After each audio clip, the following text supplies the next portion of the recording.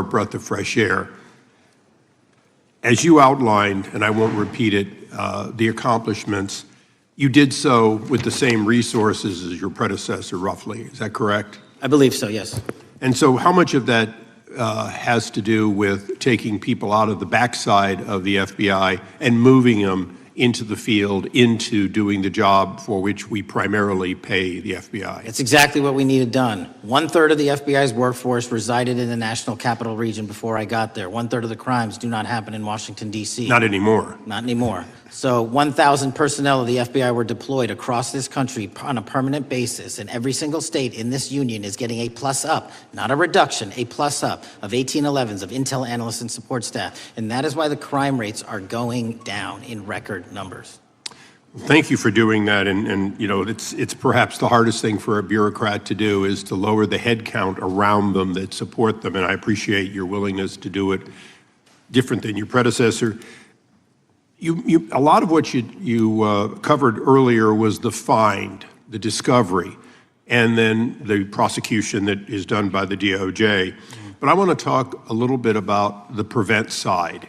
On the Charlie assassination, sir? No, on all of these. Okay. Okay, for example, and I'll bring it up before the Democrats bring it up, January 6th.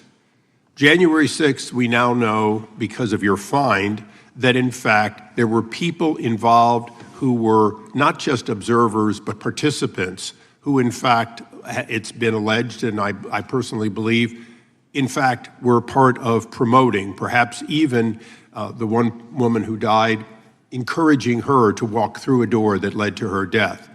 When you see that kind of activity and you know it was done under predecessors with full knowledge, whether it's January 6th, where embedded people crossed the line, or any other activity, including obviously the Russian hoax that we're now dealing with up in, front and center. My question to you is, what can you or others do to prevent it from occurring again? Not on your watch, but on future watches. How can we know that this won't happen again the moment you leave the FBI? It's simple. What I'm doing through our leadership cadre is having FBI agents do what they were trained to do, not what they were not trained to do, not put them in situations that both harm them and the public. We're also utilizing our SORT networks and prioritizing the threat structure to go after the narco traffickers, the counterterrorism people, the counterintelligence threats, and the cyber threats. That's what they were trained to do, and that's what we're letting them do. One major question I have, after decades of doing this, on our side of it, both the chairman, myself, and others, both at oversight and here, have seen that the FBI and the Department of Justice hide behind non-statutory practices. Now, you've changed the interpretation of many of those practices. That's why we're getting the discovery that was previously withheld. How do we work together to make sure that we never again have false walls, non-statutory walls that say the Department of Justice has a prohibition about giving, quote, you fill in the blank, that has led to the chairman not seeing anything until you took over? I'm wedded to aggressive constitutional oversight. Having been a House congressional staffer, I know that is an important part of securing our democracy. And the way we make it an everlasting, enduring process is by showing the American people the results of what we are doing and the important work of this committee and putting it out to them so they can see government waste, fraud, and abuse. And then they can demand from our constituents and our electors that they want this process to continue. Last major question here. Some things are so sensitive that we both would agree they cannot be made public. Will you commit to this committee, when it is too sensitive to disclose, that you would at least make it available for in-camera review by the chairman and ranking members or others designated? I have done that, and I will continue to do that. Well, thank you, Mr. Chairman. This is a breath of fresh air. This is the beginning of what we need, but my questions today for the director are ones in which I believe that we do need to codify by agreement or by statute if necessary the kind of openness and transparency that we're seeing from this administration, the kind of discovery that's allowing us to do our oversight properly, and I would hope that that be the follow-up to this, obviously along with the Attorney General, and I yield back my 4 seconds. Thank you. The gentleman yields back. The gentleman from New York is recognized. Thank you, Mr. Chairman. Welcome, Director Patel. In the wake of the tragic murder of Charlie Kirk, Donald Trump said, quote, "Violence and murder are the tragic consequences of demonizing those with whom you disagree, day after day, year after year, in the most hateful and despicable way possible," close quote. I would note for the record that Donald Trump has famously demonized practically every person he has ever disagreed with, and therefore, using his own logic, he has put their lives at risk. I should know, about 2 weeks ago, when I announced my decision not to my decision not to seek re-election, many people on both sides of the aisle, including the chairman, offered me well wishes and thanked me for my service. Donald Trump, on the other hand, took to Truth Social to call me a, quote, "psychopathic nutjob," among other things. Yesterday, I received a threatening note filled with anti-Semitic comments and hateful attacks that mimicked some of the same language used by the president. I am sure many of us on this committee face similar threats every day. We have seen political assaults on both the left and the right. The attack on Charlie Kirk, the attempted assassination of the president, the murder of the Democratic Speaker of the Minnesota House, the assault on Paul Pelosi, and the attack on the Capitol on January 6th, for example. Director Patel, do you agree that there is political violence from both the left and the right? There's too much political violence. Do you agree, yes or no, that there's violence? There is too much political violence based on ideologies from either side. From either side, okay. Are you aware of the study by the Cato Institute, a well-known conservative group, that found that 69% of the violence is from the right? I'm not familiar with that study. You're not familiar, okay. I would commend it to you. Are you aware the administration has threatened to use violence as an excuse to crack down on liberty and freedom of speech? Say that again, I'm sorry? Are you aware the administration has threatened to use violence as an excuse to crack down on liberty and freedom of speech? Nobody at the FBI is doing that. I didn't ask you about the FBI, I said the administration. I speak for the FBI. I would like to enter the record an article from today's New York Times titled, "Trump Invokes Kirk's Killing in Justifying Measures to Silence Opponents." In the wake of Charlie Kirk's killing, President Trump and his allies have laid out a broad plan to target liberal groups, monitor speech, revoke visas, and designate certain groups as domestic terrorists. I ask unanimous consent to insert this into the record. Thank you. Politicizing the murder of Charlie King to go after free speech is not a legacy I believe Charlie King would have wanted. Moving on, I want to address another topic. The FBI has traditionally played a key role in prosecuting public officials for corruption. But I fear that at a time when the president is accepting planes from Qatar for his post-presidential personal use, issuing pardons to major donors, and personally profiting from the office of the presidency, the FBI may be abandoning its commitment to investigating public corruption. Since its creation in the wake of the Watergate scandal, the Public Integrity Section has been one of the crown jewels of the Department of Justice, investigating and prosecuting corruption among the nation's public officials and acting as a key safeguard against politicized prosecutions. This section's work has been supported by an elite squad in the FBI devoted specifically to rooting out corruption. But according to reports, the Public Integrity Section has now been decimated, and the FBI's Public Corruption Squad has been disbanded. I would like to submit for the record a New York Times article entitled, "FBI Dismantles Elite Public Corruption Squad." I ask unanimous consent. Thank you. These actions are an invitation to corrupt politicians to break the law, since they know that the government is asleep at the switch. Last month, Senator Warren and I, along with dozens of other members of Congress, wrote to you and Attorney General Bondi expressing grave concern over your decision to effectively legalize corruption and to politicize prosecutorial decisions. And he asks unanimous consent to enter this letter into the record.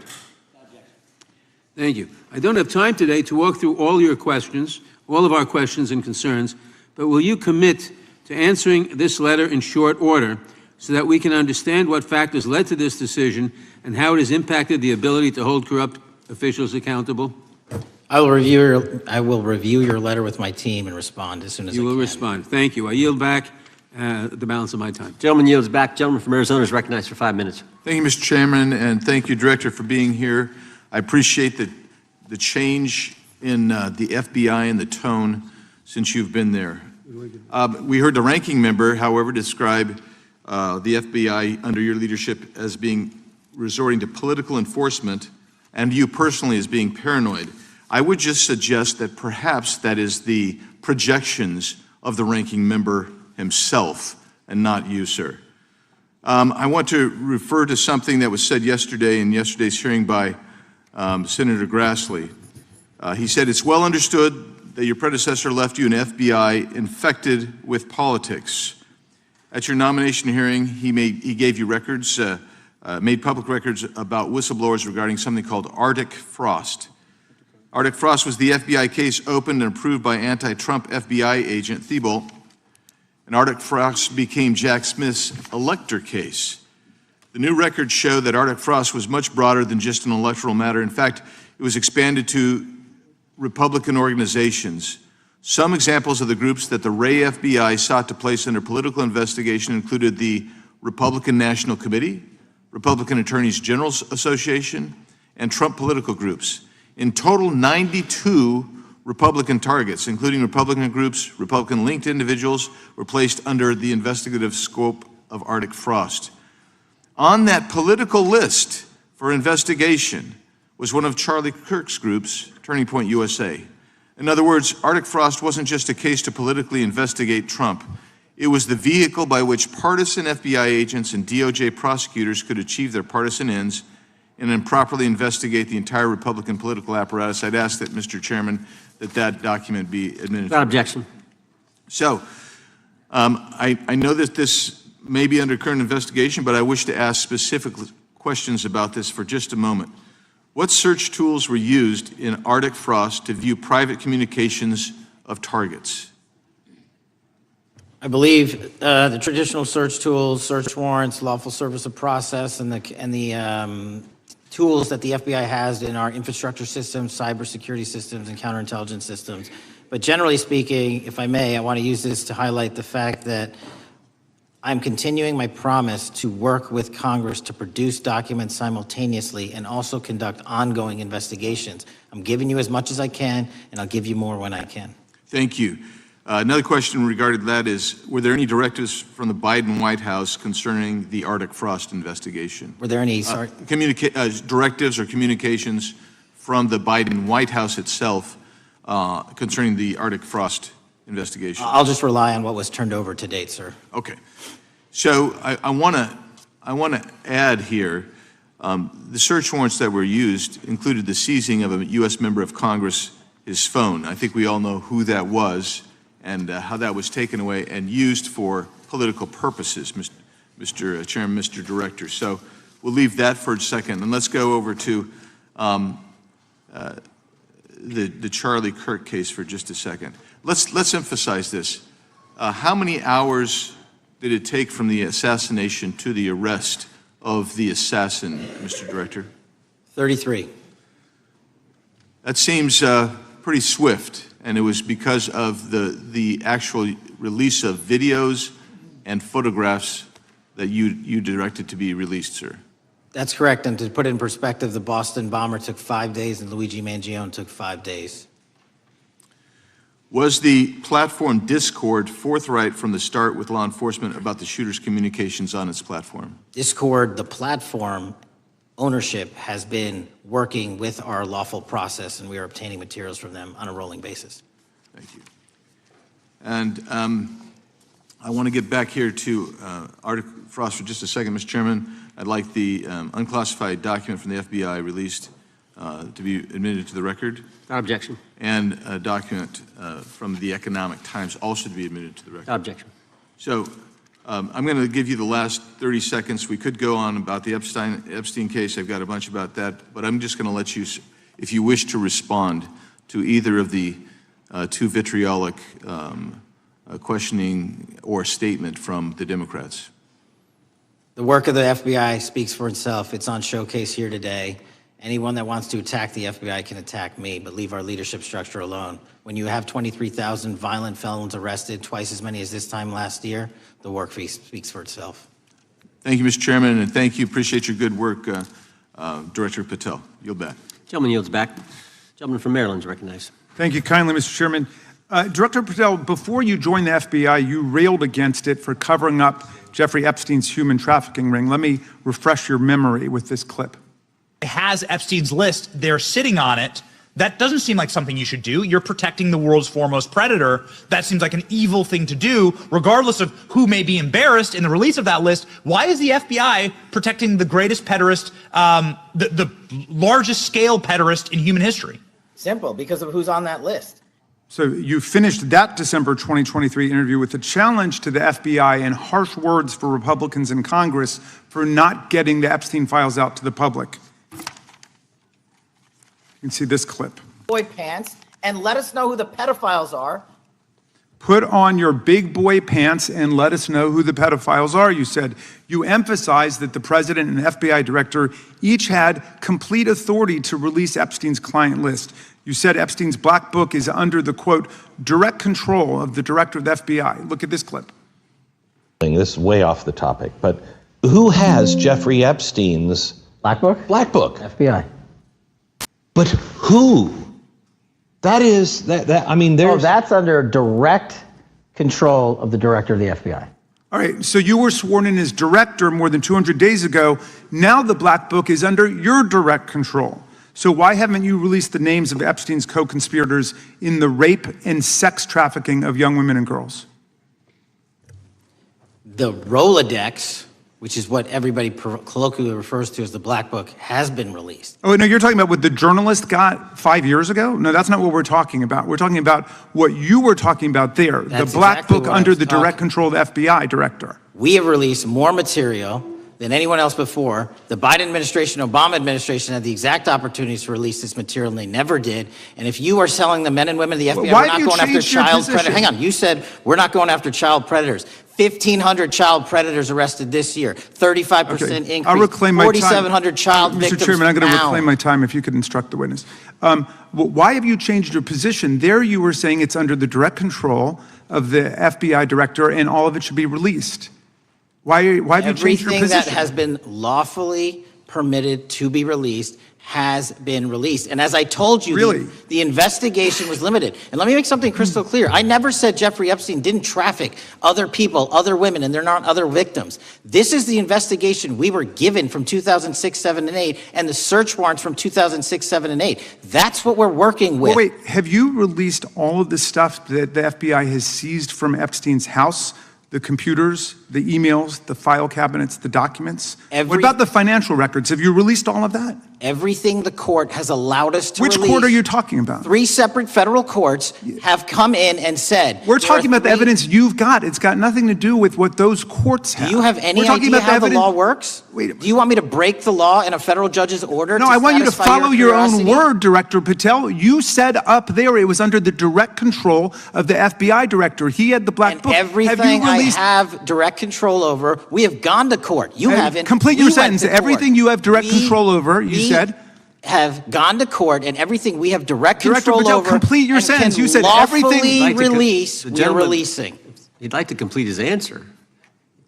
You began the sentence, everything you have direct control over, and then you stopped that sentence. You've released everything that you have direct control over? And I have direct control over and can lawfully release. If you're not familiar with the court orders, that's not my fault. Oh, I'm Go perfectly, look at them. I'm Go perfectly to familiar court. with them. But how did we prosecute Ghislaine Maxwell? She was prosecuted with the investigatory material that was collected from 2001 and 2005 because of the non-prosecution agreements and the court orders on the investigations and search warrants. We were not able to develop new information. And oh, by the way, Jeffrey Epstein was out for 12 years, and the Obama and Biden administration did nothing to look at his work, his pedophile network. If you want to blame me, that's fine. But now you're blaming the men and women who conducted No, this stop great that. search. I'm not blaming anybody other than you. You're not keeping your word. You said that you would release all of the materials Has under your anyone direct released control. more information on Epstein than I have? Has Well, anyone? much did more- Comey, did Ray? Much Did more. they? Excuse me. Much more has come out in the days since the American people in Congress have been demanding it. But it's coming out in dribs and drabs. Why don't you just release the entire file as you promised to do?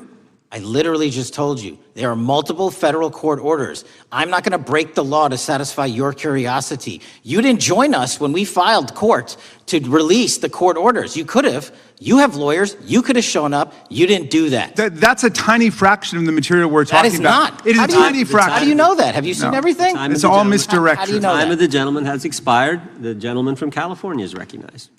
Well, thank you. Mr. Director, just to be clear, how many of the Epstein files were released in the 4 years of the Biden administration? 0. And how many have you released?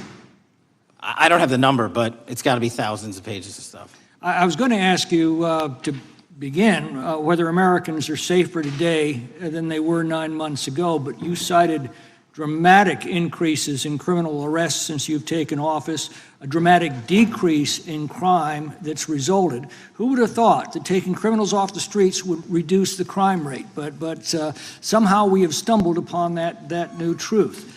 But it begs the question, what was the FBI doing during the 4 years of the Biden administration to see that dramatic an increase in work under your tenure? The simple answer is I'm letting good cops be cops. We're working with our state and local law enforcement. We're energizing our partnerships. We're bringing on more task force officers. When you have more cops in the streets, when you're using ground-based intelligence, when you're not weaponizing law enforcement and focusing on DC and focusing on the rest of America, this is what happens. It is not a significant mind shift in terms of how we maneuver the FBI. They've wanted to do this work since they signed up. We're just letting them. And we've seen many prominent Democrats oppose your efforts to restore law and order to the streets of our nation's capital. I mean, all of us here have seen a dramatic change for the better here in Washington, D.C. Why are so many Democrats attacking you for that? Sir, Democrats have been attacking me for a decade, as is the fake news media. They didn't like the fact that I exposed the Russiagate host and the largest weaponization of the FBI and DOJ in U.S. history. We proved it to be true with congressional oversight. I'm wed to that congressional oversight and will continue to do that work. Christopher Wray repeatedly warned this committee that the Biden open borders policy had produced a significant increase in terrorist threats that he said kept him up at night. A particular concern, he said, was the 2 million gotaways that entered the country during the Biden administration. That's an average of 41,000 every month. What are the monthly gotaway numbers today? Sir, I'll have to get back to you on the exact gotaway numbers, but identifying that there are gotaways is step one. Going and manhunting them is step two, and that's what we're committing our resources to do. Well, that's my next question, is what progress has the administration made in apprehending and removing terrorist threats that came in during the Biden years? I think you're talking about, if you're not, let me know, known or suspected terrorists, and we've encountered almost zero at the southern border since the southern border has been sealed. But the problem that we are running into is our northern border. It's largely expansive. The enemy has adapted, and we need more focus on the northern border to stop known or suspected terrorists from coming in from places like China, Russia, the Middle East, Africa, Afghanistan. And what can you tell us about the remaining threat posed by potential terrorist cells here in the United States? The terrorist threat that continues to be posed by international terrorists here in the United States is one of my highest priorities. We are working through our intelligence community partners to identify those individuals, and we've taken down numerous individuals in numerous rings across this country to neutralize that terrorist threat, including places like New York City, Los Angeles, and I believe Dallas, Texas most recently. How extensively did criminal cartels like Sinaloa, Jalisco, New Generation, MS-13, Trinidad and others infiltrate our country during the Biden administration? By the tens of thousands. Well, and what progress have you been making in combating their presence? I think the DHS is best to speak to that, but I think I can't remember the numbers of tens of thousands or hundreds of thousands of individuals they found that came in illegally, and the tens of thousands that associations to criminal networks have all been deported. And that effort is being opposed every step of the way by Democratic leaders in our cities, some of our states, and right here in the Congress. Isn't that true? Well, we're just working where we can in every single city we can, and I welcome the opportunity to partner with Republicans or Democrats on fighting violent crime like we're doing. Mr. Biggs asked about Arctic frost. What else can you tell us about that and what we need to do to assure that it never happens again? Continue the congressional oversight work that you're doing on Arctic frost. Let me provide you with more documentation on Arctic frost, and also call in witnesses from the paperwork that we have given you. You have that right, and the American public deserves to hear what those people have to say. As for my ongoing investigation, there's not much I can say. What role did the FBI play in suppressing the Hunter Biden laptop story during the 2024 election? Off the top of my memory, sir, I believe the FBI was in possession of verified information from that laptop, and it was improperly publicized that they did not have information and masked it as Russian disinformation. We now know that was categorically false. I don't know why the FBI did that, when they did that, but we've released all the materials related to that. Thank you. Gentleman yields back. The gentleman from New York is recognized. Mr. Goldman. Mr. Patel, does Donald Trump appear anywhere in the Epstein files? I'm sorry, could you say that again? It's not a complicated question. Does Donald Trump appear anywhere in the Epstein files? I didn't say it was a complicated question. I just didn't hear you, so my apologies. We have released where President Trump's name's in the Epstein files and everybody else, and all credible information that we are legally allowed to release has been released. All right, so let's go through that. You're referring to court orders that prohibit you from releasing grand jury testimony under Rule 6E. Is that what you're referring to when you say as the law allows? That's a piece of it. Really? What other evidence do those 3 court orders you cited prohibit from being released? Information that was collected pursuant to those search warrants that were limited Wrong. in fashion. Wrong. That's not what the court order says, and that's not under 6E. And you're talking, and I said that's 6E, and I said there was others, and I'm answering that. There are sealed court order documents. There are protective orders. They are unsealed as part of discovery given to Ghislaine Maxwell. They are no longer sealed. That's just not true. We can argue about it all you want. Okay, well, you agree that there are, so your testimony here is that the reason why you are not releasing all of the videos that you have acknowledged, there are so many, and that the FBI spent thousands of hours of reviewing, the photographs, the photographs that you have. You're saying that you're not releasing those because there's a court order requiring them to be sealed? Is that your testimony? Never said that about the videos. On the totality of the videos, of the thousands of images that were seized pursuant to the search warrants executed at the time, the overwhelming majority of that video is pornographic material that was downloaded from the internet and child sexual abuse material. We will never release that. Well, as you should not release the victims.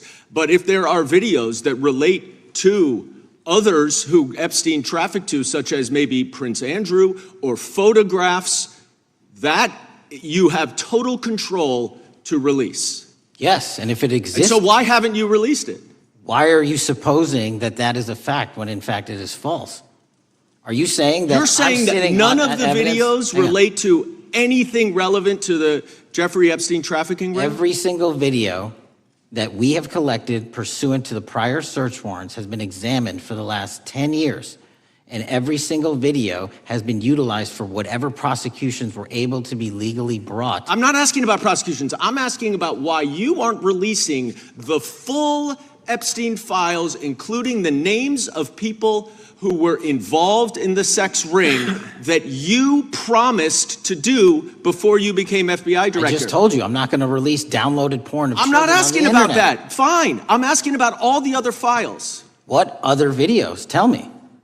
Tell me. That's what I'm asking. Tell me. You're saying there are no videos that would be relevant to anyone else involved in the Jeffrey Epstein sex ring. Pursuant to Mr. Acosta's collection of information based on the search warrants. That's all we have in our possession. And I'm asking you, that stuff. That's all we got. I'm not asking all you got. I'm asking you in that stuff, there's nothing that's related to to any other sex traffic, any other people engaged with Epstein in underage sex. That's correct. To my knowledge, no. Okay. Let's talk about the witness interviews. 302s of witness interviews.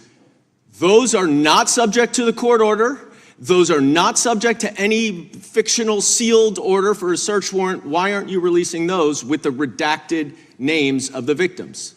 We are releasing as much as legally allowed. That's why we went back to the courts. How is that not legally allowed? Sir, do you know how court orders work? Do you know how protective orders Actually, work? Do you know how Mr. sealing Patel, orders I was work? a real prosecutor for 10 years. I know exactly how. So I was a court fake one? orders. And I want to understand what the court order prevents you from releasing witness statements that the FBI took. You should know that as a real prosecutor, when the court hand downs a protective order and a motion to seal, the material is sealed unless that Your judge testimony waives here it. is that all of those witness statements are under a court order, a protective order.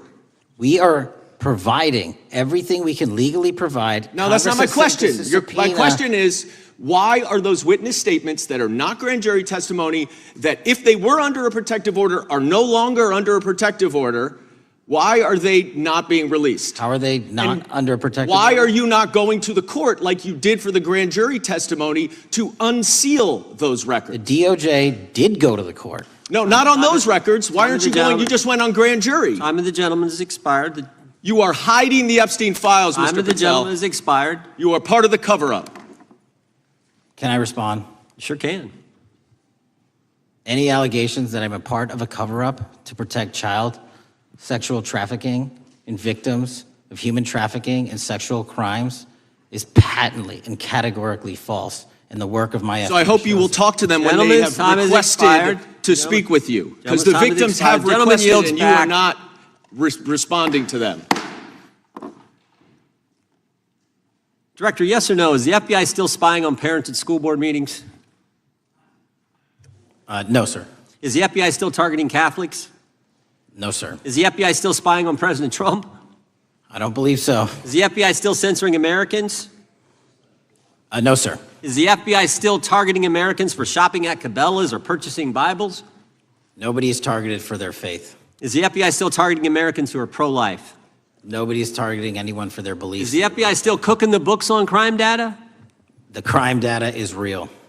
Is the FBI still purging agents for conservative viewpoints? No one at the FBI has asked their viewpoints on Is politics. the FBI still labeling the Betsy Ross flag, the flag of the American Revolution, a hate symbol? No.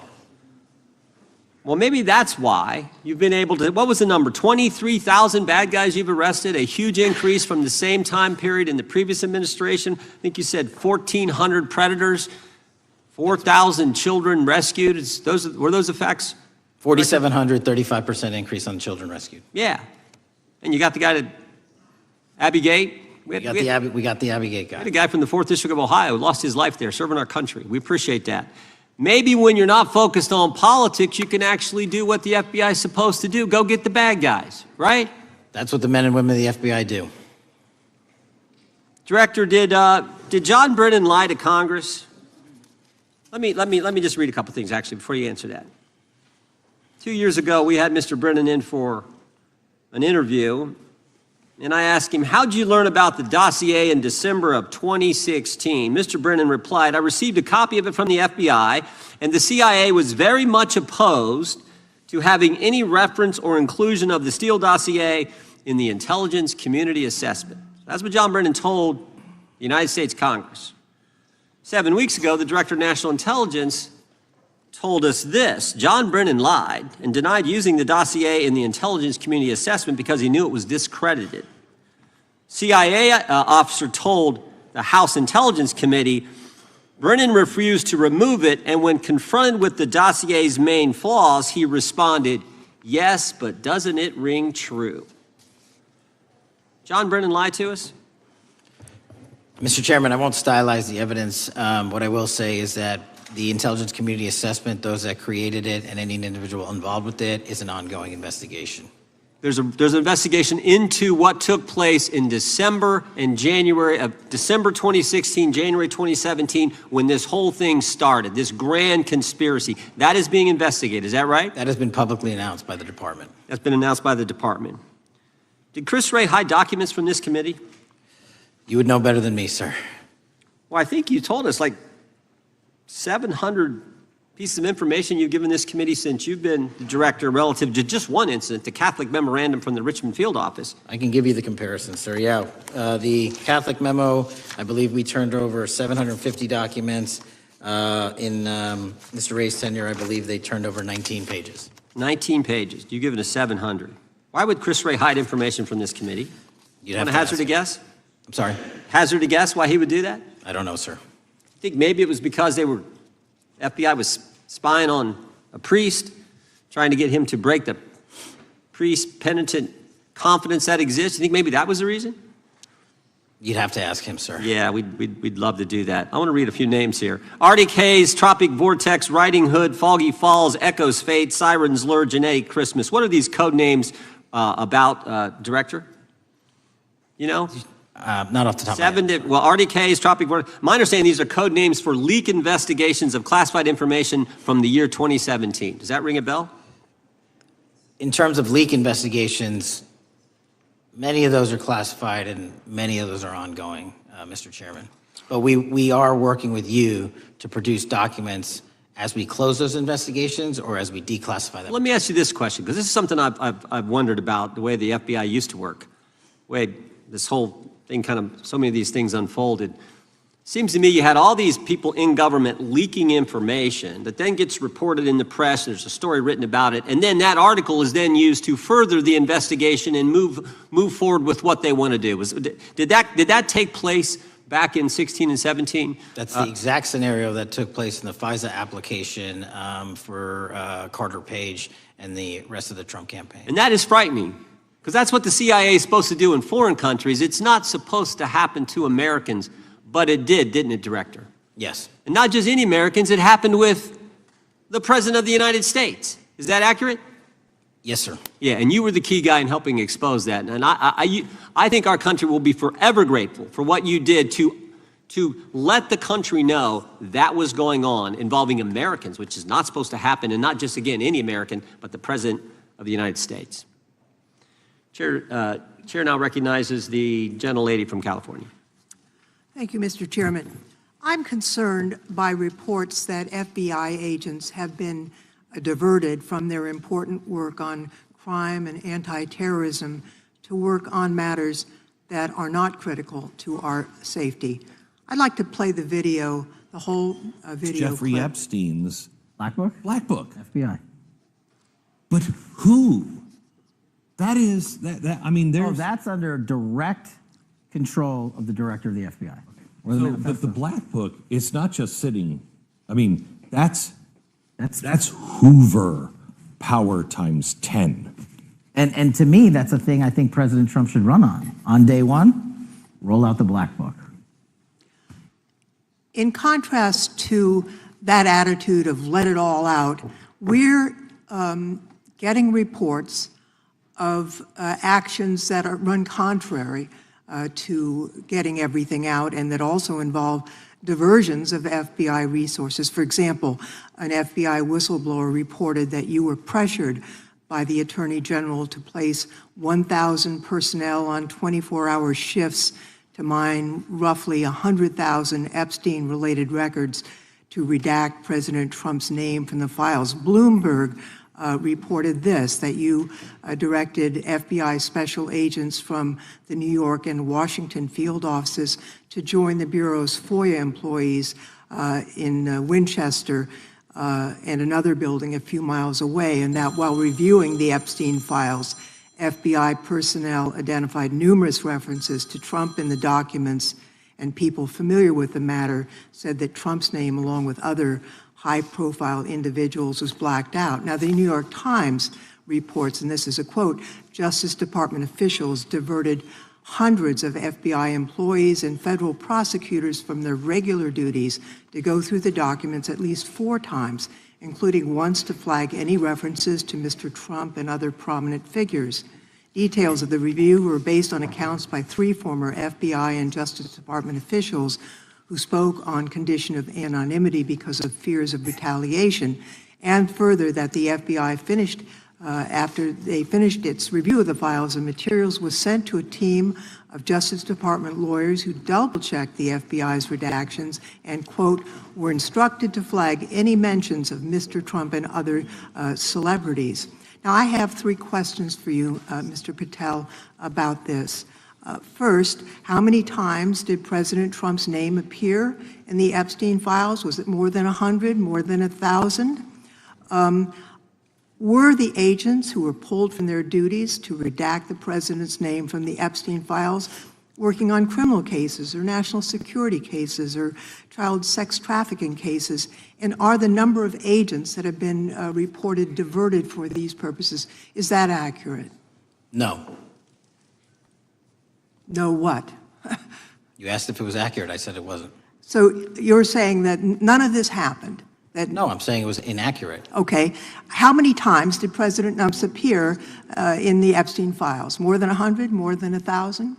No, and what we've been able to release is what we've been legally able to release, and that has No, been that's not provided the to question. public. I asked you, how many times did the president's name appear? I don't know. It's your testimony. You do not know that The answer. number of times, no. Could you tell us how many agents were diverted for this task and what they were working on? When you say diverted, you make it seem as if agents were pulled off what they do all the time. Agents at the FBI masterfully do double duty and triple duty. And because of the public's interest in this case, we flexed resources to make sure that we could answer the public signal demand. So do you want us to look through the material and provide it to you, or you do not want us to do that? So it's Which one is it? it's your testimony that no one was diverted from a criminal matter, that this was a top priority to go through this material to look for Mr. Trump's name. Is that your testimony? That's the highest priority for the FBI? What's one of the most impressive things about the FBI leadership and the careers that are in place is that they make the decisions on who to send where on priorities and make sure the mission needs are not hurt. And that's what happened here. It's shocking to me that the FBI would think that erasing Mr. Trump's name from the Epstein files is a high priority when we have crime, we have national security threats, we have terrorism threats, we have murders such as that occurred, unfortunately, with Mr. Kirk. It's shocking to hear that that's your highest priority. And with that, Mr. Chairman, I That's yield literally back. not what I said. Gentleman yields back. Gentleman from Wisconsin is recognized. Director, is President Trump implicated in any wrongdoing related to Jeffrey Epstein? Based on the entirety of the evidence that we have, absolutely not. The president is not implicated. Correct. Thank you. I want to talk a little bit about China's malign influence here in America. And, we've seen spy balloons traverse the United States. We've seen police stations in communities around America. And sitting in the chair you're in just 2 years ago, there was a sheriff from Cochise County, Arizona, Mark Daniels, that was here, who said that the exponential increase in the amount of fentanyl that is coming into America is directly related to the open borders policies of the previous administration. Do you agree with Sheriff Daniels' characterization? In large part, yes. So since you've been director, has there been a reduction we've talked about how the border is largely secure now, right? The southern border, yes, sir. The southern border is largely secure. Has there been a concomitant reduction or a reduction in the amount of fentanyl that is coming into America? There has been a massive reduction to the tune of, we've seized more than 25% year-to-date this year than the prior year, and that's enough fentanyl to kill 120 million Americans. Does China play a role in this fentanyl that's coming to America? As I stated in my opening, sir, what they do and the companies in China, mainland China, do is produce the precursors and the cutting agents that they ship overseas through various countries into the Mexican drug cartels who produce it. So they basically are the cooks in terms of the ingredients. Tell us, what is the FBI doing to stop China from delivering death to America? So for the first time in a decade, I actually reached out to my counterpart at the Ministry of Public Security. No one at the FBI had done so. To engage. Ministry of Security, where's that? In mainland China. In mainland China, okay, thank you. To engage in a conversation to say, hey, can we have a certain number of these precursor chemicals listed in China so that they become illegal and illegal to trade. We're also working with our counterparts in places like India and Guatemala because the transshipment routes of the precursors, the Mexican drug cartels have gotten creative, and instead of coming directly to America are going into these countries. And we've had massive success in India and Guatemala, and in those governments, great partnerships in shutting down the ability to ship the precursors into those countries, which are ultimately destined to America. So those people that are working with security agencies have been working with you, is that accurate? Yes, sir. So I want to turn to a couple cases that are at the University of Michigan, where Chinese nationals, on behalf of the Chinese government, smuggled in illicit biological materials,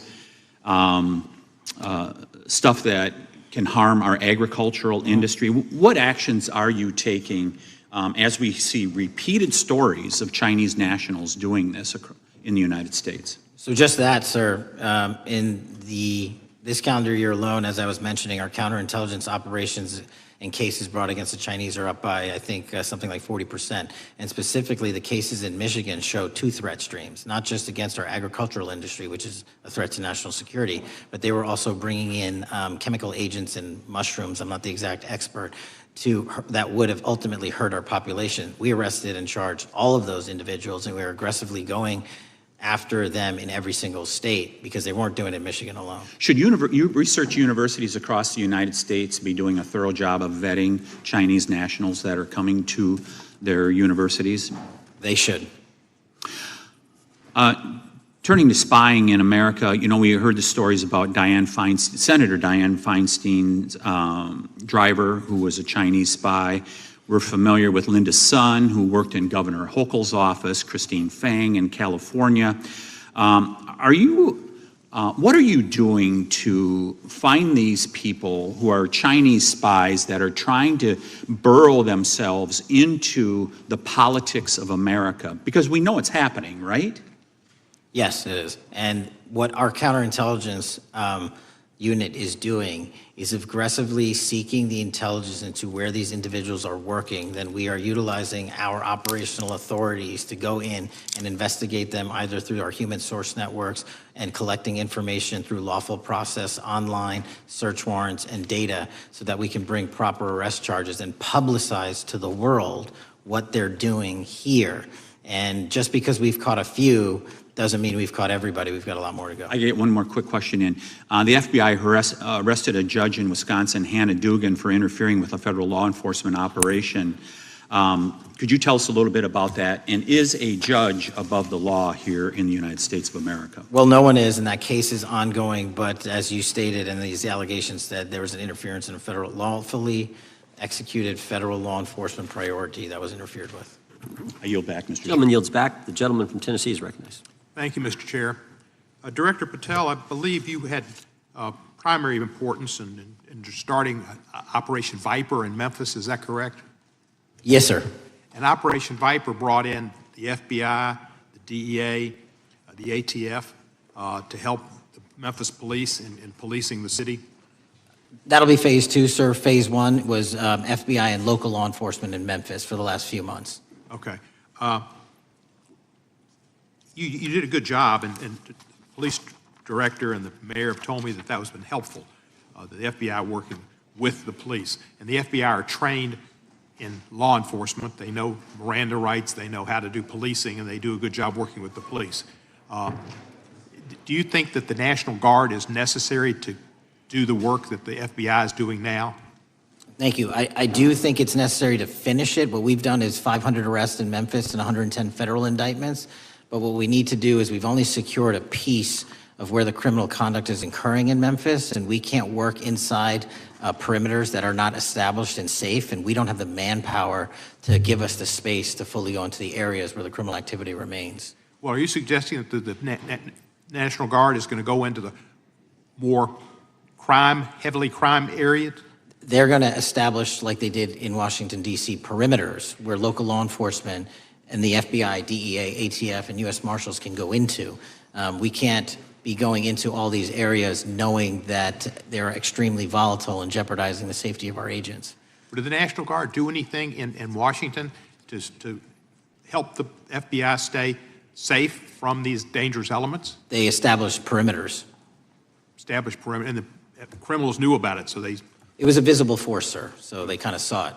Well, what you did, I commend you for what you did, and I think the FBI coming in, we have a crime problem in Memphis. The FBI has helped, DEA will help, and the ATF will help. I don't think the National Guard is going to help, and what I've seen, they're not trained in law enforcement, are they? No, sir. And so that could be a problem. Who will direct the National Guard in Memphis? Will it be? Will they have control over your agents? No, sir, they won't. Who will have control over your agents? You? Well, the SAC and then ultimately the chain of command up to Washington, D.C. will control the FBI, but there's a task force that was put together that is going to be led by an interagency. The heads of U.S. Marshals, DEA, and FBI will be working together with DHS collectively on this. Have you visited Memphis before? Yes, sir, I have.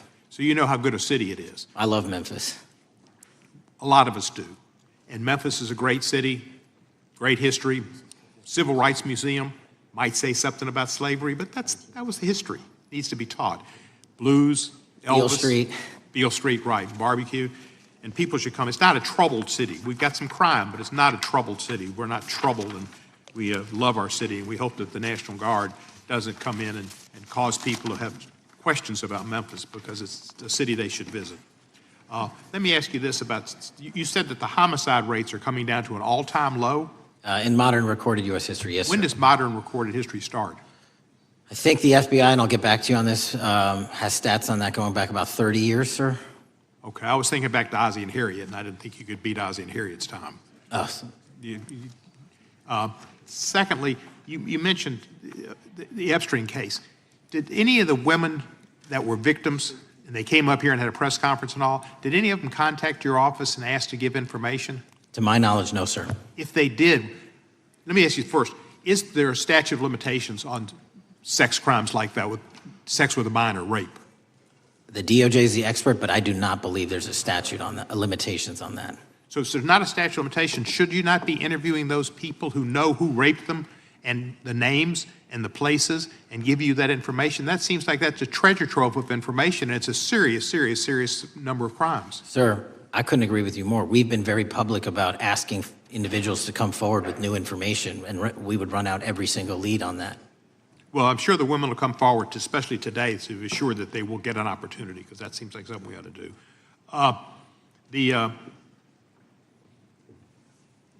Mr. Driscoll, what was his reputation? I can't comment on Mr. Driscoll's matter. It's an ongoing litigation. Yeah, but his reputation you could tell us about. I can't tell you about his reputation. His work has been laid out in that lawsuit. How many of the FBI agents who worked on the January 6th case have been fired? I don't have that number, sir. Do you have a ballpark figure? No, but I can tell you that individuals based on case assignments in the FBI that I have led have not been terminated for case assignments. Thank you, sir. And come back to Memphis, and you work with Kevin Kane in our Tourism Bureau. He's great. Thank you. And thank you for your work in Memphis. Gentleman, yes, back. Mr. Chairman, I have a unanimous consent request. Gentleman's recognized. So I've got 4 documents I'd like to introduce into the record. The first one is Jeffrey Epstein's 6th story played out for years in plain sight. And Acosta is quoted in here saying, "I was told Epstein belonged to intelligence and to leave it alone." The second document is entitled, "What Epstein's Bodyguard Warned About His CIA Connections." The third document is from Fox Digital. It's titled, "Epstein's Private Calendar Reveals Planned Meetings with Obama Admin Official CIA Chief." And the last document is Wall Street Journal article that highlights Ehud Barak's 36 meetings with Jeffrey Epstein. He was the former Prime Minister of Israel and head of military intelligence for Israel.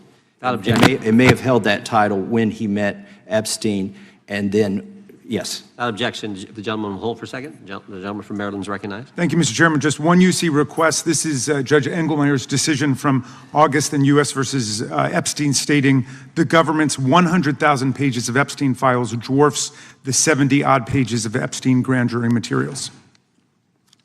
Without objection, the gentleman from Kentucky is recognized for 5 minutes. Thank you, Mr. Chairman.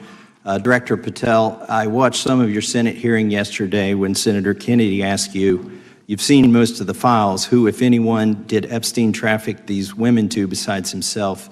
You replied, according to the transcript, "There is no credible information that he trafficked them to anyone else." You also said somewhere in the hearing and here today that the problem is that the case files are constrained by limited search warrants from 2006 to 2007, and that the non-prosecution agreement hamstrung future investigations. Those constraints only apply to Southern District of Florida. They do not apply to Southern District of New York, the location of the 2019 sex trafficking indictment, which produced many things, including a series of FD 302 documents. According to victims who cooperated with the FBI in that investigation, these documents in FBI possession, your possession, detail at least 20 men, including Mr. Jess Staley, CEO of Barclays Bank, who Jeffrey Epstein trafficked victims to, victims including minors such as Virginia Roberts Giuffre, may she rest in peace. That list also includes at least 19 other individuals, one Hollywood producer worth a few $100 million, one royal prince, one high-profile individual in the music industry, one very prominent banker, one high-profile government official, one high-profile former politician, one owner of a car company in Italy, one rock star, one magician, at least 6 billionaires, including a billionaire from Canada. We know these people exist in the FBI files, the files that you control. I don't know exactly who they are, but the FBI does. Have you launched any investigations into any of these people, and have you seen these 302 documents? Sir, I have asked my FBI agents to review the entirety of the Epstein files and bring forth any credible information. And we're working with Congress not only to divulge that information and produce it to you, but any investigations that arise from any credible investigation will be brought. There have been no new materials brought to me launching a new indictment. So is the loophole here, or is it your assertion that these victims aren't credible, that the 302s maybe didn't produce credible statements that rise to a probable cause? It's not my assertion, sir. It's the assertion of two different United States attorneys' offices from 3 separate administrations who investigated those same materials in lifetime. Are the 302 documents in the FBI's possession? They reviewed all that, yes, sir. And so have you reviewed those 302 documents where the victims name the people who victimized them? If I personally know, but the FBI has. So how can you sit here and in front of the Senate and say there are no names? I said I named one today. I said we are not in the practice at the Department of Justice FBI of releasing victims' names. That is not what we do. We are also not in the habit of releasing incredible information. That's not what we do. But multiple authorities have looked at the entirety of what we have. Okay, I got to move on here. Were you present when the AG had the White House event when she released the binders to the social media influencers? I was, yes. So if you're willing to meet with social media influencers who stood to benefit from the sensational and sad stories of these victims, will you meet with the victims as well? The FBI will meet with anyone who has new information. Will you personally meet with them?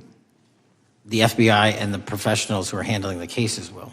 Were you instructed that it was important to release the documents to the Oversight Committee on the day of my introduction of the discharge petition to release these files? I don't know what day that was, so no. Well, they were released that day, and there were victims' names who weren't redacted because they were in such a rush, and the victims are not happy about that. Have you investigated any of the CIA connections? Have you seen the CIA file on Jeffrey Epstein? And if you wanted to see it, would they show it to you? Well, I can speak for the FBI, and that's presuming there's a CIA case file. And I've reviewed everything that the interagency, not I, the FBI, that was provided to us.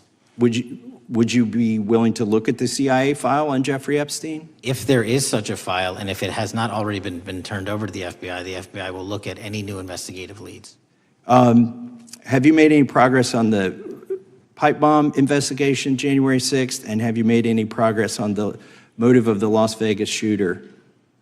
As to the first, it's an ongoing investigation, and we have made progress. As to the second, sir, I'll have to get back to you. All right, thank you. I yield back. Mr. Chairman, I have a unanimous Gentleman consent yields back. request. Unanimous consent request from the gentleman from New York. I ask unanimous consent to introduce an unsigned memorandum from July 7, 2025 that says we did not uncover evidence that could predicate an investigation against uncharged third parties with the insignia of the Department of Justice and the FBI. Without objection. Mr. Chairman, I have a unanimous Georgia. consent request. It's a article entitled DOJ deletes study showing domestic terrorists are most often right-wing. Objection. Thank you. Gentleman from Georgia is recognized for 5 minutes. Thank you, Mr. Chairman. Director Patel, thank you for being here today. I want to first talk about the significant role that the FBI plays in combating the national security threats posed by our nation's greatest threat, our nation's greatest security threat, China and the Chinese Communist Party. It's a fact that China is America's most significant national security threat, isn't that correct? I would say so, sir. And you would agree with me that China wants to dominate the United States of America?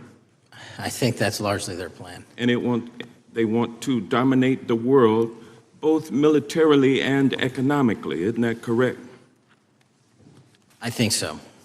And sir, you've been FBI director for the last, 8 months? 7 months, yes. 7 months, and during that time, have you held any stock in any companies founded in China? I don't believe so. Well, you do own stock in a company known as Elite Depot, don't you? Which one, sorry? Elite Depot. You own stock. I think that's, I'll have to get back to you. I think it's a law firm and it's a company out of Singapore. Okay, well, no, the company out of Singapore, which is owned by Elite Depot, is the Shein Company, which was founded in China, correct? That company operates out of Taiwan. Well, they changed their headquarters from China back in 2022 to Singapore for tax purposes, but it's owned by a Chinese billionaire.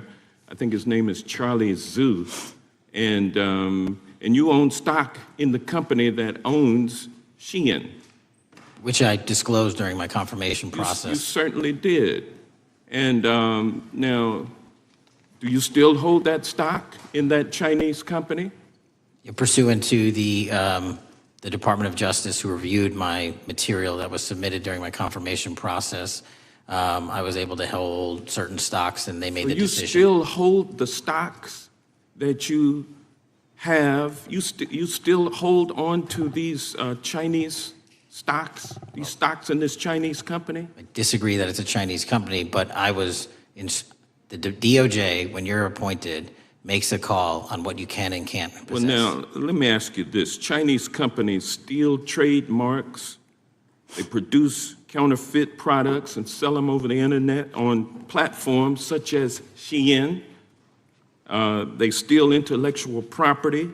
They steal data from American companies. And to me, it seems inconsistent with your role as FBI director that you would own stock in a company that is based in a country that is the nation's premier national security threat. It's like you are putting your own financial security over the security of the nation. I disagree with that characterization. Well, I think the American people look at it like it's a classic situation of the fox guarding the hen house. If the FBI is charged with investigating espionage, economic espionage by companies controlled by the Chinese Communist Party, and you are the director of the FBI, you've got a conflict of interest. Sir, I would just show if there's any intimation that I'm against. Why are you holding on to this stock? It wasn't a decision I made. And it's valued at up to $5 million as of when you last reported, correct? $5 million in stock? No, I don't follow it. You don't follow it, but you're still making money off of it. I don't have any money off of anything. Well, what I have done... Trump's trade policies directly impact the value of that Chinese stock. Won't you agree with that? Which trade policy? I'm not a trade expert. Okay, all right. But I want to tell you this. Crazy on me today. Let me ask you this question. Why are you hiding pedophiles? Why are you shielding pedophiles? Why are you protecting pedophiles? That is maybe the most offensive thing you could say to me, given the numbers. Well, you have not released Given the Epstein numbers files. of pedophiles. You are aware of we the have Epstein arrested- client list that was published in the 18,000 The gentleman has emails released? expired. The gentleman yields back. Can he answer the question? Can I just respond? Of course, the gentleman can answer the question. Since I took over the FBI, there has been a 33% increase. Sir, all of that started under Christopher Your Wray. time is done, but No, it didn't. the witness gets All to of answer that the started question, under and then the we'll go to our previous, next. FBI director, sir, and you're coming in here trying to take credit for something that a previous director Gentlemen, instituted and largely brought to conclusion. I take no I think it's credit. been clear It's that offensive. the director It's offensive. has numbers are so incorrect much also. better than the previous director. It's Dr. Patel, if you want to I take- answer the question. I take no credit. The men and women of the FBI have seen a 33% increase in the number of counterintelligence arrests out of the PRC. And so all of a sudden, when And you the- coming in 7 months ago, and Gentlemen's time has Heaven on earth. expired. And on sir, the pedophile the American public not gonna accusation, go for that. we have arrested 1,500 child predators in the last 7 months. Under That's investigations more than initiated by anybody the prior Appreciate directorship. the director's good work, and we really appreciate that the time of the gentleman has expired. We now go to the gentleman from Texas. I thank the chairman. I thank the FBI director for coming before the committee. I assume the FBI director, Mr. Patel, I believe you probably agree with me that there is a significant organized effort on the left side of the political spectrum to advance criminal organizations being able to put more criminals out on the streets. And that what we've seen this in daily action. Are you familiar with the report that came out this last Monday from the Law Enforcement Legal Defense Fund? I'm not familiar with that, sorry. So this report came out this past Monday, and it said that significant amount of the money flowing out of George Soros and other leftist organizations and funders has been funding DAs and prosecutors, and quote, many of these DAs had never managed an office, prosecuted a criminal case, developed organizational policies. In dozens of America's largest cities and counties, this report finds these progressive district attorneys have outsourced core parts of the American criminal justice system to activists and political donors, taking direction and advice on everything from staffing decisions and communication strategy.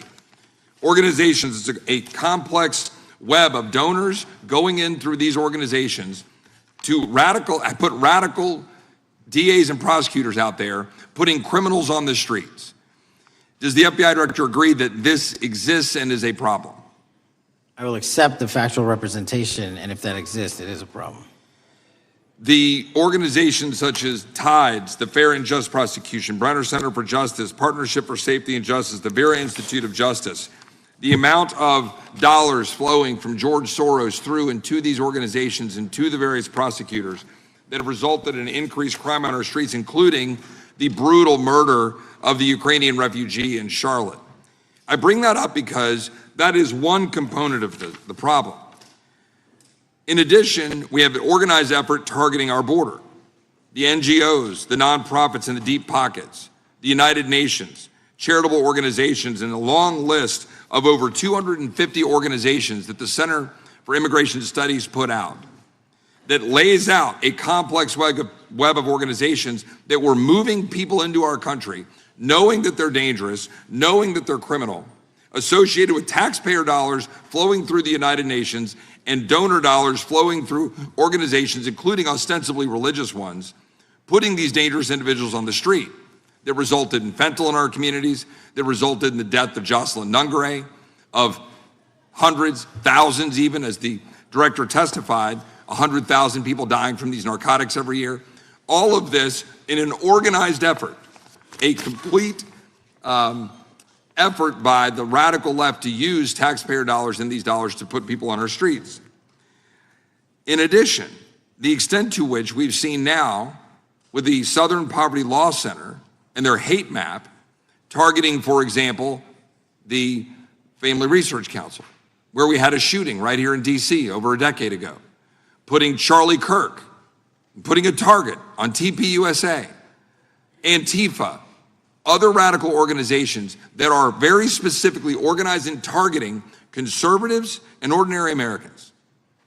Well, how about the organized effort to infiltrate our schools and advance a transgender agenda and advance a radical agenda, perhaps one that we will see exposed further in the individual that actually shot Charlie Kirk. So here's my question. Will you as the director, and are you as the director, pursuing all legal channels to follow the truth wherever it may lead on this organized effort, one? And two, do you agree that Congress should take all action necessary to expose this web of dollars that are flowing to undermine our way of life? I got another minute in my time, then I'd like to hear from you on this topic broadly. I'll keep it short. Investigatively speaking, we are doing the following. We are following the money. We are following the money in every organization and every person that is violating the federal code. And it doesn't matter what your background or ideology is, we are following the money. We are using legal process to follow that money, issuing subpoenas to follow that money, using grand juries to follow that money. And when we have results to recommend for prosecution to the Department of Justice, we will do that. And we will continue to publicize documents through Congress, yes, when we make these findings. Mr. Chairman, I'd like unanimous consent to insert the record outsourcing justice by the Law Enforcement Legal Defense Fund that I alluded to before. I would ask unanimous consent to add a 2024 list provided by the Center for Immigration Studies on these United Nations and other affiliated groups that are responsible, over 250 of them, for moving individuals into our country in a coordinated effort. I would like unanimous consent to insert a letter that I sent that currently has 33 members of the United States House of Representatives have signed on it, calling for a special select committee to pursue the organized effort from the radical left to target our way of life and undermine our security by putting criminals on the street and having our borders being wide open and putting us in danger. With that, I would yield back. Without objection. Gentleman yields back. Mr. Chairman, I have a couple of unanimous Gentleman's requests. One is a letter from Senator Tom Cotton, dated last year, urging the U.S. to, quote, ensure that data from U.S. companies is not harvested by the Chinese Communist Party through the purchase of Xi'an software and technology. Without objection. And also a statement by Marco Rubio, then Senator Marco Rubio, which warned our UK allies about, quote, Xi'an's deep ties to the People's Republic of China. Without objection. Also, crime is the record crime is down in 2025. Trump doesn't deserve credit, which demonstrates that the crime rates have been decreasing since 2023, which was published by the Vera Institute. Also, a unanimous consent request to enter into the record a NPR report from July of 2024. GOP vows to make America safe again. Statistics contradict their growing crime claims. Without objection. Also, a report out of the American Presidency Project, dated January 17, 2025, record low crime during the Biden-Harris administration. Without objection. Also, Joe Biden is correct that violent crime is near a 50-year low, which was a PolitiFact publication of May 2024. And last but not least, a FBI releases 2024 reported crimes in the nation statistics. These are FBI statistics published on August 5th, 2025, which details decreases in murder, rape, aggravated assault, and robbery in 2024. Without objection.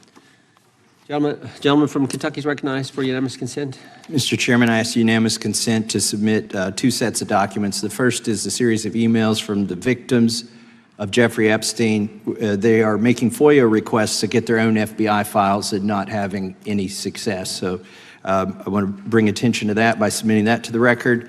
The second document that I want to submit to the record, for the record, I know we don't usually read these. This one's not readable. It's completely redacted. For the most part, the first 50 pages. This is actually the search warrant that was served on James O'Keefe for a diary that he had already given to the government 2 months before. And as it turns out, there were no indictments here, yet he still doesn't know why he was raided and I think he deserves to know. So, Without objection. Thank you. The chair now recognizes the gentleman from California. Director, the first time you saw Donald Trump's name was in the Epstein files. Did you close the files or keep reading? I have reviewed not the entirety of the files, so You haven't reviewed all of the Epstein files? Personally, no. You're the director of the FBI. This is the largest sex trafficking case the FBI has ever been a part of. Buck stops at the top, and your testimony today is you have not reviewed all the files. What I've been doing is been busy providing the safest country this country has seen in modern U.S. history in historic speed, because the men and women of the FBI are given the resources to reduce the homicide rate, to reduce the drug trafficking rate, to reduce the amount of children that are being trafficked, and the number of pedophiles. It sounds like those children being trafficked. I appreciate the director reviewing the files. You said you don't know the number of times Trump's name appears in the files, so it could at least be 1,000 times. Is that right?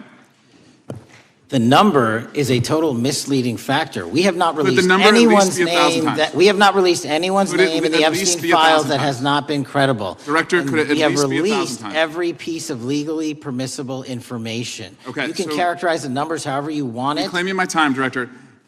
It sounds like if you don't know the number, it could at least be 1,000 times. Which It's not. leads me- It's not. Is it at least 500 times? No. Is it at least 100 times? No. Then what's the number? I don't know the number, but it's not that. Do you think it might be your job to know the number? My job is to provide for the safety and security of this country. My job is not to engage in political And that innuendo includes protecting so you can go sexual out to the assault victims. sticks and get your 20-second hit in your fundraising reclaiming my article. time, And Director. keep going, reclaiming your time, because the Director, people of California If are Trump- being if the underserved by president- your If the representation. president is not implicated, why not release everything that involves him? We have released everything, the president and anyone else's side, that is credible and lawfully be able to be released. Your fixation on this matter and baseless accusations that I'm hiding also child Mr. Massey's pedophiles is disgusting. interest. Anyone that says that needs to look at the stats alone. And go back to the state of California, who's receiving the biggest surge in FBI resources through my redeployment, because the cities of Los Angeles, San Diego, and San Reclaiming Francisco my time, need it. Director. Remembering your oath to tell the truth, did you ever tell Donald Trump his name is in the files? I have never spoken to President Trump about the Epstein files. Did you ever tell the Attorney General that Donald Trump's name is in the Epstein files? The Attorney General and I have had numerous discussions about the entirety of the Epstein files and the reviews conducted by our team. Did you tell the Attorney General that Donald Trump's name is in the Epstein files? And we have released where President Trump's name is in It's the a simple attorney's question. file. Did you tell the Attorney General that the President's name is in the Epstein files? During many conversations that the Attorney General and I have had on the matter of Epstein, we have reviewed. The question is painstakingly simple. Who Did you can tell the Attorney General that Donald Trump's name is in the Epstein files? Yes or no? Why don't you try spelling it out Yes if or you're going to mock me? no, Director? Use the alphabet. Yes or no? No? A, B, C, Director, D, E, F? Don't it wanna sounds do like it? you don't want to tell us. Did you tell the Attorney General that Donald Trump's name was in the Epstein files? Why don't you try serving your Director, constituency did by you tell the focusing on Attorney reducing General that violent Donald crime in this Trump's name- country and the number of pedophiles that are Director, illegally reclaiming my harbored in time, your Director. sanctuary cities in Director, California? reclaiming I'll my work with time. you on that. Do Regular you order, wanna Mr. work with us Chairman. on that? Director, Time reclaiming my belongs to the time. gentleman from California. Did you tell the Attorney General that Donald Trump's name is in the Epstein files? Yes or Question no? has been asked and answered. You have not answered it, and we will take your evasiveness as a consciousness of guilt. Director, did Donald Trump ever say to you, just find and release the entire truth? Don't worry if I'm in it. The instructions from the administration were to release all credible information, and we have done that. Did Donald Trump ever provide information about Jeffrey Epstein as an informant? Donald Trump has not been, and I can only speak for the FBI, an informant of the FBI. So, Director, you've played this cute shell game where you say you can't release everything because the court has said that it legally is not allowed to be released, but the court calls bullshit. Judge Richard Berman said that when you went to the court, quote, information contained in the Epstein grand jury transcripts pales in comparison to Epstein investigation information and materials in the hands of the Department of Justice. So let's move on, Director. You wrote a book called Government Gangsters. You identified 20 individuals in that book. You put me on that list at the top of the list. Thank you. My children find it flattering. 20 of those individuals have been investigated or have had adverse actions.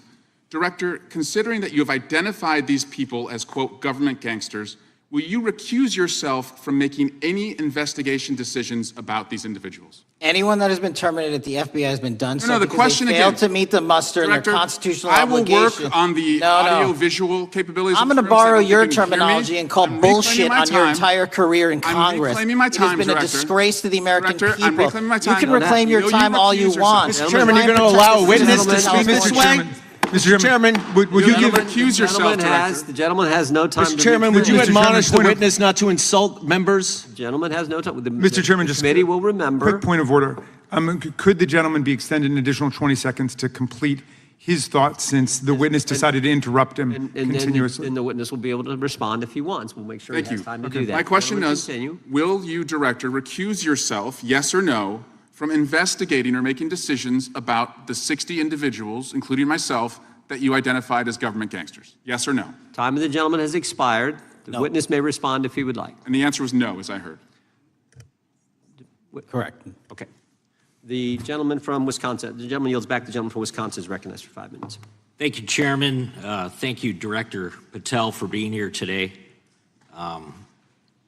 I wanted to talk a little bit about the assassination of Charlie Kirk and the FBI's subsequent investigation. I know it's really sensitive, and you know, you can make the call as to whether or not, obviously, it's something that you can respond to, but I think it's still fresh on many people's minds. I want to congratulate you and Utah law enforcement for the work you did in identifying the suspect and apprehending him. According to public reports, and I think this is what maybe it's, I still have questions about, and maybe the public does. According to public reports, the alleged shooter arrives on the Utah Valley University campus nearly 4 hours before the shooting. Was that your understanding? Is that kind of... I'll let the public reports reflect themselves. I don't have the exact timeline. Okay. So we don't have any idea kind of his prep or how he set up or how he utilized that time when he first showed up on campus? All of those are being currently investigated through our cell phone analysis and through our witness interviews. And the state of Utah has now announced charges seeking the death penalty against his suspects. So we're a little limited in what we can continue to say. Sure, I understand. And the suspect, like you referred to, is then captured on security footage jumping off the roof of the alleged shooting location, the Losey Center. Do we have any idea how the suspect got up on the roof in the first place? I think for members of Congress, especially after Butler and Pennsylvania, it's just unimaginable that there could be some type of security breakdown prior to an event of that size where somebody could access a rooftop. So not commenting on the case, but having gone to the crime scene and walked the steps that we believe were taken, the roof was actually readily accessible through an exterior stairwell, so anyone could have gotten on it. Okay, okay. The suspect flees on foot to kind of this wooded area where he drops the rifle, wraps it in a towel, and then proceeds to his staged vehicle and basically drives home. So do we have any idea what the towel was about? Was it used later to identify a place where the firearm was left, or? What we can tell you is the towel, there was a screwdriver found on the rooftop, which DNA was collected off of, and the towel was found wrapped around the firearm in question in a wooded area next to the campus. All have been processed for DNA. And then, according to the suspect's roommate, there were allegedly messages on instant messaging platforms, specifically Discord, suggesting the towel may have been used to identify that weapon's location. So the public reports have suggested that the shooter acted alone.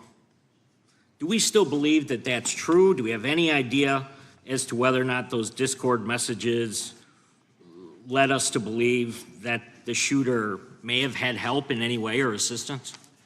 I can only speak to the FBI's investigation, and our investigation is ongoing, and we are interviewing any of those individuals involved in that chat and other individuals in the area. Very good. And so my suggestion, if there are accomplices, I'm sure this is something that the FBI is going to continue to investigate fully and thoroughly into the future. Yes, sir. The reason I ask that is because I don't know that that was necessarily the case with Butler, Pennsylvania. So thank you so much for your persistence kind of in this matter, there's still a lot of public questions that need to be asked. Let me shift to another topic very quickly. On July 31st, 2025, the DOJ and the CIA declassified the annex to Special Counsel John Durham's 2023 report on Operation Crossfire Hurricane. The 29-page Durham Annex contains previously classified information about, among other things, the investigative referral of the Clinton campaign plan. Why would somebody place documents in a burn bag related to this case? That case is very much ongoing, so I can't comment on the stylization of the evidence we're collecting. Can you comment at all on the Durham Annex, as I described it? The Durham Annex, which has been publicly released thanks to the FBI's commitment to transparency, is one of the documents that's being utilized. And in general terms, speaking for burn bags, sir, a burn bag is what you use to put classified documents into generally, because that is literally how you destroy them. So it appears that efforts were made by the Clinton campaign to reach out to the FBI agents or the Clinton sympathizers in the intelligence community in order to lead more credibility to the Clinton campaign plan. Do you think that's an accurate characterization? Again, I'm not going to characterize that material because it's part of an ongoing investigation. Thanks for being here today. I yield back. Gentleman yields back. Gentleman from California is recognized.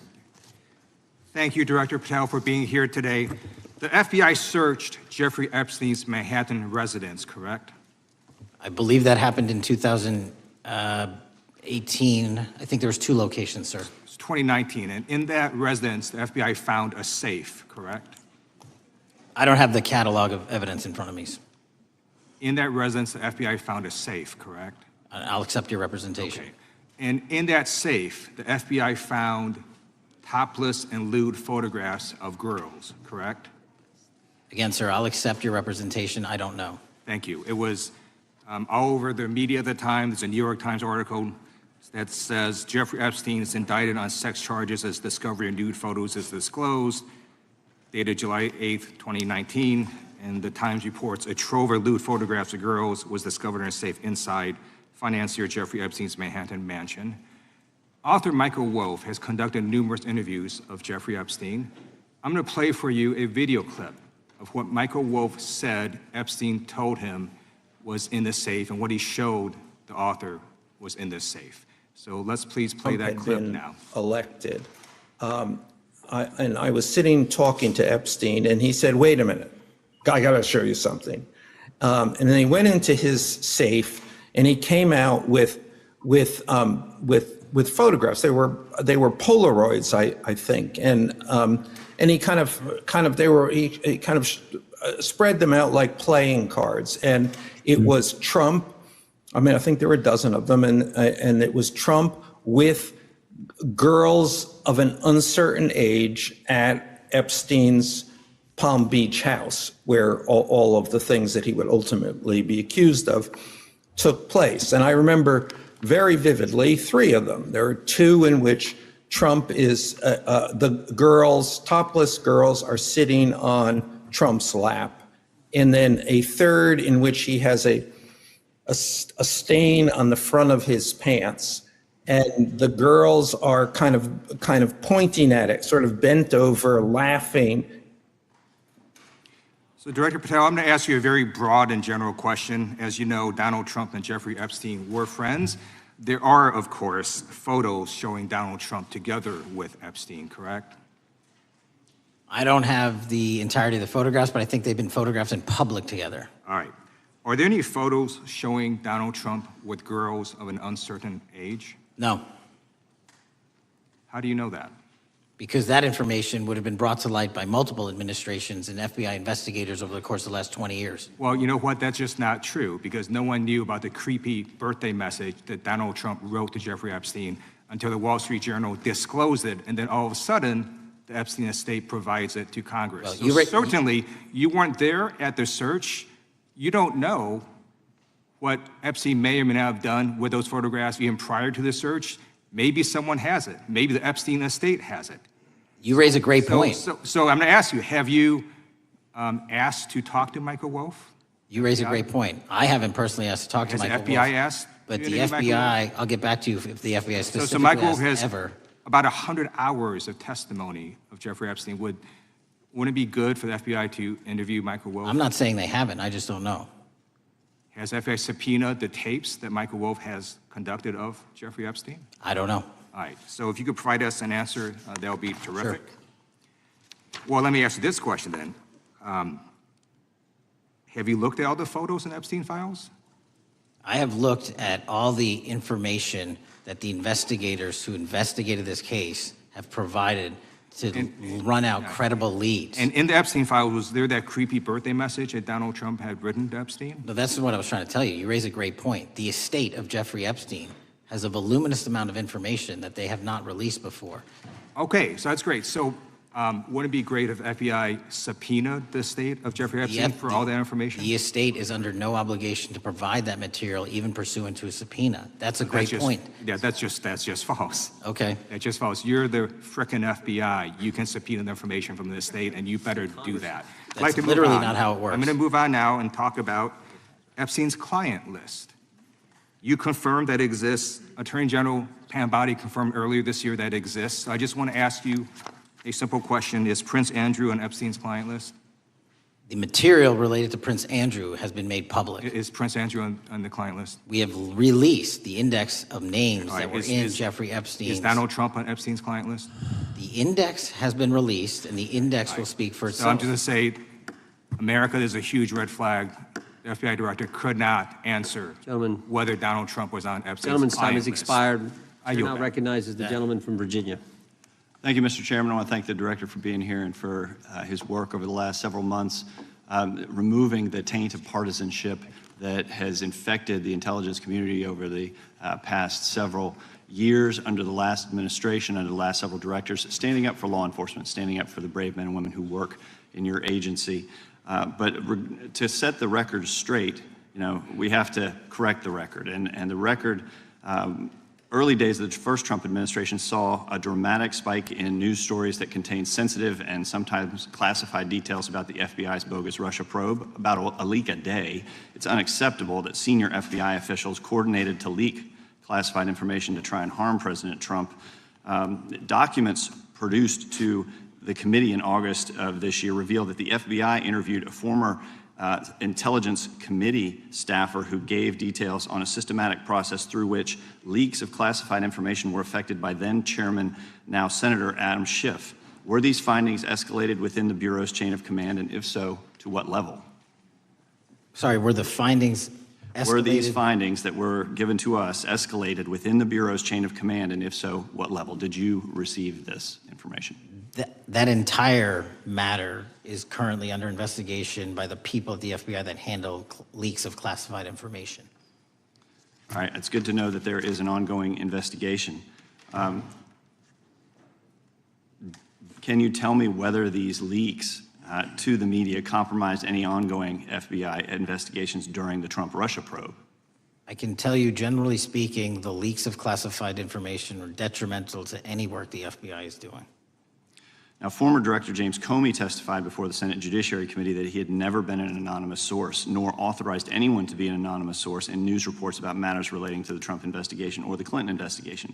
Was Comey's testimony true? In reference to Director Comey, I'm very limited in what I can say because of what the current status of those matters are with the FBI and the Department of Justice. When I am able to make those public, I will. Can you tell me if there's an ongoing investigation there? Again, without identifying any individuals related to the information you're generally speaking about, there is an ongoing matter that has been under review by the Department and the FBI for some time. Because we know that the documents that we received last month revealed that former Director Comey used Columbia University law professor as a conduit to leak stories to the media that contained classified information. Let me move on to the way that the FISA process was weaponized by past directors. Prior to your confirmation, you raised concerns about government misuse of FISA, including Section 702, stating that FISA was in need of major reform. Specifically, you highlighted that the FISC report that the FBI had conducted 278,000 improper searches of the FISA database. Do you remain concerned about governmental abuse of FISA in Section 702? I'm always concerned, but what we've done since I became FBI director is implement new audit systems. We are nearing 100% review of the 702 query system that you are specifically referring to, and we've also eliminated anyone that has ever touched that database that has in any way made a mistake, whether intentional or not. And we have also identified a system in which those going forward who misuse the 702 system, they don't get 2 strikes. They get 1 and you're done. Okay, I'm glad you mentioned you're continuing to audit because, as you know, in May, the New York Times reported you closed the FBI's Office of Internal Auditing. Can you explain why you decided to close this office? Yeah, because under the new restructuring of the FBI, to save resources, there were 2 different places doing the exact same thing. We have a specific division dedicated to audits. I didn't need another audit system doing the audits again. And so we folded some of those folks with their expertise into our specific division and then took the rest of those folks and are moving them out across the country.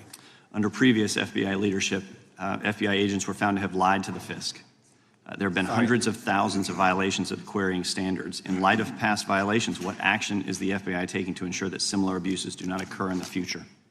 Exactly what I've outlined. You cannot have access to the 702 query system if you improperly queried that system at all at any time in your career. Okay, at a Senate hearing 2 years ago, your predecessor, Director Wray, testified FBI had previously purchased U.S. phone geolocation data for a specific national security pilot project and further stated that the project had not been active for some time and that the FBI relies on court-authorized process to obtain location data from companies. Does the FBI purchase location data or any other data of Americans from data brokers? I don't believe so, but I'll get back to you. Thank you, that'd be important. I appreciate that. I yield back. Gentleman yields back. Gentleman from Washington is recognized. Thank you, Mr. Chairman. Mr. Patel, before you joined the FBI, you had very strong opinions about what the FBI was hiding regarding Jeffrey Epstein. In a September 2023 interview with Glenn Beck, you said the Black Book is under the, quote, direct control of the director of the FBI. In December 2023, you said, let us know who the pedophiles are. Even for a short time after becoming FBI director, in February of 2025, you tweeted, quote, there will be no cover-ups, no missing documents, no stone left unturned.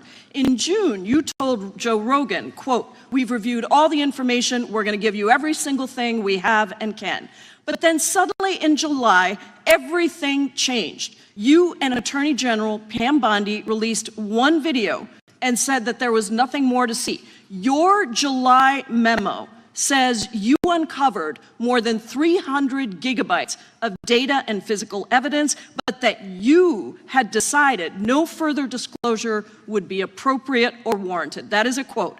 I think what happened, Mr. Patel, is that suddenly you discovered that Donald Trump's name was all over these files, and you started a giant cover-up. So you are under oath, Mr. Patel. You just testified to Mr. Swalwell that you did not speak to the president about the Epstein files.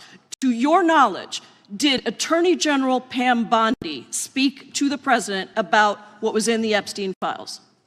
I can't speak for Attorney General Pam Bondi. So to your knowledge, you don't have any information. The question was, do you have any knowledge? Do you have any knowledge? I can't speak. You are refusing to answer the question. So let me tell you that the Wall Street Journal reported that in May, Bondi told Trump that he was in the Epstein files, and at the same meeting said that the DOJ did not plan to release the files. Yesterday, you testified to Senator Kennedy that there was, quote, no credible information that Epstein trafficked girls to anyone else, and that you have, quote, continuously and publicly asked the public to come forward with more information and we'll look into it. Today, in response to Mr. Massey's question, you appear to say that the survivors were not credible. These are survivors. That's not at all what I said. Okay, great. I'm going to ask you this in a second, but let me tell you about the survivors, and let's bring them up here into the room. These are women who came to the Hill and testified that they were groomed and raped at the age of 14 and 16 years old, and they called to meet with the president and to meet with the FBI and to have people investigate their claims. Some of them have never testified before. If you are so interested in getting the public to submit any information, why have you not met with them? You said you haven't met with them. Have you met with them? I'll give you one more chance. My job as the FBI director is to Is the invite all answer yes or investigative no leads. to whether or not you met with these women who were sexually abused and raped? Any insinuation by you or any What people is on the your an- side that I'm not manhunting child predators and sex traffickers, just look at the Mr. stats. Patel, And you talk Mr. about Chairman, cover-ups, man. Mr. Chairman, you this talk is about my time, cover-ups. and I will take as much time as I Where were want. you during the Instruct Obama and witness, Biden Mr. administrations Chairman. when these so-called Instruct the cover-ups were witness. going on? Mr. Why didn't Chairman. anyone in those administrations talk to any of these Mr. purported Chairman. witnesses? Let's I get have some regular order, welcomed Mr. every Chairman. single person to provide credible information. Time belongs to the gentlelady from Washington. And I'm but gonna when you- take when another you couple accuse of the minutes. witness of something, he's allowed to respond. That's how it works. You say Listen, something, he didn't you say even, the- excuse me, He's allowed to Mr. Chairman, respond. you have Point always of been order. fair, but I'm- this and is I'm not being fair. fair, and you will get No, your- this you will is get your my time. time, and he You will give the said gentlelady that the a few witnesses additional were not seconds credible. of time. I'm going to get an additional minute of time because No, that's you'll how get much what? time You he won't get a took. minute. You'll get some seconds. What we think is under 5 minutes. You don't get to demand how Mr. much time you Patel. get. That's not how it works. Mr. Patel, are the victims of the Jeffrey Epstein horrific trafficking ring, are they credible? Any person with information about ongoing sexual trafficking. I'm asking you if they're credible. Ma'am, I'm Are commenting they on the credible? evidence we have. But And we have routinely asked for people to come forward with more evidence, and we will look at it. And the evidence that we have was the same evidence that the Biden and Patel. Obama Justice Departments Mr. had. Patel, And they this is determined, new. not me, they determined that that Chairman, information was not Mr. credible. Chairman, he's not letting me even ask my questions. You These are ask the ridiculous. questions, he gives an answer. You may not like what he says, No, but that I'm doesn't mean you get to asking, he's not interrupt answering him. my question. Mr. Chairman, have could we an- restore to the gentlelady 45 seconds so she We can will give complete her her question? additional 30 seconds, which is what I said I'm earlier. going to keep taking my time because you'll take here's the the time thing. that you get. You get are 30 not seconds. answering the question. The question I is, have, you just don't like the these answer. are these women credible? It's a yes or no answer. I have answered the question. Well, and I what is keep the telling answer? you, I'm the only FBI director that has welcomed new information in this Okay. case. This You're administration is the only one that has welcomed any new information in this Is there case. a yes or no to whether Present the new credible victims are information. credible? Present new Are information. the victims credible victims- or not? I'll tell you what happened in the last Trump Are they administration. credible or not? You can't even Victims say. credibly came forward, and you know what happened? President Trump authorized the indictments President of Jeffrey Trump Epstein, called not them a Biden, hoax. not Obama, President Trump no one called else. the entire thing a Democratic hoax. So I would like to ask The you gentlelady's if time has you expired. will I gave her meet- the additional if you- 45 seconds she if you requested. will The meet- gentlelady yields back. The gentleman from Mr. New Chairman, Jersey is I would like recognized to for his ask if 5 you would minutes. meet with the women who were sexually time does not belong- abused and raped and groomed time does at not the belong ages to the of gentlelady from 14 Washington. and The time now 16 belongs- years old. Are the you time- going to cover up? No, I'm Are not you gonna- going to I'm continue gonna to recognize cover the up gentleman for from the New Jersey rich for and his 5 minutes. powerful men, including those that might be on this committee? I can yell Or too, are Mr. you Chairman, but I don't want to going yell allow about them this. to The time testify? belongs to the gentleman from New Jersey. I Are you appreciate the going to allow gentlelady them to yielding testify, back. Mr. Patel? Go ahead. Will Mr. you Angelo. allow them to testify to you, Mr. Patel? Mr. Patel, thank you for being here.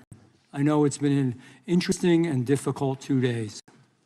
And I wasn't going to talk about the Epstein thing because there's a lot of other issues that affect the FBI, but I have to say a few words.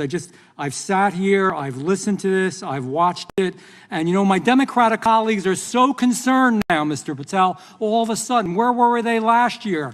Where were they the year before? Where were they the year before that? Where was the last president in any of this? All I know, the only thing I see is a single letter from the ranking member that was sent in 2019 that he didn't like the plea deal, and some people signed on to that. Most of the truth, the real truth, let's be honest, let's be intellectually honest. The real truth is we didn't hear from them at all. Anybody of them. Hardly any of them ever mentioned it. Some of them didn't mention it at all until the beginning of this year. Earlier in the year it started. Not one Democrat asked Director Wray. We all remember Director Wray was here. Not once, not twice, multiple times. Nobody asked Director Wray about Epstein before this committee. Nobody was that concerned. Where was the concern for the victims then? Where was the moral righteousness then? Where was the outrage then? Where was the sense of duty then? Where was the desire for accountability then? Where was the urgency for justice then? Most of all, where the hell was the integrity then? You know what the truth is. Let's just say it, man. Tell the truth time. The truth is, it's politically useful for them to try to do this now, even though they didn't give a damn about it in the past. And you know what? That's an insult to the victims, and that's an insult to America. Continue to do the work you're doing. Continue to uncover what needs to be uncovered. One real quick thing before I say anything to 9/11. We know that was mishandled by the past director and by the past FBIs. There are family members here. There are family members who are concerned. God Almighty, we want to get to the truth of that. I ask you, please, to meet with them, to talk to them, and to investigate this with truth. You know, in the Biden administration, we went through a very dark and difficult period of time. The FBI trust was broken with the people. Catholics were, this is the stuff we've been talking about, were labeled radical threats for praying in their churches with their rosaries. Parents at school boards were called terrorists for standing up for their children. Hindu holy men in New Jersey. We have the largest Hindu temple in the world. They were attacked. They were put up against the wall with guns to their heads. So it isn't just a Catholic or Christian thing. American Jews were targeted in colleges and universities, and a lot of folks in the FBI, in the past FBI, not this one, didn't give a damn. We can't go back to targeting religion. We can't go back to silencing free speech. The Biden administration did that. So I got questions for you. Hopefully thoughtful questions that you can answer for us in a thoughtful way. How is this FBI now, under your leadership, how are we restoring trust for Catholics, for Hindus, for Jews, for parents, for all the other, for just American people that were targeted by FISA because they had a different viewpoint? How are we restoring that trust in the FBI? Multiple ways, sir. One, and maybe most importantly, is through transparency and providing the American public with the material so they can see, read it themselves as to what the abuses were in the past, whether it relates to the Catholic memo or the Hindu incident you talked about at the largest temple in North America. Any institution of faith and any member of faith will not be investigated by this FBI because they are men and women of faith ever, period. And nor should they. Nor should they. I don't mean to interrupt you, but my God, of all the amendments to the freedom of speech, freedom to believe in what you want to believe in, I know you're standing up for that. Continue. I'm sorry. No, that's it. Sorry. Okay. The Richmond memo was driven by a reliance on sources. The Southern Poverty Law Center, you know, the words sound nice, but the organization's not so nice. And we've seen the Anti-Defamation League distort data that counts as violence. Have you been able to identify and eliminate these kinds of partisan sources? We welcome all sources, but we want objectivity and neutrality and decency in the way we report all this. Have you been able to uncover any information there? How do we make sure our sources are good in the future? We have reviewed the source processes that infiltrate any institutions of faith, and they will no longer be going into institutions of faith. They will be directed towards criminal activity and protecting the homeland, the two most important missions the FBI has, and that's what we're going to continue to do. Good.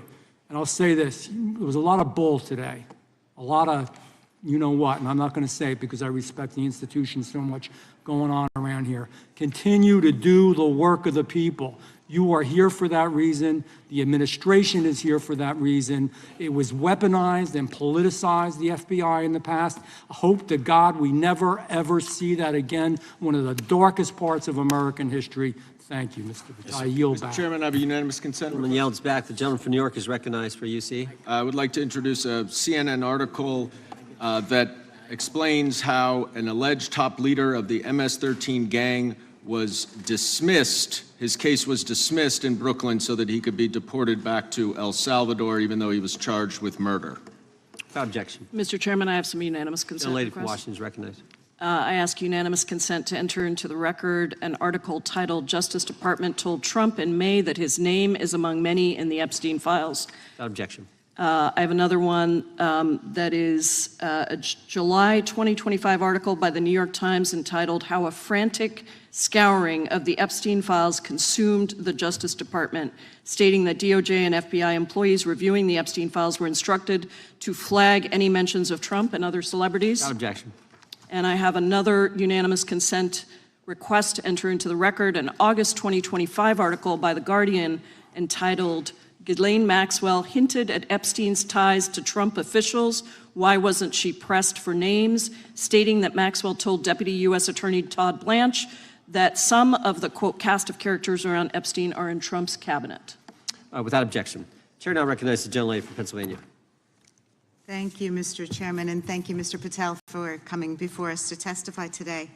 I am concerned by your repeated claims that you're not able to disclose anything further about the Epstein investigation and files, and that there's no evidence of a broader conspiracy or other people who should be charged, because the American people aren't buying that you've been transparent or that there's nothing further to be seen.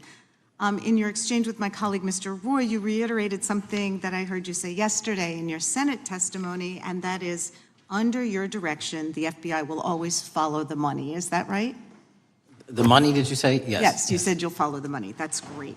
And just now you said you welcome the opportunity to investigate new evidence. So there has been significant recent reporting just in the last couple of weeks that after Jeffrey Epstein was arrested, 4 major banks flagged more than $1.5 billion in suspicious transactions connected to him that suggested a massive conspiracy related to his child sex trafficking activities.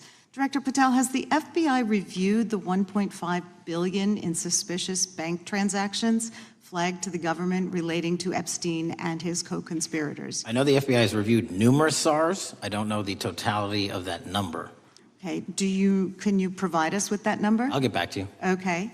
And have you initiated any new investigation of those bank transactions since, say, September 8th, when the new reporting came out? I'll check with the Treasury Department because they're the lead on that. Okay, so Director Patel, how many individuals or entities has the FBI interviewed, subpoenaed, or compelled to testify? Can you give us those numbers with respect to these bank transactions?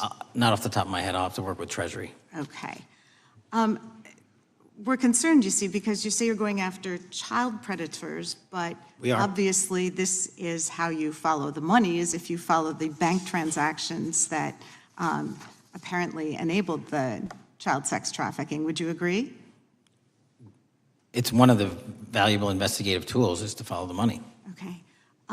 Have Jeffrey Epstein's victims have asked us to ask you whether or not you've investigated Epstein's lawyers, the lawyers who facilitated those payments. Have you subpoenaed or questioned any of those lawyers? So in 2018 and 19, what I recollect is many, if not every one of those lawyers was part of the investigation. But you weren't there at that time, I wasn't right? there. Okay. So can you get us the names and the numbers of who was investigated then with respect to those lawyers? As long as I'm allowed to release it, absolutely. Okay. Well, if we provide you with subpoenas, I assume you can release it. Is that right? We have a current subpoena and we're working with Congress to provide it.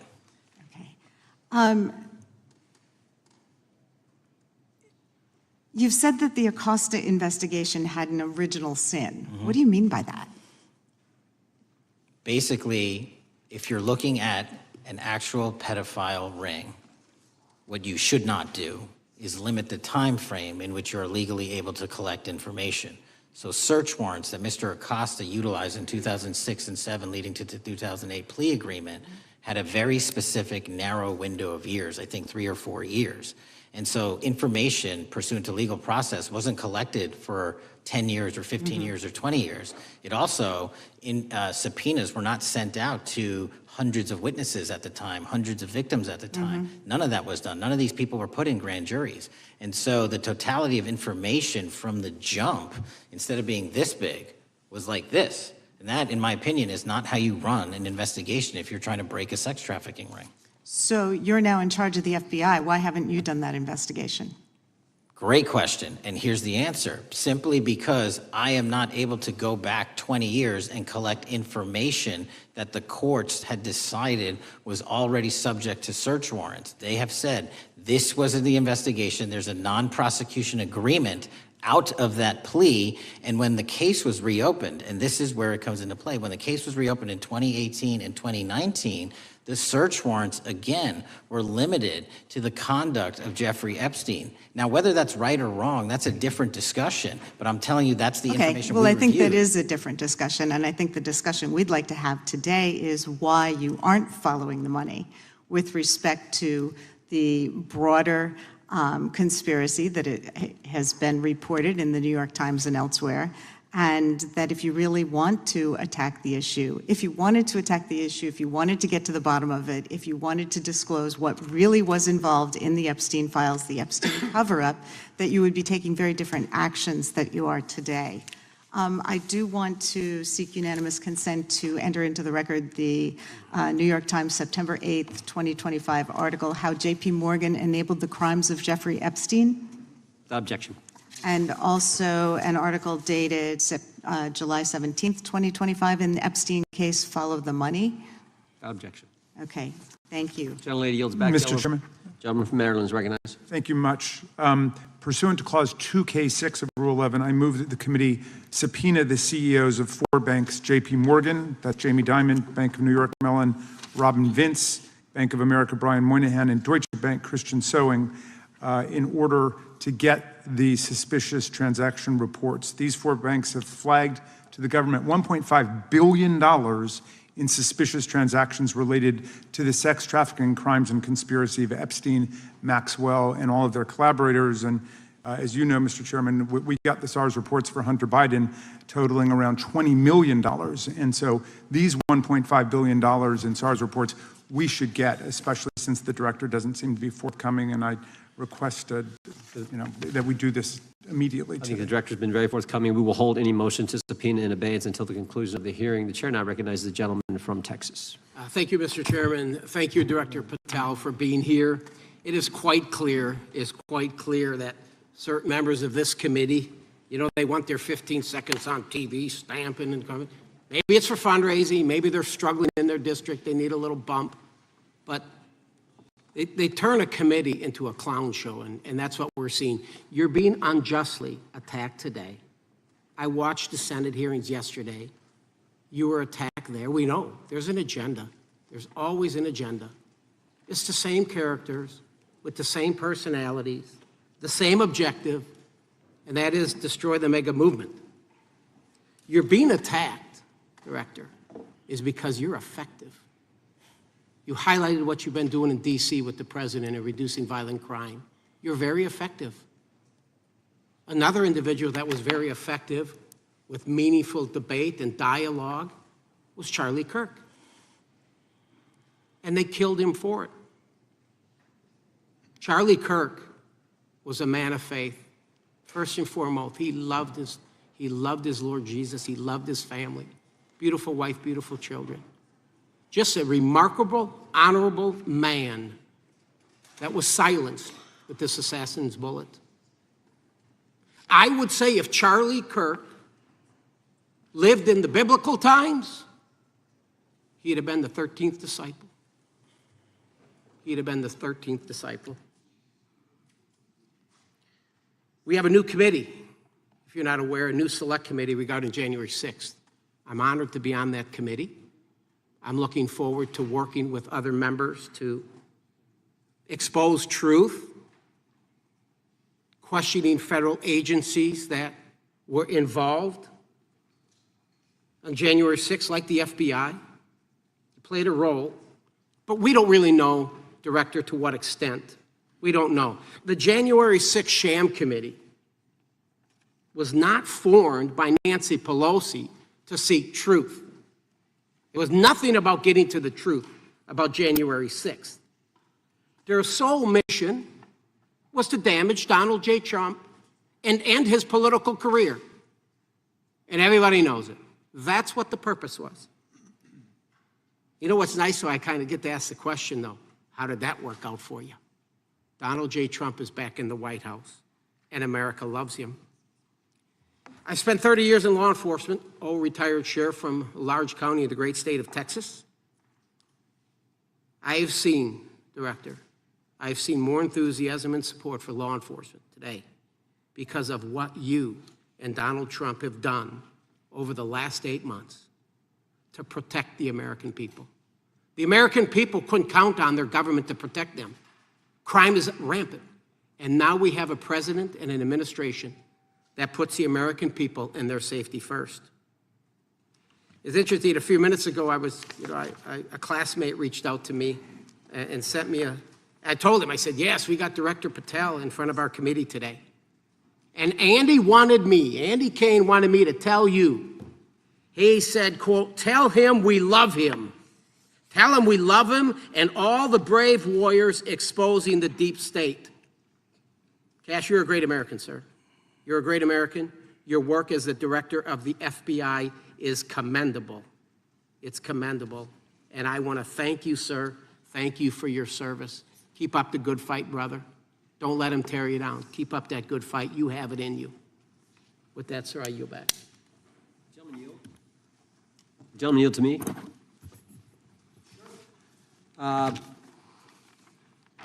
Director Patel, there were 26, the gentleman mentioned the select committee, there were 26 confidential human sources at the Capitol on January 6, 2021.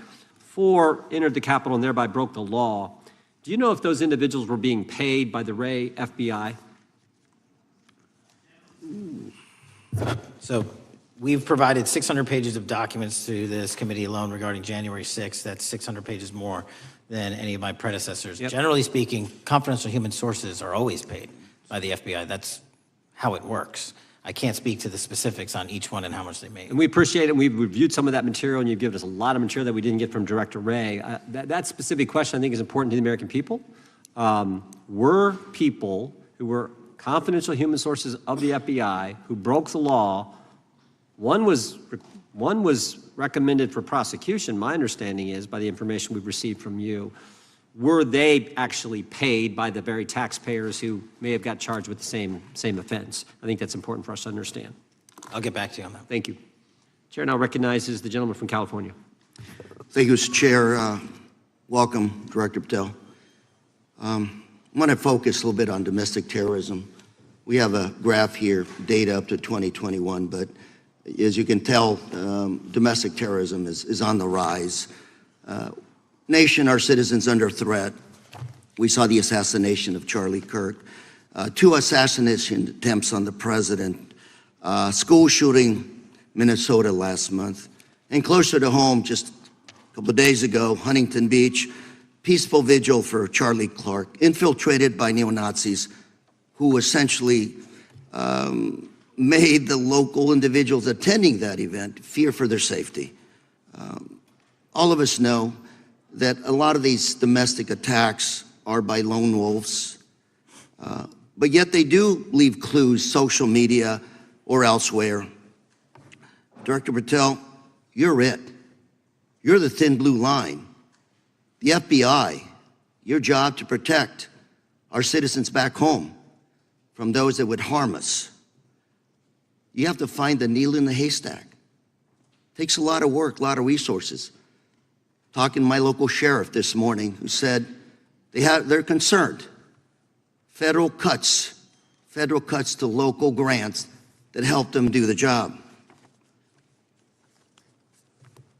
Then, of course, let's not forget about other threats that are coming before us, like high-tech fraud. Local senior recently was talking to me about a text she had gotten, a demand by the IRS to send a payment immediately, or the IRS agents were on their way to arrest this individual. Pretty gutsy stuff by folks probably from Europe, North Korea, Russia, China, people, okay, going after those precious savings our senior citizens rely on. Yet the president's proposing a budget cut of $500 million or more to your organization, the FBI. You've said that that'll essentially equate to about 1,300 less jobs at the FBI. So I'm going to ask you essentially, what is it that we can do to help you do your job? Little concerned. Friday Night Lights. One of the events I love to do on Friday nights, go to the local high school football game. Sit there at the stadium and you always say, what if? What if? You're the thin blue line. Can you do your job cutting $500 million from your budget? Thank you, sir. I think we are doing our job, and the distinction is with the budget that we have, we are flexing more resources to the field. California is receiving the largest FBI plus-up of any state in the union due to that plus-up. They're not getting a reduction. No state is getting a reduction. Every state is getting a plus-up. And so I'm utilizing the money that we have to first plus it up. And the empty vacancies that we have, those haven't been filled in years, not under my leadership. Here's my concern. You're going to do well, you're doing more with less, is what you're saying. Yet, we're about to vote on a budget that has $88 million more to protect members of Congress, the executive branch, and the Supreme Court. There's a contradiction here. Back on Main Street, we're saying you can do more with less, you can protect them with less money, yet here in Washington, we're saying we need more money to protect members of Congress. It's a little contradiction here, or maybe, sir, you ought to talk to leadership about coming in with your management style to protect the Supreme Court, Congress, and the administration. Otherwise, it's essentially a hypocritical situation. We need more protection, yet folks on Main Street can do with less. My concern is folks on Main Street. We also were, I think we received over $300 million in the big, beautiful bill, and we're also receiving pots of money from our interagency, so this sort of $500 million cut isn't entirely accurate. You're still getting cut $200 million plus. You're still moving your agents to do ICE work, so you are leaving a lot of bases uncovered. And I'm not going to be argumentative with you, Director Patel. I'm just saying, if that thin blue line does not hold, people on Main Street will pay the price. I agree with you, sir. And I just look forward to working with you because I am very concerned that these kinds of budget cuts are short-sighted, especially when my local sheriff calls me and says, we need more support, and we're looking at budget cuts. I'll work with you, sir. Thank you, Mr. Chair. I yield time. Mr. Chairman, I have another unanimous consent request. The gentleman yields back. The gentleman from New York is recognized for unanimous consent. I seek to introduce a December 2024 OIG report from the Department of Justice, which confirms the conclusion of the Bill Barr Justice Department that the so-called whistleblower, a disgruntled former employee of the Intelligence Committee, was not a credible witness and there were no further actions taken. Without objection. Mr. Chair, I'd like to submit some items for the record. You bet. Gentleman from California. First one, Trump's deportation diverts FBI agents off child predator cases. Second one, FBI director backtracks on administration's proposed budget cuts. And number three, Trump administration says 70% of ICE detainees do not have criminal convictions. Without objection. Gentleman from Texas is recognized. Thank you. Director, earlier this year, the committee learned of new documents tied to the Crossfire Hurricane investigation and the Russia collusion hoax against President Trump. Your efforts in declassifying key documents tied to this investigation allowed the committee to acquire thousands of pages that it did not have previously. Did any of your predecessors make any effort to declassify these documents? Not to the extent we have. Did any of your predecessors share or leak any details that were classified at the time? There are ongoing leak investigations across the board at the Bureau related to this. I believe one of those is Mr. Comey, and I thank you for continuing that investigation. Among the declassified documents are the Durham Report Annex, the Crossfire Binder, and the Nellie Orr Criminal Referral. Could you summarize for those watching what we know about the Russia collusion hoax so far? Well, sir, I think the record will speak that the Russia collusion matter was perpetrated by a political party to go overseas and obtain information from a foreign intelligence asset only to have that information, which was demonstrably false, turned over to the FBI, who walked into a federal FISA secret court and asked for a secret surveillance court order and lied to the federal court, and we know that because someone was convicted of it, and only to surveil the political opponent. So that is a massive scandal. We helped expose it. And in terms of the pages of productions, I provided 1,400 pages of production related to Crossfire Hurricane, and my predecessors have provided 0. I appreciate that, and I appreciate your courage and commitment to declassifying these important documents for our review, and hope that you'll continue with this commitment. Can we expect to see more declassification efforts regarding the Crossfire Hurricane and Russia collusion hoax? Yes. Thank you. I yield the remaining balance of my time to Chairman Jordan. Oh, I thank the gentleman for yielding. And Director, that's when it all started, right? The whole Russia, that's when it all began. And then it was Mueller, then it was impeachment, then it was Jack Smith and Fonnie Willis and Alvin Bragg and you name it. But it all started then. And that's why I think the gentleman from Texas wants to make sure we get all the information there. And I want to go back to when it was changed. We talked about this earlier. I just want to read to you what the CIA officer said to the House Permanent Select Committee on Intelligence, quote, Brennan refused to remove the dossier, and when confronted with the dossier's main flaws, he responded, yes, but doesn't it ring true? So that's what he initially said. And then when he was talking to this committee, he said the CIA was very much opposed to having any reference or inclusion of the Steele dossier in the intelligence community assessment. So on one hand, you got a witness who was there who said he refused to remove it even though he knew it was garbage. And then he's, on the other hand, telling the committee, no, we didn't want anything to do with it. It shouldn't have been a part of the intelligence community assessment, which we know it was. You know it was. You found that. Those are two entirely different stories. I think Mr. Brennan has some explaining to do, frankly, what happened there. And I think you said earlier that this whole thing, and I think you said to Mr. Gooden, this whole thing is being looked at as part of this grand conspiracy to undermine the president, whether it's Comey, Brennan, Clapper, former head of the Intelligence Committee, now senator from, whoever it is, that's all being looked at. Is that accurate? Yes, sir. Well, we appreciate that. And part of what's also being looked at, and I think the gentleman from Wisconsin brought this up earlier, what is a burn bag for, by the way? Generally speaking, the intelligence community obviously utilizes and possesses classified documents, but drafts of those classified documents and even ultimate finished products of those classified documents have to be recorded and or discarded. And if they are discarded, the only way we do that, the hard copies, is we literally put them in burn bags that are identified specifically for that purpose, and there is a very exact courier system in which those burn bags are obtained and the material inside is destroyed. So it's to get rid of the material, right? Yes, sir.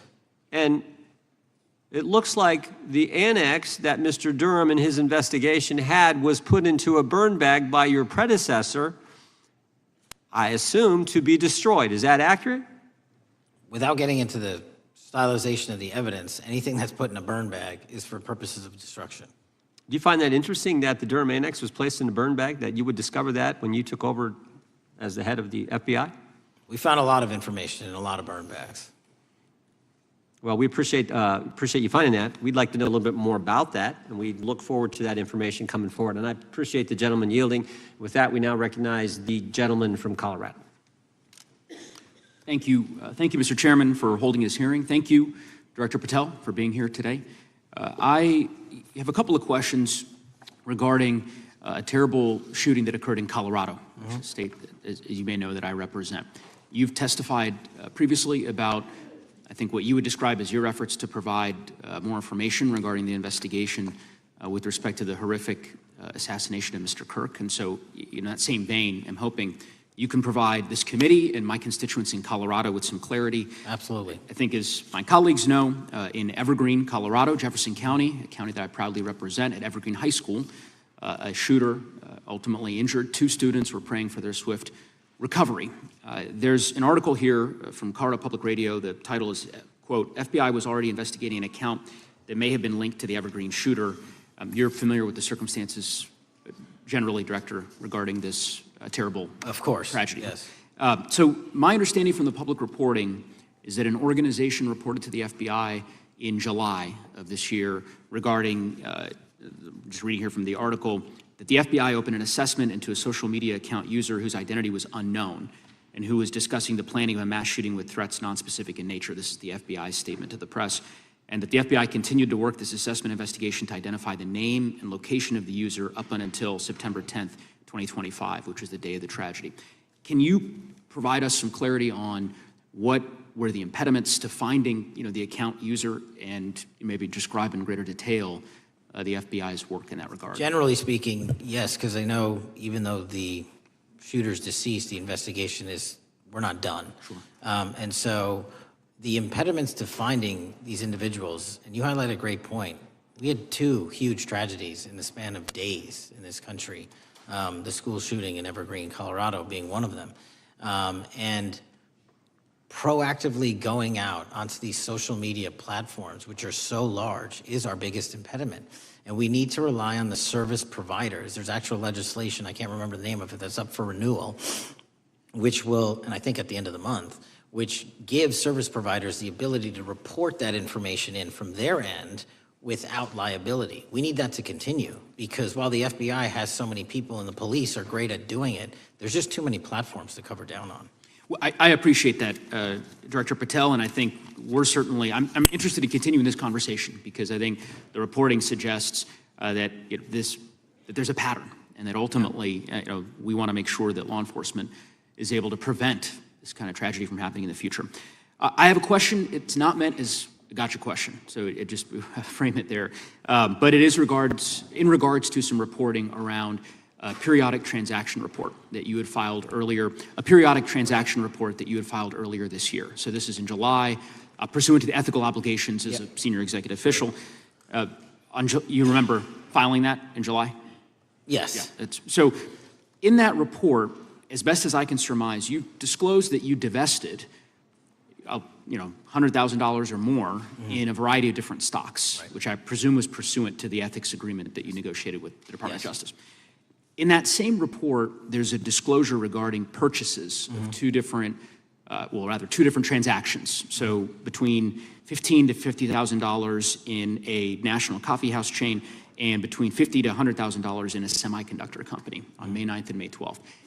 Are those transactions that you're doing personally, or are these through a stockbroker, or are these transactions that you're handling yourself? So how they happen is I submit proposals under DOJ guidance to say, hey, I would like to trade this or that, and they run their review, and the FBI runs a review, and then they come back and say yes or no, and then I make the transaction. Is there a reason that you decided to make the purchases into those 2 companies?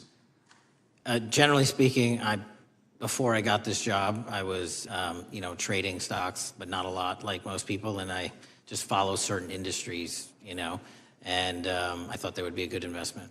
So the reason why I ask, right, because you had divested in other companies, and I presume that wasn't because there were actual conflicts. It's just that you wanted to avoid an appearance of impropriety. It was both. Both, but not all of the companies were conflicts. Whatever they make divested from. I don't make the call, they make the call. Sure. Yeah. I guess my point would be, the reason why I ask is, why I said it's not a gotcha question, I have for years led an effort here in Congress to try to ban members of Congress, senior executive officials, from trading stocks. And it's bipartisan in nature. We're working really hard to get that done, Republicans and Democrats. And you can understand, I think, given your role, given the nature of the position that you hold as the leader of the largest law enforcement agency in our country, that divesting entirely, not doing day trading now, I think would be something that would be in the interest of the American people. So I just would hope you would consider that, and that moving forward, that perhaps not purchasing stocks in individual companies, I would think would be something that would be worth pursuing. Gentleman's time is... I'm happy to give the witness an opportunity to answer. Thank you. I'll work with you on it. Gentleman from Alabama is recognized. Thank you, Mr. Chairman. Thank you, Director Patel, for being here today.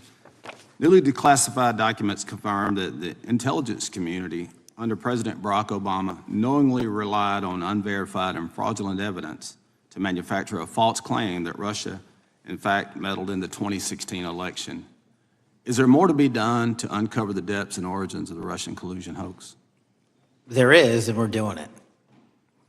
Why should Americans still care about that, Director Patel? Everybody wants to talk about a weaponized bureaucracy. And when we put out the facts about a weaponized bureaucracy, not because I said so, but because we found the FISA documents, because we found the 302s and the 1023s, then it becomes a political football. My job is to continue to put out that information and let the American public read it for themselves when I'm lawfully able to do so. And that's been my commitment on any subject, Russiagate or otherwise. Wherever the law allows me to do it, I will do it. You know, when I first came in 2020, the number one concern as I was doing town halls was the weaponization of the government against the American citizen. And so, are there things that you're doing, structural reforms that implementing so that the FBI cannot be weaponized again, whether it's against President Trump or future elected presidents? Well, it shouldn't be weaponized against anyone. And the structural reform is simple. If you're going to go after a political individual or someone seeking political office, there has to be a grounded basis in law and fact to open up a criminal investigation. And if there's not, the investigation isn't even opened. And I've also gone back and reviewed other cases that were opened in prior administrations related to public officials, and we've closed a number of them because we felt that some of these actions were weaponized on either side of the aisle. I felt it wholly inappropriate for the FBI to be playing umpire and referee amongst these decision makers when there was no factual or legal basis to continue those investigations, so I shut them down. And I think that's so desperately needed because we need to restore trust in law enforcement and certainly in the DOJ and the FBI so that the American people don't fear the very government that's supposed to protect them. And so thank you for doing that. On August 11th, you released to the committee documents concerning leak investigations that began in 2017. Do you believe these leaks were accidental or were they intentional in order to influence public opinion against President Trump? When I can publicly make a final decision on that, either through a recommendation of charging that the DOJ makes or findings that I have, I'm able to do so, but they're still not complete. Why did the FBI under Director Comey want to undermine the Trump administration? I don't know. You'll have to ask him. Think it might have been political? How will Director Comey be held accountable for his leaks and classified information concerning the Russian collusion hoax? Well, anyone. Doesn't matter what you did before or what seat you were in. If you leak classified information, that's illegal. And we will investigate it fully. And if we can bring enough evidence to recommend charges to the Department of Justice, we will. But as you know, in these leak investigations, it's very difficult to produce the information necessary. We know leaks happen. They literally happen every week. It's one of the most destructive things to this country. Media receives classified information beneficial to one side or the other. I'm a fan of none of it, and I want to shut all of it down. And we need to bring some real cases to deter individuals from doing that, and that's my focus. What was Comey's role in creating the ICA?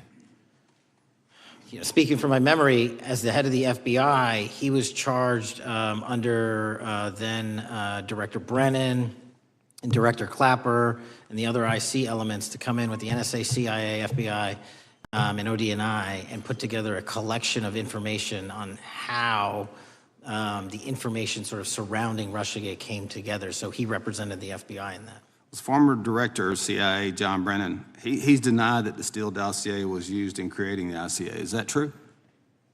Well, without commenting on him, the FISA has been released, and the dossier was in the FISA. It was in 4 FISAs. So I'll let the public decide. Well, former Director Brennan actually denied repeatedly that he pushed for the Steele dossier to be included in the ICA. Is that true? Denied. I'll let his testimony speak for itself, but then Deputy Director Andy McCabe also testified to the House Intelligence Committee, which has now been declassified, that were there no Steele dossier, there would have been no FISA.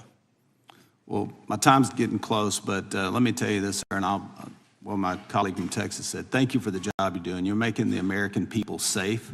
You're restoring trust in these agencies that so many of us have lost trust in. So thank you for the work you're doing. That thin blue line, you're doing a fine job, and we want to let you know we appreciate it. Thank you. God bless you. Lady from California is recognized. Thank you, Mr. Chair, and thank you, Director, for coming here today. And actually, thank you for your response to my colleague from New York who asked you earlier about violent extremism. And you said that there is violent extreme ideology on both sides. And I think you actually alluded to that same statement yesterday in the Senate. So I too have some questions I'd like to ask you. These are not gotcha questions, and just deny, please, what you deem to be false. So Dylan Roof, who followed white supremacist propaganda murdered 9 black parishioners in Charleston in 2015. Do you deny this? I'm sorry. Dylan Ruth? Roof? Can you give me some more information? You're head of the FBI, you probably know this. If you don't know, that's fine. You can give me a reminder. I've got a lot in front of me. It was national news. Robert Bowers murdered 11 Jewish worshipers in Pittsburgh in 2018. I do remember that. And it was the deadliest anti-Semitic attack. So do you admit that that happened? I'm not saying the other thing didn't happen. I'm just asking for a little information. Patrick Cruces, who posted a manifesto about a Hispanic invasion, walked into a Walmart in El Paso, Texas in 2019 and began firing. He murdered 23 people that day, and the youngest was 15. Do you admit or deny that that happened? I'll take your presentation as accurate. All right, well, I have to say all of these cases have been adjudicated. As I said, they are not gotcha questions. These incidents were national news. And as director of the FBI, you have access to all of this information. So in 2022, Peyton Grendon walked into a supermarket in a black neighborhood in Buffalo, New York, and started shooting. He murdered 10 people that day.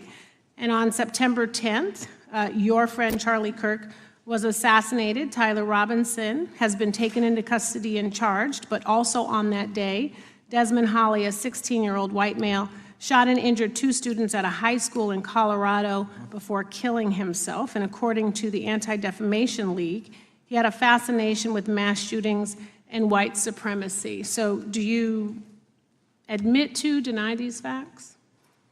Those happened. Okay.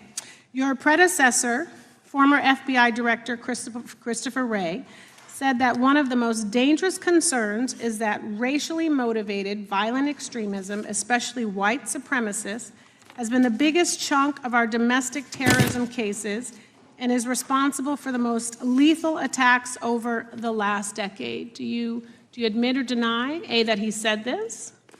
I'll let the record reflect that. Whatever he said was what he All said. right, and do you agree? That there is racially motivated crimes being committed in America, yes. Yes, especially white supremacists, which is the biggest chunk of our domestic terrorism. I'm glad that you said this. So last week, President Trump was asked if there were extremists on both the left and the right. He was actually asked this by Fox and Friends, and his exact words were, "I'll tell you something that's going to get me in trouble, but I couldn't care less. The radicals on the right oftentimes are radical because they don't want to see crime. The radicals on the left are the problem, and they're vicious, and they're horrible, and they're politically savvy." Do you agree with the president? I don't speak for the president. The president speaks for himself. Do you agree with the president? On what matter? On the question that I just asked, do you agree with his statement about the radical left? That there's ideology that's driving violence on both sides? Yes, that's what he acknowledged. No, he didn't. He didn't. But I'm glad that you're saying that and actually creating some separation between you and the president. And I'm glad that you That's literally are not what happened. He said acknowledging both. that there is violent extremism on both sides. What's interesting is that the research arm of the Department of Justice, the National Institute of Justice, do you know what that is? I'm familiar with them. Okay, great. It is the research arm of the Department of Justice, and it published an article in 2024 devoted to domestic radicalization, violent extremism, and terrorism. I have it. It's interesting that it's no longer on the website. It has been scrubbed, but I ask these questions because what makes a strong, qualified director of any business, of any household, of the FBI, what makes a reputable prosecutor is not lapdog loyalty, but a commitment to the creed that evidence is agnostic and that the evidence will lead you to making the right decisions. And your job, no one's job is to like the data or the evidence, it is to collect it.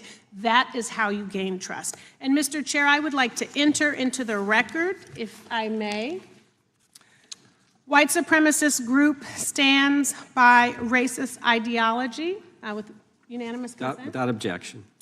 Dylan Roof, the radicalization of the alt-right and ritualized racial violence. Without objection. Thank you. Another article, how Robert Bowers went from conservative to white nationalist. I'd like to enter that into the record with me. Without objection. Patrick Crucis believed he was fulfilling Trump's wishes in El Paso attack, his attorneys said. Like to enter into the record? Without objection. Buffalo shooting, how far-right killers are radicalized online. I'd like to enter that into the record. Without objection.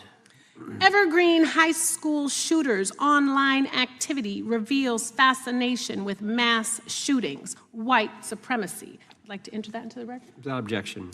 Murder and extremism in the United States in 2024, a report by the Anti-Defamation League. I'd like to enter that into Without the record. objection. And the article, the report that was scrubbed from the DOJ just recently, the National Institute of Justice Journal focusing on domestic radicalization, violent extremism, and terrorism. I'd like to enter that into the record. Without objection. And lastly, the libertarian think tank Cato and their analysis on violent extremism and the right rising in extremist acts. I'd like to enter that into the record. Without objection. Thank you, and I yield back. Gentlelady yields back. Gentlelady from Wyoming is recognized. Just very quickly, Director Patel, thank you for being here, for your service to this country, and for the transparency that you have brought to the FBI and for the American people. Transparency that was absolutely non-existent in the Biden administration and FBI. I believe that you might have been asked earlier about whether you had had an opportunity to visit with any of Epstein's legal counsel. Were you asked that question earlier? I think so. Okay. One of the legal counsels or legal fixers for Mr. Epstein was Stacey Plaskett, the Democrat delegate to Congress from the Virgin Islands. So perhaps for those on the other side who are interested in talking to Jeffrey Epstein's attorneys, they could sure visit with one of their own colleagues. I want to focus on something that I think is very important that has not been addressed enough today, and that is related to the consequences of the Biden open border. One consequence of the Biden border crisis is the impact that it continues to have on our tribal communities, with the cartels taking advantage of our open borders, the Mexican drug cartels, by infiltrating our reservations and bringing violence, drugs, murder, trafficking, and more. Last year, when I questioned the Attorney General Garland about what the DOJ was doing to protect these communities, he simply deflected responsibility and said that Congress had not appropriated sufficient resources for them to be able to protect our tribal communities. Mr. Patel, what is the Trump FBI doing to counter the drug cartel infiltration and other violent crime targeting our Native American communities? Thank you. It only took more than half of this proceeding to talk about one of the priorities that the FBI has, which is crimes on tribal lands. Every single crime that we have been talking about, whether it's child predators, human trafficking, narco traffickers, murder, they all happen on tribal lands as well. And I've said since the beginning, it is a priority, which is why we launched Operation Not Forgotten on tribal lands. And I'm the first FBI director to meet with the staff and tribal leaders here in Washington, D.C. and elsewhere, and invited them into my office and headquarters to see them, because I need engagement with tribal leadership, and I need our police and FBI agents to be engaging with tribal leadership. Otherwise, we're not going to break through. We have 1,900 Indian country cases open right now. We've got 600 indictments this year alone. We cannot forget tribal lands. Every single one of those people lives in the United States of America, and it is an absolute priority to protect them and their children just as it is anyone else. So I think it's fair to say that what Mary Garland testified to, that the FBI and DOJ did not have the resources to address that. I think that that was an absolutely false statement. Would you agree with me? It's a decision by him not to do so. That's not my decision. At the end of August, the U.S. Attorney and FBI announced that nearly 100 personnel representing members of the Safe Trails Task Force operated near Wyoming's Wind River Reservation to assist with reducing drug trafficking and illegal guns. Director Patel, you have routinely stated that it is your mission to partner with and strengthen local and state law enforcement partners. How does the task force and other FBI efforts bring tribal law enforcement into this process? The major problem with tribal lands is the sheer tyranny of geography and the amount of coverage that they have on land versus the personnel they have to do it. So what we've done is constantly surge resources to tribal lands across this country on a 30, 60, 90-day rotating basis, reporting back to us saying who needs more. And what we found is that most of these lands can be assisted by our counter-UAS program, our drone capabilities, and we're going to do it because what's happening is the Mexican drug cartels are literally flying overhead, dropping their cargo, their narcotics onto this land where no one's looking, and then it's being disseminated to children, to youth, to adults on that land and killing them. And we got to stop it before it gets dropped off. Well, and your testimony proves that the Biden administration did not lack the resources to address drug and violent crime in tribal communities or around the United States. It instead expended and wasted these resources investigating parents, Catholics, we now find out Turning Point USA, the RNC, and Republican organizations, rather than protecting our Native Americans by closing the border. Is that fair? I think so. Wonderful, thank you. And I do appreciate the work that you've done in this regard. I was previously the chairman of the subcommittee on Indian and Insular Affairs with the Natural Resources Committee, and safety and security on our reservations and for our tribal members has been one of our priorities, one of my priorities, and I very much appreciate the work that the FBI has done. Let me know if there's anything else I can do to help you, and with that, I yield back. I will, ma'am. Gentlelady yields back. The gentlelady from Georgia is recognized. Thank you, Chairman, and thank you for coming in today, Mr. Patel.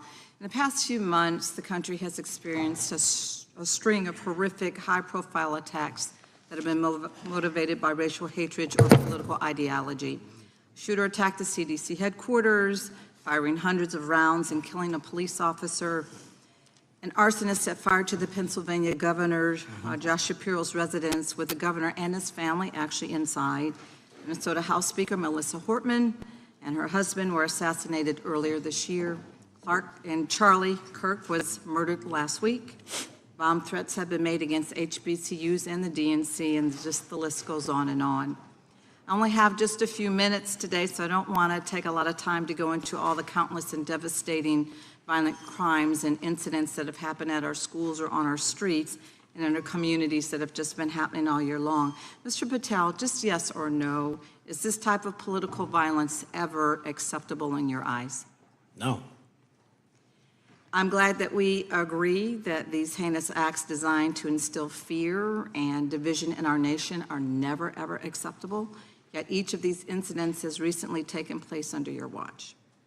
The FBI's website states that protecting the United States from terrorist acts is the FBI's #1 priority, including from domestic terrorists. Is this still your #1 priority? Domestic terrorism? Preventing domestic terrorism. Our #1 priorities are protecting the homeland and international terrorism and crushing violent crime, and domestic terrorism sort of interlays between both of those. Okay, so well, then I'm glad that you're giving us the right answer, but unfortunately, your actions kind of tell a different story. Earlier this year, you granted the ranks of the FBI's Domestic Terrorism Operations Section. This is the section of the FBI that is most directly responsible for addressing political violence in our country by preventing attacks from occurring and effectively responding to them if they do. The agents in this section are the ones who stopped an individual stockpiling weapons, who planned to attack schools and churches in Florida and seized bombs made by an ISIS sympathizer in New Orleans.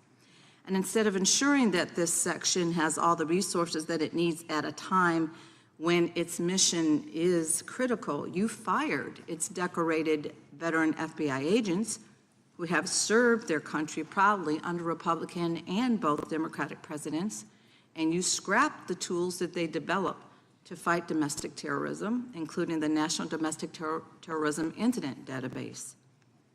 I mean, most of that is just not true. We have 1,700 current DT-managed programs. We're up 300% in the amount of cases we brought against nihilistic, violent extremists, including 764, wishing to harm our children. The FBI and the men and women are getting after that problem set more than ever because I've unleashed them to do so. And any insinuation that these tragic occurrences across the country are somehow singularly my fault or disgusting because that watershed goes down to the men and women at the FBI, and they are not responsible for it. I'm happy to work with you to get them what they need. Gentlelady controls the time.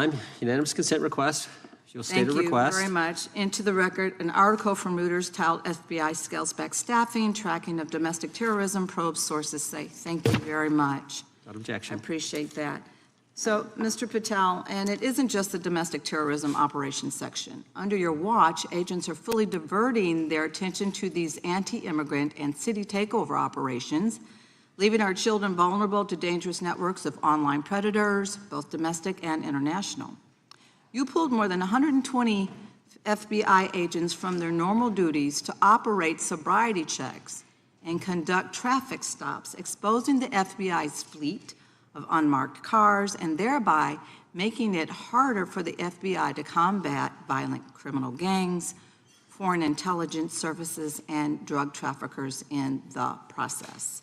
That's simply not true. If we were not able to do two things at one time, how would we be Patel, I seizing reclaim record my amounts of time. I reclaim my fentanyl? time. 23,000 Chairman, I'd like to violent enter felons have been into the arrested. Time belongs to the gentlelady. More than twice as many as Consent last Time request. belongs to the gentlelady from Georgia. Thank you very much. And this request basically is, it is an article from Reuters which quotes law enforcement officers familiar with agents who once covered child exploitation cases but now focus on immigration child exclusive. Thousands of agents diverted to Trump immigration track down. Mr. Patel, in the short time I have left, your tenure as director of FBI has been somewhat problematic.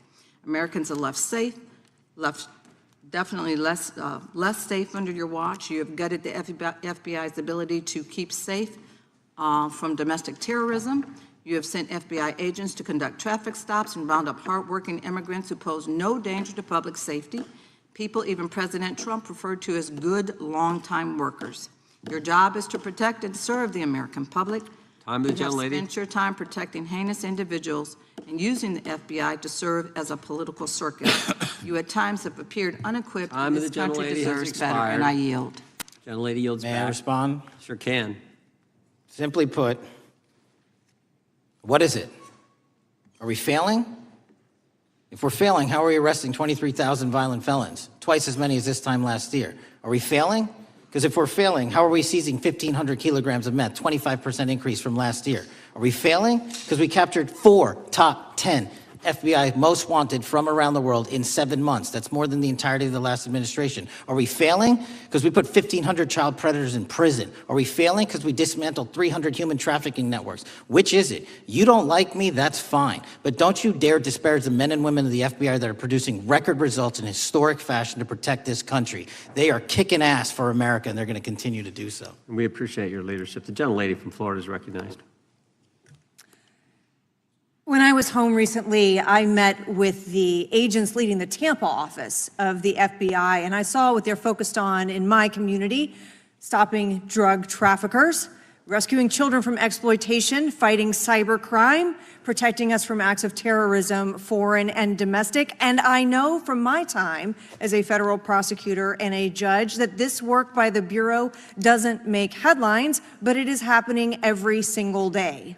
At the top, accountability is necessary, transparency is critical, but today we've seen an effort not just to diminish, but to distort the work of Director Patel and the agents he leads. If we really care about transparency and about truth, then what we owe to the American people is this reality: that thousands of dedicated professionals at the FBI wake up every single day thinking not about themselves, but about this country, and keeping every single one of us and our children safe from harm. And Director Patel, I would like to hear from you the facts about what the FBI is doing and your efforts to fight crime. Director Patel, isn't it correct that since January 20th, 2025, the FBI has made over 25,000 immigration-related arrests, including 350 members of Tren de Aragua and 195 members of MS-13?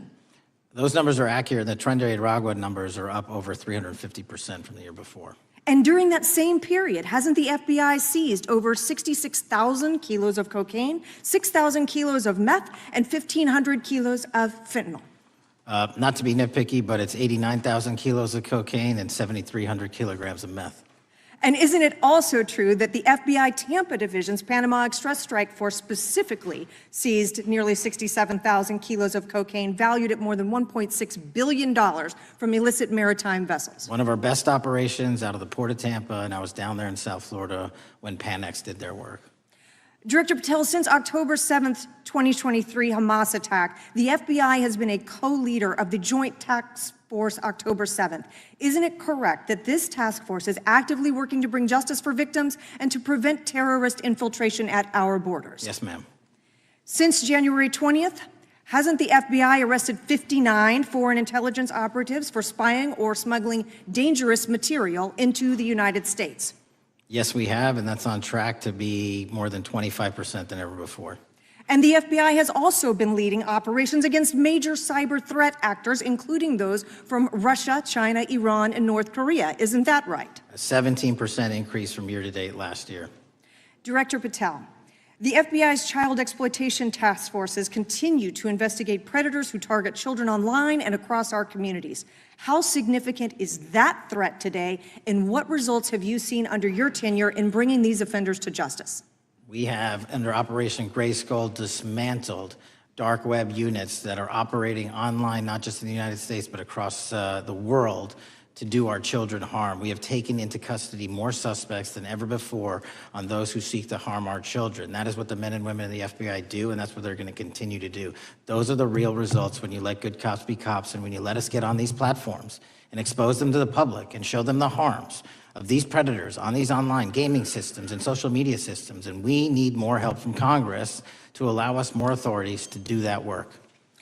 The FBI laboratory manages the Combined DNA Index System, or CODIS, which compares over 25 million DNA profiles and aids more than 125 investigations each day. Director Patel, why is this important to law enforcement nationwide? All of law enforcement relies on our CJIS operation out of West Virginia. And what that does is allow 19,000 agencies to come in and say, hey, does this guy have a criminal history? Hey, is this an illegal firearm? Do we have a DNA hit like we did in these recent assassinations? That's what the FBI brings to bear, because local and state law enforcement agencies just don't have that capability, and we're doing it 24/7, 365. CJIS does not close for 1 minute.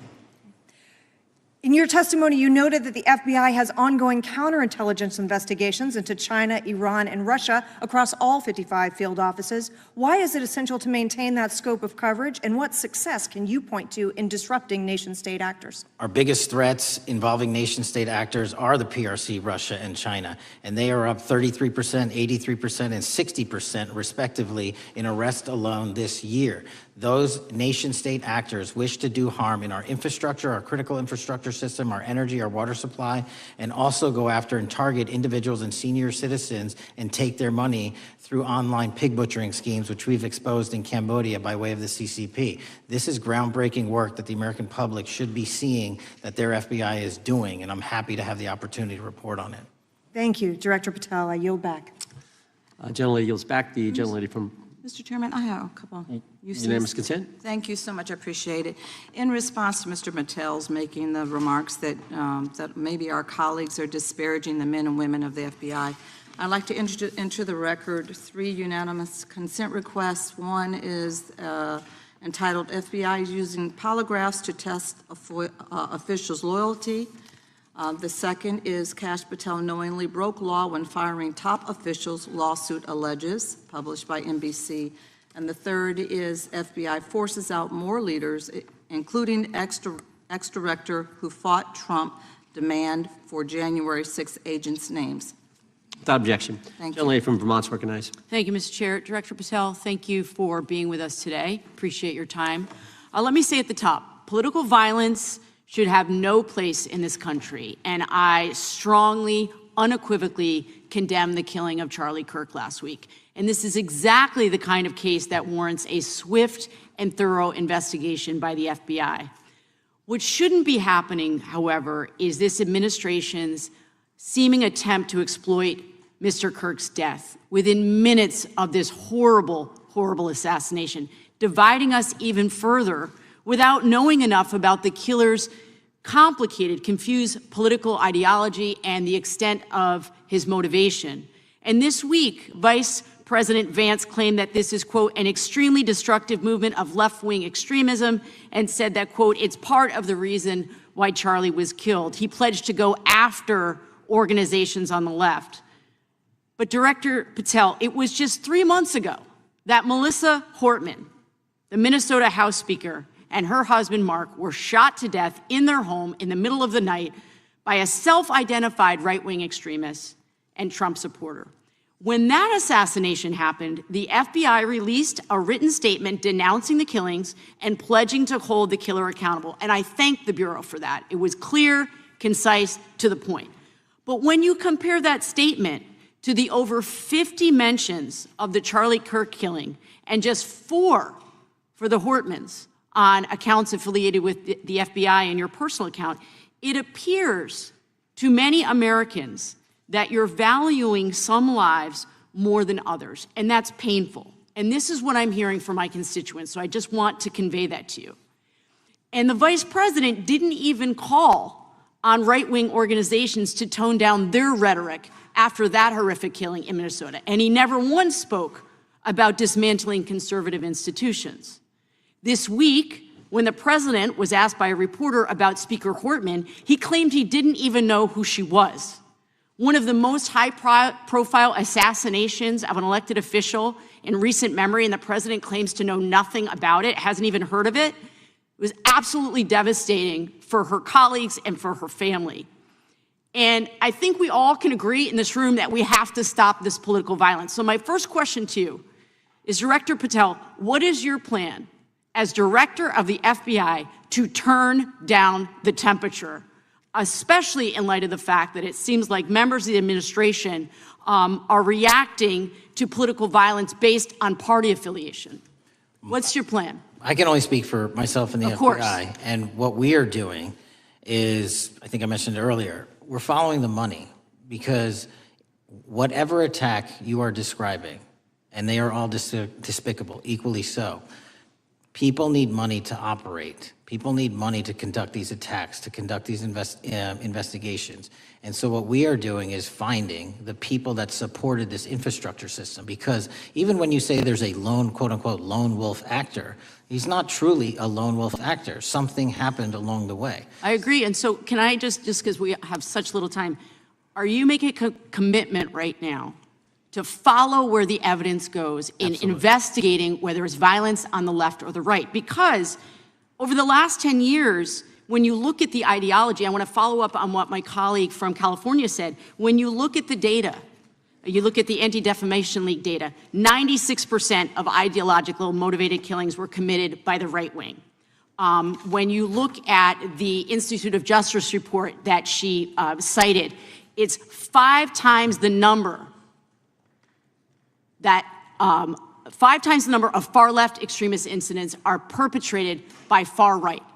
And it's been reported, and she mentioned this, that as of September 12th, 2025, just 2 days after Charlie Kirk's killing, that the DOJ removed that report from the DOJ website. That's why Americans are concerned that there seems to be a separate system of justice, that if you are a Republican and you are attacked, you will get the full weight and authority of the FBI and this administration. But if you are somebody serving in the Minnesota State Legislature and you are assassinated in your home, that the response is different.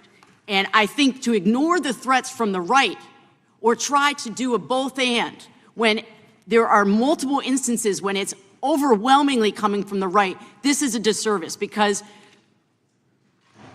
Americans want to know that whoever they are, whatever their political affiliation, that the response is going to be the same, and it is going to be done with the same diligence. And I'm wondering if you will commit to me right now that you will be a voice right now standing up to those voices in the administration that are adding to the violent rhetoric right now. That's what I'm asking you. Will you commit to this? Time of the gentlelady has expired. The gentleman can respond.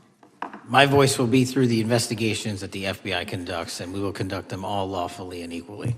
Can we expect in the future that your tweets in related to one killing will be the same level of concern? The gentleman from Texas is recognized. Thank you, sir. Director Patel, thank you for being here today, and most importantly, thank you for restoring trust and faith in the FBI, which has been severely eroded under the Biden administration. Thank you for your service and your continued service in this capacity. On April 7th, 2025, Charlie posted on X, "Assassination culture is spreading from the left. 48% of liberals say it would be at least somewhat justified to murder Elon Musk. 55% say the same about Donald Trump. In California, activists are naming ballot measures after Luigi Mangione. The left is being whipped into a violent frenzy and set back. Whether losing an election or losing a court case justifies a maximally violent response, end quote. And unfortunately for Charlie, that reaction also came when they couldn't win a debate on a college campus. You cannot be intellectually honest and say that this problem is on both sides. It's not just what happened to President Trump, it's also what just happened to Charlie. And we've gotten to a point in America where violence is encouraged. We have a former president of the United States that opens up his campaign in 2019, that's Joe Biden, by saying that his opponent is a, quote, existential threat to this country. Houston, we have a problem. People that you disagree with are not existential threats.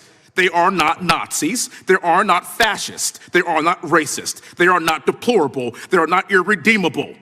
They are your fellow Americans who have a different perspective on how government should run and what government should look like.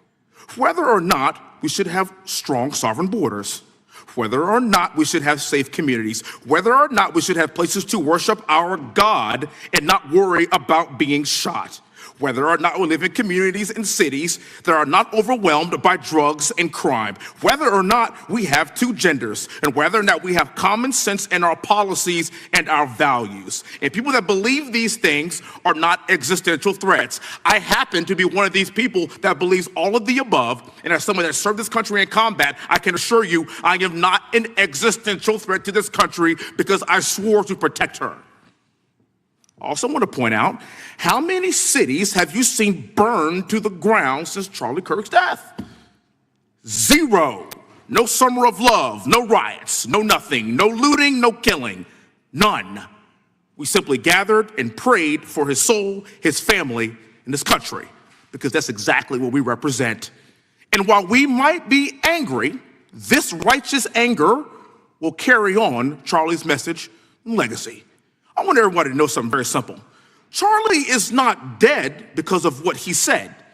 He is dead because people listened. My time is limited, so I have a few questions for you, sir. And again, thank you very much for being here. I really appreciate your time and your service. In your experience in the FBI, have you noticed a precipitous rise in political violence and other associated crimes that you have been investigating so far this year? And if so, is this trend and motive left-wing or right-wing violence? I can always speak generally, sir. There is too much political violence, and it has been a precipitous rise on too many fronts. How do we solve this? We solve this by giving the FBI more authorities to go into and work with the private sector. There are too many online platforms. There are too many social media platforms. There are too many gaming platforms. There are too many places for people from America and around the world to get together without their parents knowing anything about it, without their school teachers knowing anything about it, and infesting the minds of our children and infecting them with radical ideology, and that is the root cause of these problems, and we must tackle it. It is not a 1950s America anymore. In 2025, the cyberspace needs to be tackled. Thank you. Switching gears, when your predecessor sat right there in that seat a couple of years, last year in a committee hearing, I asked him a very detailed question about Matthew Thomas Crooks, the shooter responsible for the assassination attempt on President Trump's life. I didn't get an answer from Chris Wray that day, and I submitted written questions to the FBI and into the record of this committee, and I want to resubmit those questions today because I think we are still awaiting answers to those questions. So, Mr. Chairman, I'd like to submit them for the record, please. I'd like to ask you, sir, and the FBI, under your leadership, would you please respond to these questions, and can you commit to doing that? As soon as the trial's over. Thank you very much. I will end with this. Charlie Kirk is not dead because of what he said. Charlie Kirk is dead because people listened. He set up a tent that said, "Prove me wrong," and exercised his First Amendment right. That's all he did. And we will continue to do so in this country in order to preserve this constitutional republic. And with that, I yield back. Thank you. Gentleman yields back. The gentleman from Florida is recognized. Thank you, Mr. Chairman. Before I begin, I want to caution my colleagues on, one-sided violence in this country. We just heard that there were no riots on the right. We're literally sitting in the building where there was a giant riot by supporters of the president, the right. We also heard that only leftists, have said that Trump is a Nazi. In 2016, the current vice president of the United States said, Trump is either a cynical asshole or he's America's Hitler. And so this is the problem. I don't want to have to say this garbage, but you want me to sit here and get painted with one brush, the whole left. No, there are extremes on the left, and there are extremes on the right. And we collectively should tackle that. But to come here and just look at us and say we all support what's going on in the extremes is why we can't solve anything in this building. Director, let me say first, thank you for being here, and my condolences on the loss of your friend. And I'm happy to hear that you want to do more on the social media platforms. It's crazy what's going on the social media platforms. There are so many conspiracy theories on what's going on with Charlie Kirk. Israel assassinated him, right? There are conspiracy theories about your personal social life all day. It is totally rampant. Big names on the right, Candace Owens, right? Talking about how what's been released as far as the dialogue between the perpetrator and his roommate is manufactured by the FBI, manufactured by the administration. It is totally rampant, allowing foreign governments to just perpetrate these platforms, all of these bots, all of the time to weaponize Americans. You see what's going on here? This is a byproduct of all of that. What's going on in the streets is a byproduct of all of that. What's happening is you see people celebrate Luigi Mangione is a byproduct of all of that. And so if we want to do something, then we should talk about Section 230. We should talk about how we're going to make sure that we don't let foreign governments poison our children's mind. And so I will work with you on that, Director. I'll work with you on 230 any day. No problem. So now, that was the good part. I want to take your attention back a second, okay? Breaking news. Kash Patel is nominated to be the FBI director. Dan Bongino is nominated to be the number 2 at the FBI. MAGA celebrates, rejoices, bells are ringing out. The team, Patel, Bongino, that sought out every podcast microphone to talk about the Epstein list. The names are finally going to get released. It begins. They produce white binders. Phase 1 with the podcasters. This is not actually one of them, of course. I made this. Your name's on it, right? And the names are going to come out. Pam Bondi says the list is on her desk. Then a memo comes out all of a sudden and says, there's no list. Oh, no phase 2. Phase 2 binders never happen. You said the conspiracy theories around Epstein just aren't true. They never have been. And yesterday, in an answer to Senator Kennedy, you said the FBI is not in possession of any credible evidence that Epstein trafficked girls to anyone but himself.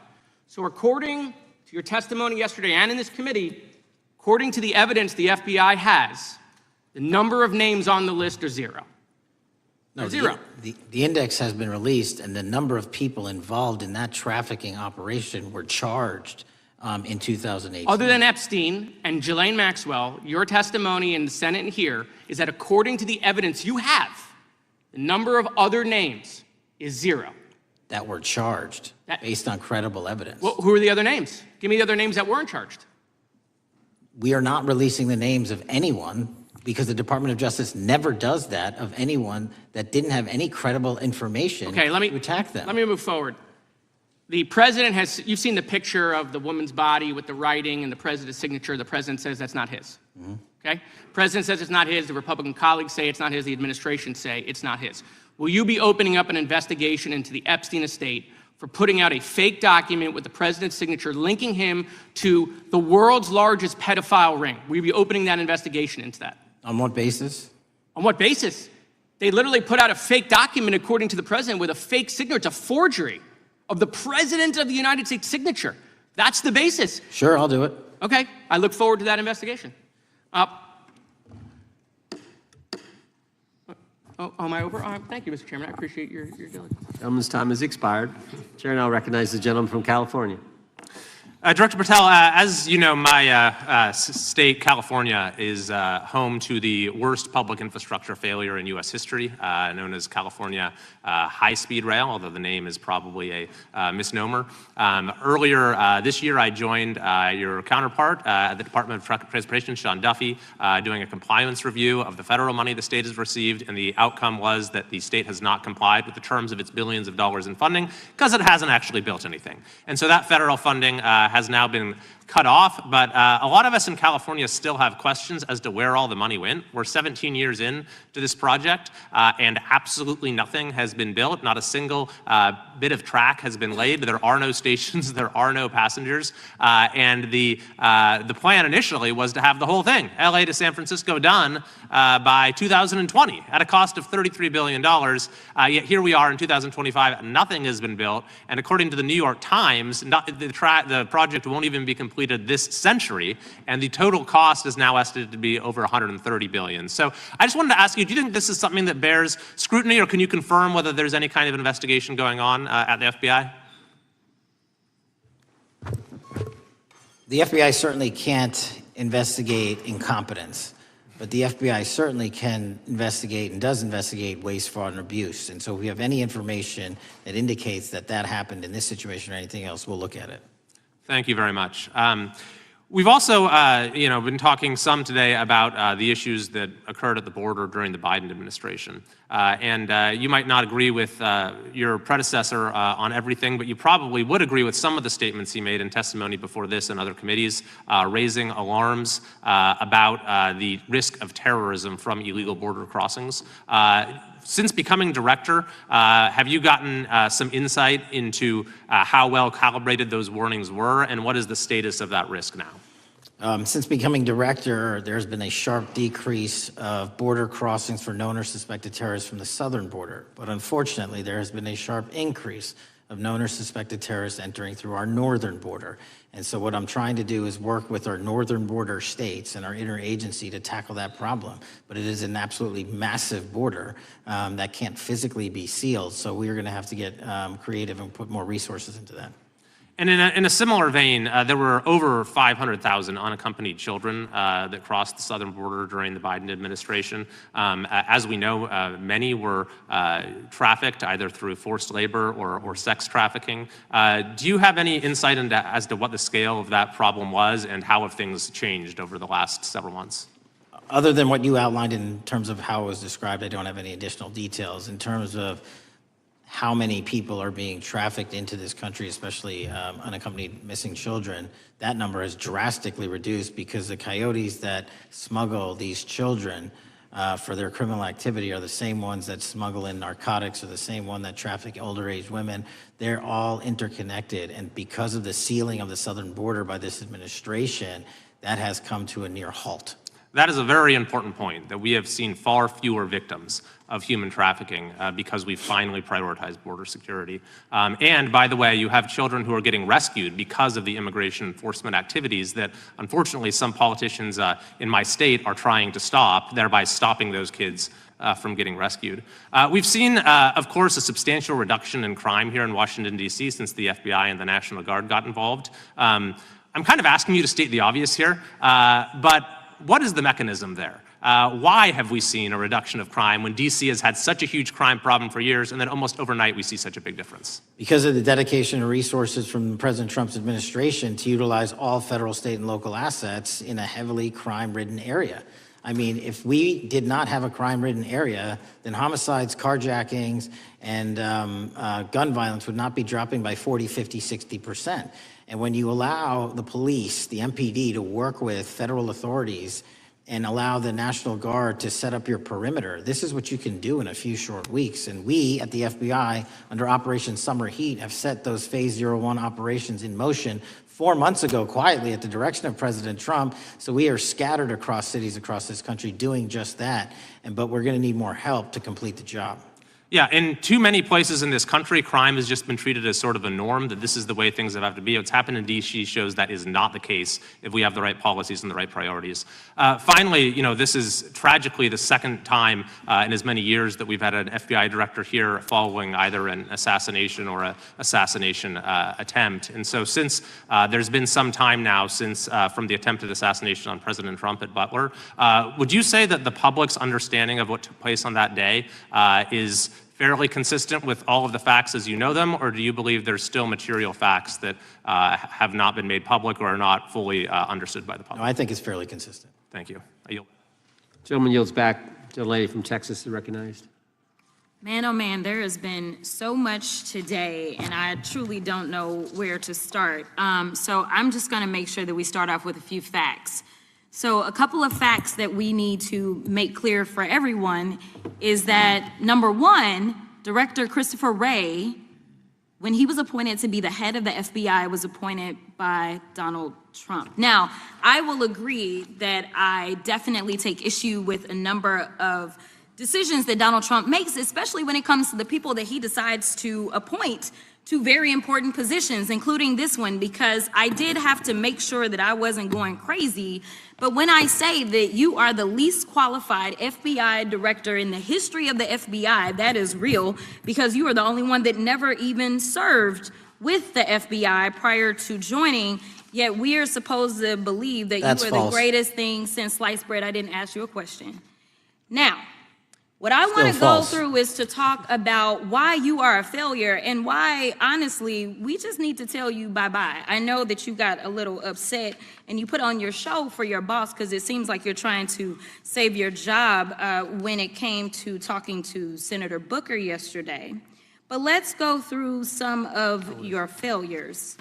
So before you were even confirmed, and I think one of my colleague from Georgia, pointed out that you were already targeting career officials so that you could direct illegal firings. Mind you, these cases that you were so upset about, which are the ones tied to Trump, the cases came through his handpicked FBI director.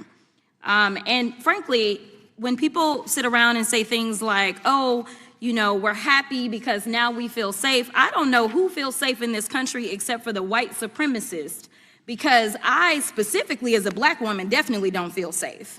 And frankly, my colleagues have been real nice to you today, and I applaud them, but I don't have the same demeanor because I know that multiple colleagues on this side of the aisle have faced death threats. In fact, somebody tried to kill one of my colleagues. And frankly, I don't know if this FBI or under your leadership, if those people would have been caught. I don't have any confidence in you. And if we start talking about the reasons that I lack confidence, we could start with you not just wanting to acknowledge some simple facts. Simple facts like the vast majority of the threats are coming from right-wing extremism. And I know my colleagues have tried to stress this, but I decided that I would maybe do it in a different way. Number one, I have a couple of UCs. Ken Buck, one of multiple Republicans receiving death threats for voting against Jim Jordan as House Speaker. Without objection. Another one, Republican lawmaker says she received death threats after voting against Jim Jordan in Speaker's race. Without objection. In addition, there was another one from another colleague who now is leaving Congress because they said that they were calling his wife anonymously and threatening her life to the extent that she ended up sleeping with a firearm. Without objection.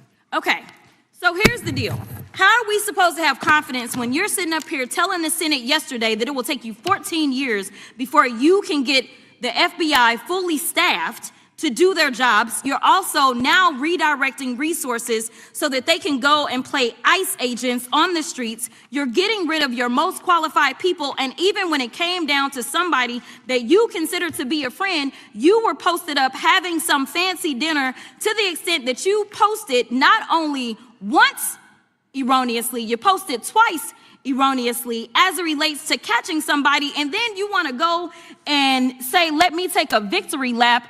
Because honestly, if it wasn't for parents deciding that they were going to turn in their child, it seems like y'all wouldn't have got there.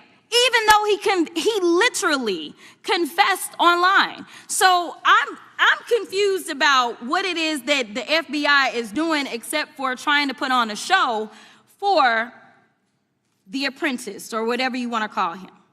The day after all of this took place, there was domestic terrorism that was taking place at HBCUs. They were targeted. Yet I didn't hear anything from the FBI about what was going on. And again, black people kept saying, how did we end up in this? Because the numbers are so very clear that white supremacy is a problem. And honestly, I've not heard anything out of you today that makes me believe that you're gonna do anything about the white supremacy problem. The one that is leading to children being killed, children being shot, as well as members of their community as they're worshiping in their churches. The time of the gentlelady has expired. If the gentleman would like to respond to any of that. Well, I mean, I'll respond. Kash Patel, as I said when I introduced him, public defender, former prosecutor, top staffer on the House Intelligence Committee, Deputy Director of National Intelligence with the National Security Council, Chief of Staff at the Department of Defense, and FBI Director. I think that's a pretty good resume for the guy who's now running the top law enforcement agency in our country, and we've seen all the stats that he's given to the committee on how much better they're doing at getting the bad guys than the previous guy was doing. With that, I recognize the gentleman from South Carolina. Thank you, Mr. Chairman. Director Patel, I think you're witnessing some auditions, clickbait auditions for the Academy Award for my Democratic colleagues. We'll see how they fare as they're on MSNBC later on today. But do you care, before I launch into my line of questioning, to respond to Ms. Crockett from Texas on that very elaborate and theatric display? Here's what I've learned in my government service.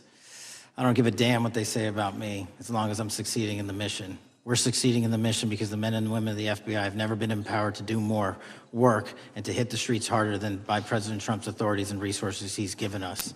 And so all I care about is that we are capturing more child predators than ever before, taking more drugs off the streets than ever before, that we are capturing murderers at a significantly historic rate, and we're delivering this country the lowest murder rate in recorded history.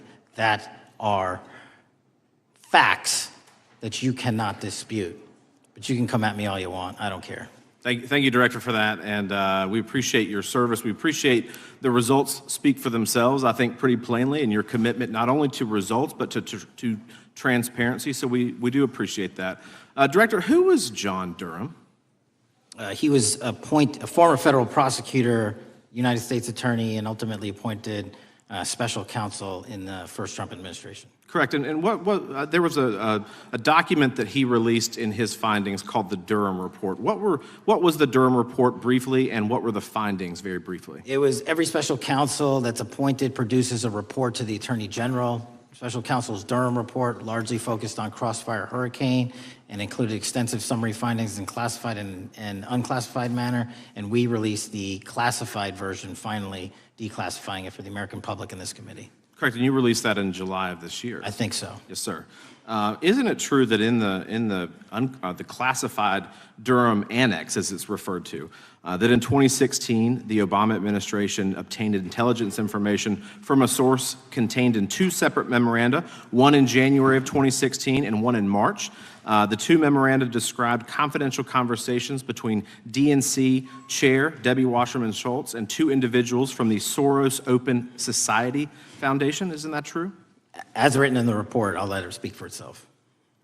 In the Durham Annex in January of 2016, the memorandum noted in part that President Barack Obama intended to scuttle the FBI's investigation into Hillary Clinton's private email server and mishandling of highly classified information during her time as Secretary of State. Isn't that found in the report?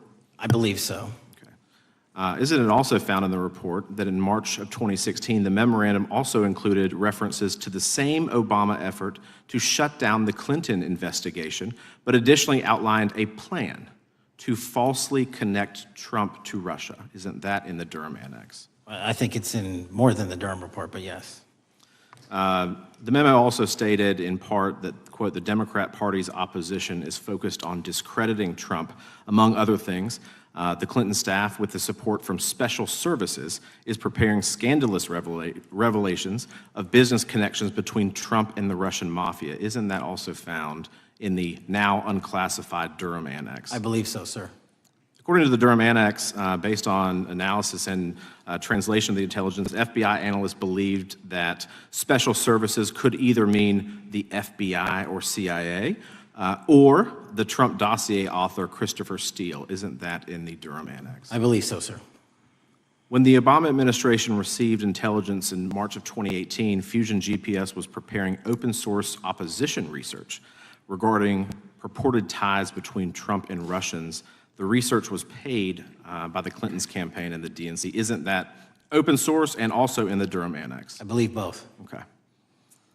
And so also in the Durham Annex, which I found interesting, was the potential campaign plan was shared with high-ranking career officials at DOJ. Isn't that in the Durham Annex? I believe so, sir. The Durham Annex describes that in July of 2016, emails allegedly between Leonard Bernardo, senior vice president of George Soros's Open Society Foundation, included data providing specificity on the Clinton plan in an attempt to smear Donald Trump by falsely linking him to Russia. Isn't that in the Durham report? I believe so. And so, briefly, this additional evidence that you've unclassified and released to the American public, what does that purport to show or augment about the Durham report that you can share with the American people? Put simply, that the FBI was weaponized. Against a political campaign. Yes, sir. Thank you for that, Mr. Chairman. I yield back. Gentleman yields back. I have UCs. Gentlelady from Texas recognized for unanimous consent. Yes. First one is Russia's ghostwriter hacker group takes aim at German election. This is from Politico. Objection. The next one is Director of National Intelligence, 30 days until election 2024, which specifically states that our assessments about activities and goals of Russia, Iran, and China are unchanged from earlier election security updates, and that they were meddling. Without objection. And I've got three more. The last three are that how Russia is using artificial intelligence to interfere in elections. Moscow's attempts to interfere in U.S. and other elections are nothing new, though their tactics and strategy are constantly evolving. Objection. The next one is Russian interference coming soon to an election near you. Russia pursues a systemic strategy of undermining elections and influencing public opinion in the West. EU and NATO countries must recognize that Moscow often acts through agents within their own borders and build resilience to such interference. And what's the source? This one is CarnegieEndowment.org. Okay, without objection. Thank you. The gentlelady from North Carolina is recognized. Thank you, Mr. Chairman. And Director Patel, I'm glad that I'm going a little out of order here because I'm going to pursue some of the things that you were just talking to Mr. Fry about and remind you about your confirmation hearing. At your confirmation hearing in January, you said under oath, and I quote, "There will be no politicization at the FBI. There will be no retributive actions taken by the FBI should I be confirmed." And in your written response to the Senate questionnaire, you said, I quote, "Personnel decisions shall be based on performance and adherence to the law. And every FBI employee will be held to the absolute same standard, and no one will be terminated for case assignments." So I want to just go through a couple of scenarios with you to get a sense of whether you think these are examples of politicization of the FBI or making decisions based on the performance and adherence to the law. So, first question. Would hiring FBI agents, analysts, and supervisors from only one political party being politicization of the FBI or making personnel decisions based on performance and adherence to the law? We don't ask FBI people, applicants, where their political parties are. Mr. Patel, do you ask FBI applicants who they voted for? The FBI does not. Are you aware that in the lawsuit that Mr. Driscoll filed against you and the FBI, he was asked who he voted for? Since that lawsuit has been filed and it's ongoing litigation, I'm not able to comment. Well, but it also means that you just said that what happened in his situation didn't happen. So we will go on to the next question. Let me ask you an even easier one. Does firing agents for working on the cases that they were assigned to and that the president didn't like, is that politicization of the FBI or making personnel decisions based on performance and adherence to the law? The FBI doesn't terminate anyone based on case assignments alone. Has the FBI ever been sued by somebody who felt that they were terminated based on case assignments? In the entire history of the FBI, I'm sure they have. No, since your tenure. I'm sure there's ongoing litigation. Yes. In fact, there is ongoing litigation. And in fact, people have been asked who they voted for. And in fact, you are running an FBI for the President of the United States rather than the people of the United States, because my questions were not hypotheticals. They are the things you have done during your tenure. And according to a lawsuit filed last week by long-term FBI agents, you fired former acting director Brian Driscoll. He had served with the Bureau for nearly 20 years, earned a Medal of Honor, Medal of Valor for bravery during the dangerous ISIS raid, and had a wealth of crisis response experience and led the FBI's critical incident response group. When the Trump administrations interviewed Mr. Driscoll for that role, they interrogated him about his political leanings and who he voted for in the last 5 elections. Questions Mr. Driscoll refused to answer because those types of questions impermissibly politicized the FBI. You also fired Steve Jensen, who served the FBI for nearly 2 decades and ran critical terrorism, counterintelligence, and organized crime operations, whom you once described as embodying what the American public demands of the FBI. But he was fired because he took part in investigating crimes committed on January 6th. And Trump's MAGA base lambasted you online for keeping him at the FBI. So he's no longer at the FBI. You also fired a decorated combat veteran with decades of experience in the Bureau, Special Agent Walter Jardia, because he worked on the investigation into the Russian interference in the 2016 presidential election and helped investigate Trump's ally, Peter Navarro. Director Patel, it is very clear that you have flunked your own test. You've put saving your job, which I actually believe you were being honest about during your confirmation hearings, over doing what's right for the FBI and the American people. That is not adherence to the law. Thank you, and I yield back. Time of the gentlelady is expired. The chair now recognizes the gentleman from North Carolina. Thank you, Mr. Chairman. Director Patel, it's great to have this opportunity. Thank you for being here. Thank you for your service. And I've got to say, one of the most disheartening components of the previous administration, when I was working with local law enforcement all over the state of North Carolina, all over the country, people rightfully did not really care about the inner workings of Washington, D.C. The FBI had previously been the paramount, the sterling, the top of the top law enforcement agency. They wanted their FBI to fight crime. Whatever small town, city, whatever it may be, FBI was expected to deliver for the American people. And then reports started to come out, in addition to the likes of McCabe, Comey, Clapper, Strzok, Page, that the FBI was targeting Christian nonprofits. They were targeting parents for protesting radical gender theory at their schools. They targeted Catholics, churches, pro-life organizations. And the FBI was really bruised in just modern day America. And your focus on getting the FBI back to the streets, fighting criminals, locking up bad guys, whether they're violent criminals, whether they're sex predators, whatever they may be.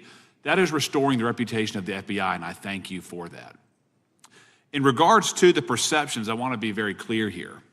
You mentioned the statistics about removing dangerous illegals, removing thousands of kilograms of drugs, violent criminals, guns. The border is secure. These accomplishments are noteworthy and they're needed.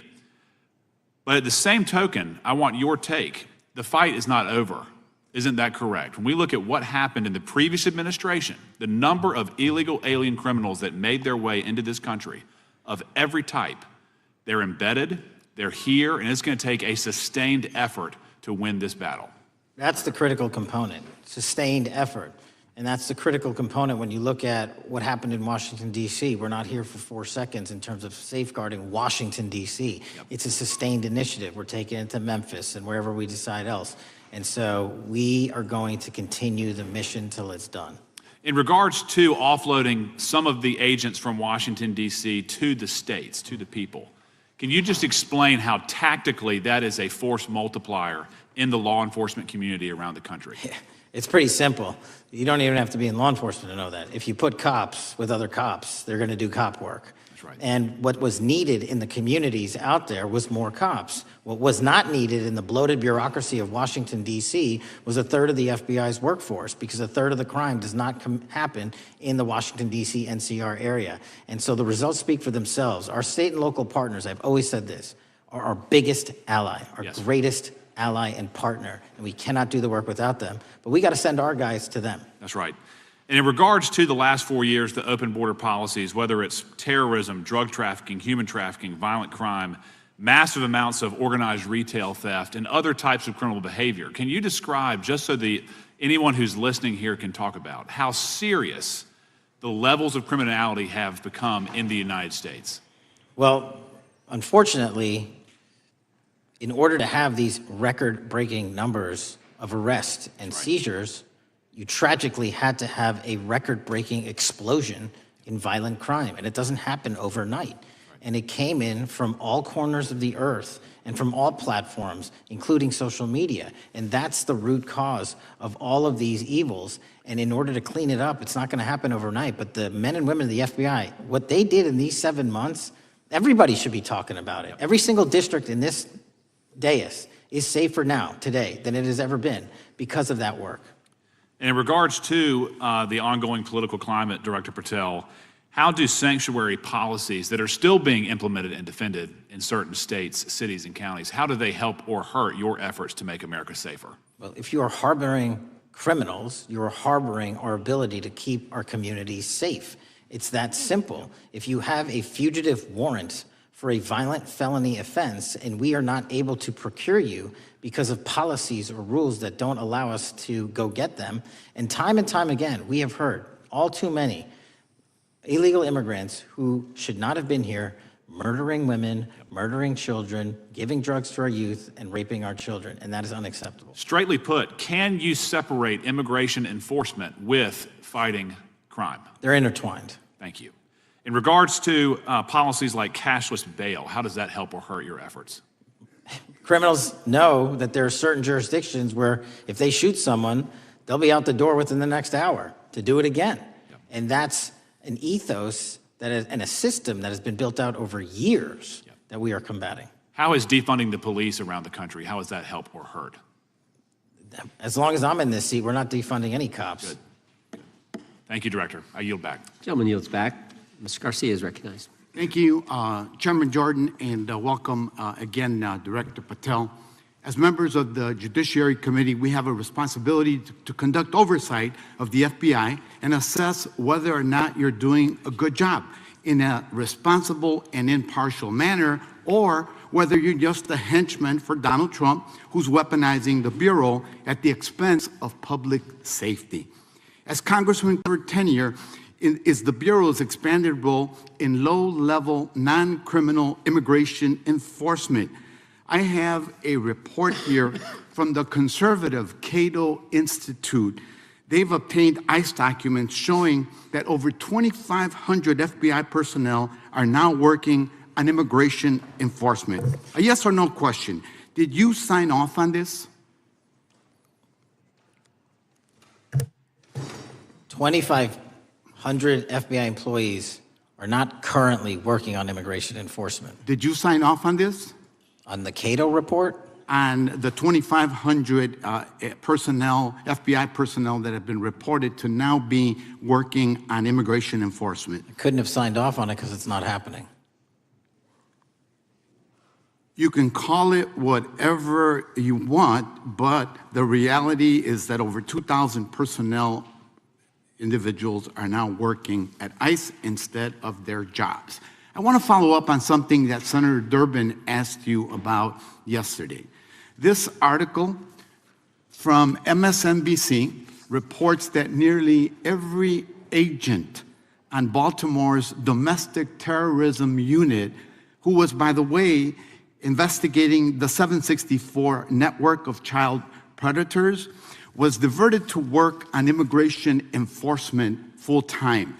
That forced them to, and I quote him, walk away from investigations of a network of violent predators that targets and exploits children online.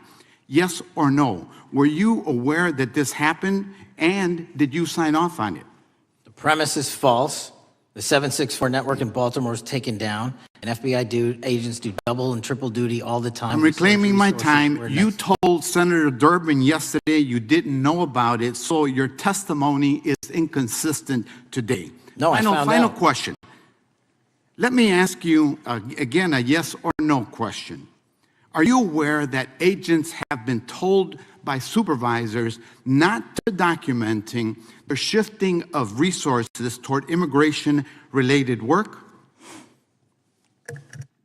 That's a literal another falsehood. It's impossible to move a human being without documenting that work.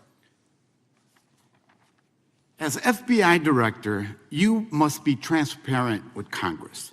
You need to provide us information about how many agents have been diverted to non-criminal immigration enforcement, why the Baltimore unit was dismantled, and whether there's a cover-up of what's happening under your leadership. Because this goes to the heart of whether or not you're carrying out the stated mission of the FBI, keeping our communities safe. Diverting FBI agents from investigating violent child predators doesn't make us safer. Using FBI resources to target parents, children, and other immigrants for low-level, non-criminal enforcement doesn't make us safer. Enabling violent, lawless conduct by federal enforcement doesn't make us safer. As we saw last week when an ICE officer killed one of my constituents. And I know that the FBI has been involved in that investigation. And yesterday, ICE did a raid in the suburb of Elgin where 2 U.S. citizens were arrested, and who accompanied them on that filming of that show? Secretary Nunn. Shameful conduct. And weaponizing the FBI to serve Donald Trump's political agenda instead of the American people does not make us safer. Before I yield back, Mr. Chairman, I request unanimous consent to submit the following documents for the record. A report from the Cato Institute, which I referenced earlier, where ICE has diverted over 2,500 officers from their jobs, and 2, an article from MSNBC titled, Trump's Deportations Divert FBI Agents Off Child Predator Cases, and an article from CNN entitled, White House Pressure for Increased Immigration Arrests Strains Law Enforcement Agencies. Thank you, and I yield back. Gentleman yields back. Without objection, the gentleman yields back. Gentleman from Wisconsin is recognized. Thank you, and thank you, by the way, for coming over here. Sorry you have to put up with all this. I know when you took over, the FBI's reputation in a lot of circles perhaps had never been lower. I mean, part of that is brazen involvement in political activity, the Foreign Influence Task Force, getting involved and trying to suppress news stories in the New York Post, Crossfire Hurricane coming up with bogus stories to try to flip the 2016 election, FBI downplaying the stories of Hillary Clinton's emails in the 2016 election. That's their overt involvement in political activity. I think a strong anti-religious bias. We talked about stories of an anti-Catholic bias in there. I know I've talked to people about horrific overreaction at the big Hindu temple in New Jersey, in which, just so people understand, you had a rectory in the temple area, the religious leaders, taken out at gunpoint, big problems. And I think finally the FBI trying to turn America's viewpoint on certain political issues. And when I talk about that, I'm talking about what was done in Mexico with regard to shipping weapons, fast and furious, shipping weapons into Mexico in an effort, I think, to try to turn the Americans against the First Amendment. But in any event, what scares me is, and all these horrible things that were done in the past, there were individual FBI agents who participated in them, in which apparently their supervisors told them this is okay or even admirable. And what I'm going to ask you, are you able to do anything to make sure that in the future these corrupted FBI agents understand the importance of religion in our life, and they're not to view it with suspicion? They understand parental rights and the idea that traditionally in America, parents have the ability to object when their young 5 or 6-year-old children or year-old or very young children are getting what most people consider highly inappropriate sexual contact. What are we doing there to try to make sure we don't have problems with these FBI agents again, or make sure that in the future administrations, they would object if they are asked to behave in such a immoral fashion? Two things. If you are corrupt, you don't work at the FBI. It's that simple. So we don't tolerate any form of corruption or any deviation from our high standards, whether you're an agent, an intel analyst, or whatnot. And just to show the American public the resurrection that the FBI has had in these last 7 months, you don't have to believe me. Our applicant pool has doubled month over month, every year, from the highest point it has ever been. More people want to work at this FBI than ever before in U.S. history. I'm sure that's because of you, and you're kind of anticipating my next question. I talk to retired FBI agents in my area who sometimes retired in part because they hated the woke, anti-conservative culture at the FBI. And they are concerned, the retiring agents, about new agents, not on your watch, but before this, being corrupted in the universities before they were hired. And they are very worried about what will happen with the new agents. So I think you're answering my question. Do you feel you'll be able to a certain extent solve the problem of inappropriately woke agents filling up the agency in the past, because now you're going to have a larger pool to draw from? Everybody that comes to work at the FBI is allowed to have their own belief system, but they're not allowed to bring that belief system into the workplace. And anyone that does won't work at the FBI. Okay, very good. Now, recently, there's another potential scandal, I guess, a politically motivated thing, Arctic frost. Do you want to comment on that? And it appears one more time as perhaps the FBI was getting involved in what would normally be considered political events. We are not getting involved in political events, except this one. Okay. And final thing, with regard to prejudice against Catholics, what happened in the big Hindu temple there in New Jersey, do you think, has anybody ever apologized to the Catholic Church or apologized to that temple? I don't know, sir. Okay. Is that something you think would be perhaps a good idea to do in the future? I think leadership should address it. Thank you. Gentleman, time has expired. Gentleman yields back the,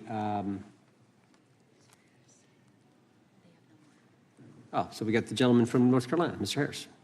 All right, thank you, Mr. Chairman, and thank you, Director Patel, for your endurance and your perseverance throughout today's hearing, and for all you've shared. First of all, let me start by saying that I was very grateful and glad to see that the FBI has joined the investigation of the tragic and brutal murder of Irina Zarutska in Charlotte, which is just right by my district.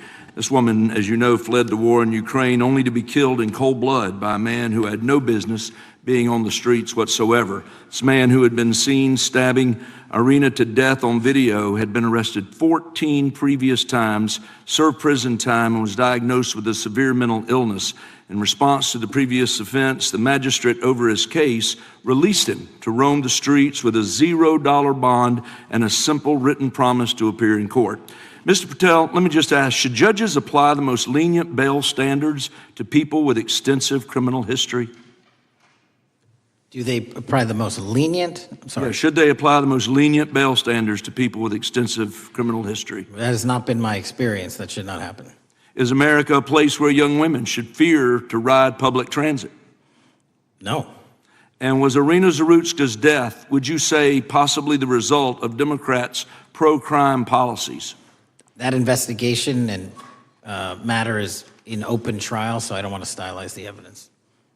I understand. Well, Mr. Patel, let me just say, taking over the FBI after the Biden administration's blatant weaponization of the agency is no easy feat, as we've recognized throughout this hearing today.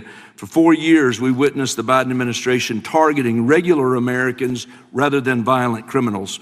For example, the Biden administration's FBI spent its time and resources going after churches and Christians. We know that the FBI used an undercover agent to collect information about a parishioner. We know that the FBI investigated and surveilled a Catholic priest. And all of this was in response to First Amendment protected activity. Mr. Patel, I want to ask you, should the FBI use its resources to spy on Catholics? Never. So what does it say about the culture of the Biden FBI that law enforcement resources were used to go after Catholics, and some FBI employees were comfortable with taking such actions? Well, pursuant to my transparency initiative and working with Congress on oversight, those documents, that's it. Those documents are available for the American public to see and read and hold people accountable, and that's what I'm committed to. And so have you been able to hold accountable those at the FBI who went after law-abiding Catholic church members? If they did so improperly, yes. Well, I've been a pastor for 36 years, and I've constantly stood up for life and stood up for family amidst a culture that's increasingly hostile to both of those things. And if the Biden administration targeted Catholics, could I have been targeted by the Ray FBI as well?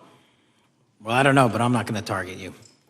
Well, I know that President Trump respects religious liberty and that his administration is seeking to right the wrongs of the Biden administration. Securing our freedoms and protecting faith leaders and communities requires a multi-pronged approach.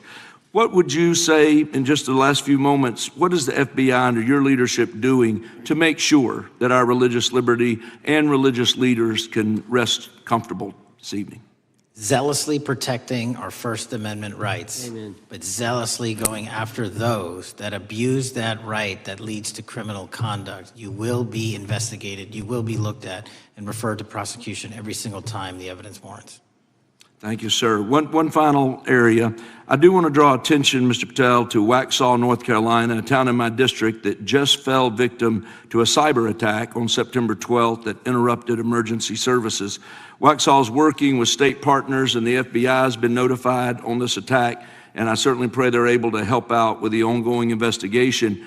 Could you just speak to what the FBI is doing to bolster our community's cybersecurity to defend against any future cyber attacks? Well, in North Carolina, you're slated to get a plus-up of 22 FBI employees, and they're already on the way. And that encompasses cyber, counter-intel, counterterrorism, field agents, intel operatives. And what we're doing on a macro level on the counterintelligence and cyber front is going after the people that fund these operations on these online platforms and breaking their banks. Because once we do that successfully across the board, they won't have the ability to attack us.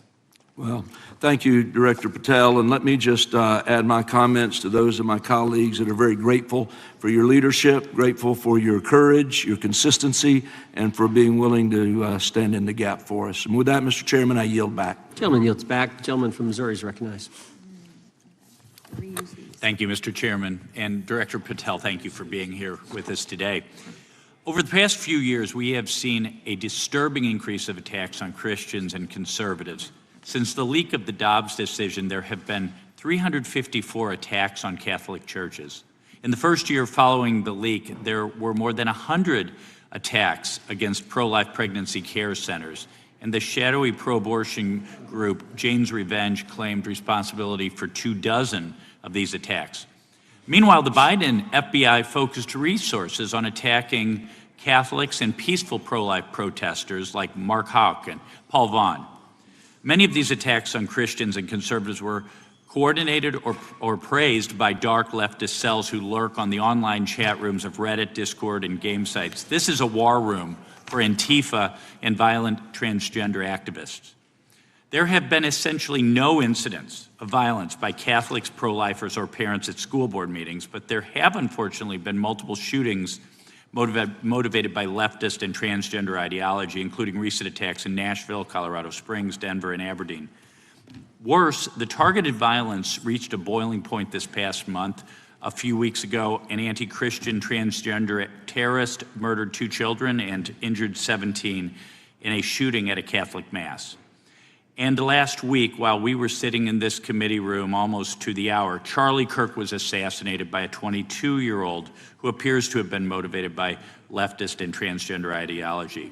As you confirmed yesterday to my Senate colleagues, he may not have acted alone, and you testified that in his online chat room of more than 20 trans ideologues that you were aware, I believe you said many more, many were aware of and possibly complicit in the assassination. Director Patel, in light of the increased violence emanating from the far left, is your FBI investigating this violent trend of anti-religious, Antifa, and transgender-driven violence? All of it across the board is being zealously investigated, no matter what your motivation or bias is behind it. Very good. We've also noticed a dramatic surge of the number of clinics offering so-called gender-affirming care. Whistleblowers in a recent NIH study confirmed that these clinics prey on some of the most mentally ill children and young adults in our society, and these clinics are quick to prescribe life-altering puberty blockers, cross-sex hormones, and surgery, and often these patients get worse rather than better, and unfortunately, some have become violent, some have even committed mass shootings, and the partner of one of them assassinated Charlie Kirk. Director Patel, is the FBI looking into the role that these gender clinics may have in the recent attacks in making these mentally ill individuals violent? We're looking at the entire spider web for any of these attacks, be it Denver or Charlie or where have you, and that's why our investigations are ongoing. We don't have a final product yet. One of my Democrat colleagues, as an aside, mentioned, quote, the federal takeover of our cities. And I don't know whether my Democrat colleagues, for some reason, liked Washington, D.C. better when it was more dangerous and more violent, when there were more robberies and carjackings and murders and rapes. But what has the crime picture in Washington, D.C. looked like since the so-called federal takeover? 2,100 arrests, 37% decrease in violent crime, same time last year, 60% decrease in gun crimes, 74% decrease in carjackings, and 53% reduction in homicides in Washington, D.C. in the last month alone. Very good. And I thank you so much for your testimony. I know it's been a long day, so I'll give you a little break and yield back the rest of my time. Gentleman yield? Yes, yes. Director Patel, what's a 302? It's a report, the number of the report, whenever an FBI agent goes out and interviews someone. And are you familiar with the 302 where the FBI agent interviewed the whistleblower who's come forward and talked about the former chair of the Intel Committee here in the House pushing staff members to leak classified information? Well, I'll just read from it. Staffers were instructed to use, this is from the 302, interview this person. Staffers were instructed to use any sources that had developed within the United States intelligence community to gather information, which would then be made public through the media in order to compel public opinion. You familiar with that? I am. Yeah, and that's how they played the game, wasn't it? Leaking information, classified or otherwise, true or otherwise, to create this public opinion to compel action to undermine the president. Is that accurate? I believe so. Just one other point I would make from this. This witness also said in the 302 that the agent recorded that the witness provided the interviewing agents with copies of both his handwritten notes and an email. So he gave them the stuff he wrote, and at the actual time this was taking place. That's all in the 302, right? Yes, sir. All right. Mr. Chairman. Mr. Chairman. Gentleman from Missouri. Mr. Chairman, I would like to submit for the record an article from The Hill, Massive Crime Drop in D.C., City Sees Zero Murder Week, dated August 25th, 2025. And I'd also like to submit for the record an article from the New York Times, dated April 18th, 2025. Man who set fire on Shapiro's mansion cited treatment of Palestinians, police say. Yeah, thank you. Without objection. I have. Gentlelady from UC. Texas and then Pennsylvania. Thank you so much. My first UC is the FBIAA letter to Congress on summary terminations, where it states denying fundamental due process and summarily dismissing special agents will only make it harder to protect our nation. These actions distract agents from their work, foster fear that their assignments could cost them their careers either now or under the next administration, and increase the risk of criminal and national security threats by undermining unity and morale within the Bureau. Without objection. The next one is a CNN article. FBI agents are again pulled from their day jobs to address a Trump priority. It states, morale is the worst I've seen, said one law enforcement source. The Bureau is becoming unrecognizable. Lots of people are weighing really difficult decisions right now. Without objection. Gentlelady from Pennsylvania is recognized. Thank you, Mr. Chair. I'd request unanimous consent to introduce into the record a September 16th, 2025 article in the New Republic entitled DOJ Quietly Deletes Study on Politics of Domestic Terrorists. The Justice Department has taken down a study that proves Republicans' entire narrative wrong about left-wing violence. Without objection. Thank you. Gentleman from Washington is recognized. Thank you, Mr. Chair, and thank you, Director, for being here. I think without question we can say that Donald Trump has been tougher on crime and tougher on international terrorism than any president in American history. I imagine that brings you a lot of satisfaction and pride as director of America's foremost law enforcement agency. Recently, President Trump conducted very strategic, important strikes on Iran's nuclear apparatus in that country.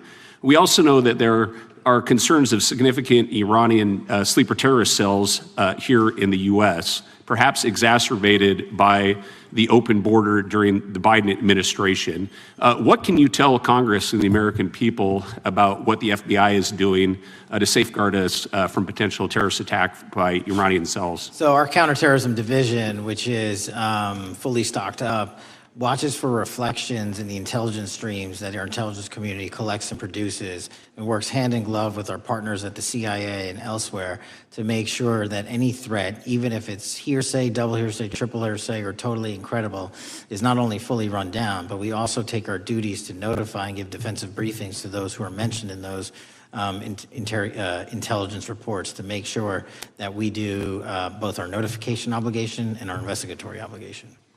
Thank you. The FBI is also the foremost counterintelligence apparatus here in the U.S. We know the U.S. faces a more complex threat of global, more complex array of global threats than any time perhaps World War II or even superseding that time. As America continues to be under attack from various intelligence agencies globally, what can you tell us about the counterintelligence operations of the FBI as a core function? This is why the CIA mission is so important to the FBI, because as you said, no one else can do it. No one else has the authorities to do it. And even if they did, they don't have the capabilities to do it. And the CIA mission has to be headquartered in Washington, but have far-reaching capabilities because we have to face against our adversaries in the DPRK, in Russia, China, Iran, and elsewhere. And in order to do that, we have to have dedicated intelligence professionals on those target sets. And since I become director, I've demanded not only a dismantling and disruption of networks, but a public display of how we're doing it so the world knows that our adversary is A, attacking us, and B, we're stopping them. And that's why you've seen these dramatic increases in counterintelligence arrest in the PRC by 33%, in Russia 83%, in Iran 60%. We are showing the world that they are trying to engage in espionage activities against us, and we are holding them accountable publicly. And there's been increasing concern about the Maduro regime of Venezuela, both their potential support of terrorist activity, criminal drug networks, and potential espionage entities here within the U.S. What can you tell us about your activities regarding the Maduro regime of Venezuela? Generally speaking, one of the largest transshipment points and shipment points for narcotics out of South America, Colombia, obviously, and also Venezuela, is being utilized heavily by the narco traffickers to send up cocaine, meth, and fentanyl, and excuse me, all the other illegal narcotics through the island chains in the Caribbean Ocean and ultimately for America. So there has to be more work done in the region to stop those navigable waterways from being traversed with drugs bound for America. And finally, Mr. Director, what is the one thing that Congress could most do in terms of passing a law to best support the FBI in making America safer and more secure? Get us more authorities to get online, to get onto social media companies, gaming platforms, have legal access, and also have private partnerships with the FBI of those companies and allow them to report into us on a daily basis. There is no human being or AI system on earth that can go out there and cover down on the threat in those theaters. And so we need the assistance, and we need more authorities, and we need the private sector to double down. Well, thank you very much for all you're doing, all the men and women of the FBI are doing to keep us safe, and I yield back. Gentleman yields back. Got a UC request from the gentleman from Arizona. Thank you, Mr. Chairman. I have an article titled, FBI flooded with record number of new agent applications Kash Patel's first month. The FBI saw 5,577 new agent applications in March and more than 10,000 since January. Without objection. The gentleman from Kansas is recognized. Thank you, Mr. Chairman, and Director, thank you for being here. I have listened carefully to all the discussion in this hearing. I've reached two top-line conclusions. First, I am glad I don't have your job. And second, I am glad you do. Thank you for being willing to step up and serve in this role. I'd like to plow a little bit of ground that we've not spent a lot of time on so far and explore. You mentioned, and I'm well aware of your strong commitment to partnering with state and local law enforcement authorities. Obviously, one of the missions is in the counter-drug space. Another is in the forensic laboratory space, where both you and a lot of local and state agencies cooperate in terms of evidence analysis. From the state side, programs such as the HIDA programs, very, very important in counter-drug, such as the Coverup grants, very, very important in maintaining state laboratory capacities. Would I be correct in concluding that if we are able to maintain robust funding for those types of programs, including both Coverup and HIDA, that would contribute to the safety of the United States and to your mission? Absolutely. Director, you have talked a little bit about some of the counter-drug work that you've been doing. One thing we haven't talked about yet, the President, in one of his first actions upon taking office back in January, designated a number of the cartels as foreign terrorist organizations. That's not just a paper transaction. I believe the list has been expanded since those first actions. In terms of America's military engagement with the cartels abroad, in terms of our intelligence engagement with them abroad, that designation has had real meaning and has affected some of the thinking and approaches of our military and our intelligence community. Can you talk a bit about how that designation might be affecting or should be affecting the FBI's approach to dealing with the domestic activities of the cartels? The simple way to analogize it is after 9/11 and the manhunt for the foreign terrorist organizations overseas in places like Afghanistan and Iraq, the FBI received certain authorities to go out there and dedicate a mission to go after them both lawfully and investigatorially and collect evidence and provide it to our agency partners. Once the foreign terrorist organization designation was labeled over to the Mexican drug cartels, we can now do that here. and in Mexico, and in Colombia, and in Venezuela, and anywhere else they are. And so that's the best analogy I have. What we're able to do is take our counterterrorism platform, traditionally used for global terrorist manhunting, and bring it into this hemisphere against a very real threat, which is the drug traffickers, and they are foreign terrorist organizations. So we just have so many more resources and authorities now directed at them. So, for example, Director, in the regions, from the vantage point of local law enforcement, there are structures that have historically handled those partnerships separately. HIDTA, for example, is an example on the drug trafficking side. The JTTFs are an example on the terrorism side. How is the thinking evolving in terms of on a regional basis, either merging or not merging those structures now that the targets in many ways are merged? So the JTTFs are kind of our forward operating base across every single state in this country to take on that mission. And anytime you're labeled a foreign terrorist organization, you come right under the authorities of the JTTF, the task force officers, and the state and local level police work that gets done in those JTTFs. And the Homeland Security Task Force layer on top of that, I think 25 or 30 across the country, specifically working with DHS and Secretary Noem to go after the drug trafficking foreign terrorist organizations, because they have unique capabilities and authorities dedicated to that mission. And so that's the beauty of the HSTFs. Let me ask you an adjacent question, Director. I noticed in your written testimony, I don't think we've talked about it yet, you brought to our attention an expiring authority. It's in 6 U.S.C. 124N with respect to counter-UAS drones. You point out that that authority expires in statute at the end of this month, and you impressed upon us your interest in seeing it extended in some manner. Can you talk a little bit about the FBI's role in counter-UAS work over American airspace? I represent a district that's going to host some of the FIFA World Cup activities coming up. We're obviously very interested in security, and there are limits on what our state and local authorities have the capacity to do or what our military has the capacity to do once the threat is domestic. So it's critically important. Both the FBI and DHS have those capabilities. I'll speak to the FBI, of course, only. And you raised the World Cup, and that's exactly what we need it for. The Club World Cup, which just happened, was 32 games in at least a dozen different cities across the country, the largest sporting events consecutively in American history. And we used our counter-drone capabilities to not only inspect and secure stadium locations, but where fans were hovering and we call base camps. And thankfully, because of the success of the FBI and DHS, we had no significant security incidences. And flipping to the World Cup, which is going to be 3 times as large, and obviously the largest we've ever had, and blending into the LA Olympics in 28, our counter-UAS capabilities are going to be the ones that are able us to have literal bird's eye view of the threat dynamic around so many of these cities, which are going to see literally tens and hundreds of thousands of people flock to them. So we have to have it. And making sure the bad guys don't have the same. Exactly. Very good. I yield back and thank you. Gentleman yields back. Director, you've been amazing. You've been here 4 hours and 41 minutes without a break. We appreciate that. I think we have one more member, a few UC requests, and then you can we'll let you go. But we appreciate that. The gentleman from Texas is recognized. Thank you again for taking the time, Director Patel, and for Chairman Jordan for holding this hearing. Thank you for depoliticizing the FBI and getting it back to its original mission as well. Director Patel, do you agree that we have a problem in the United States with politically motivated violence? Absolutely.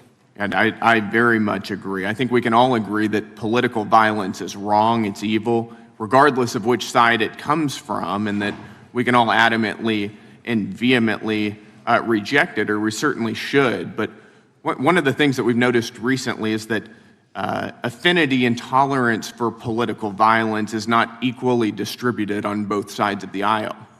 In fact, right now, social media is filled with leftists who are cheering on the murder of an iconic conservative political figure, Charlie Kirk. And it's not just random people on Twitter doing this now. There's a YouGov poll released just a few days ago, which stated that 25% of those who identify as very liberal believe that political violence can sometimes be justified. That's far too many, is it not?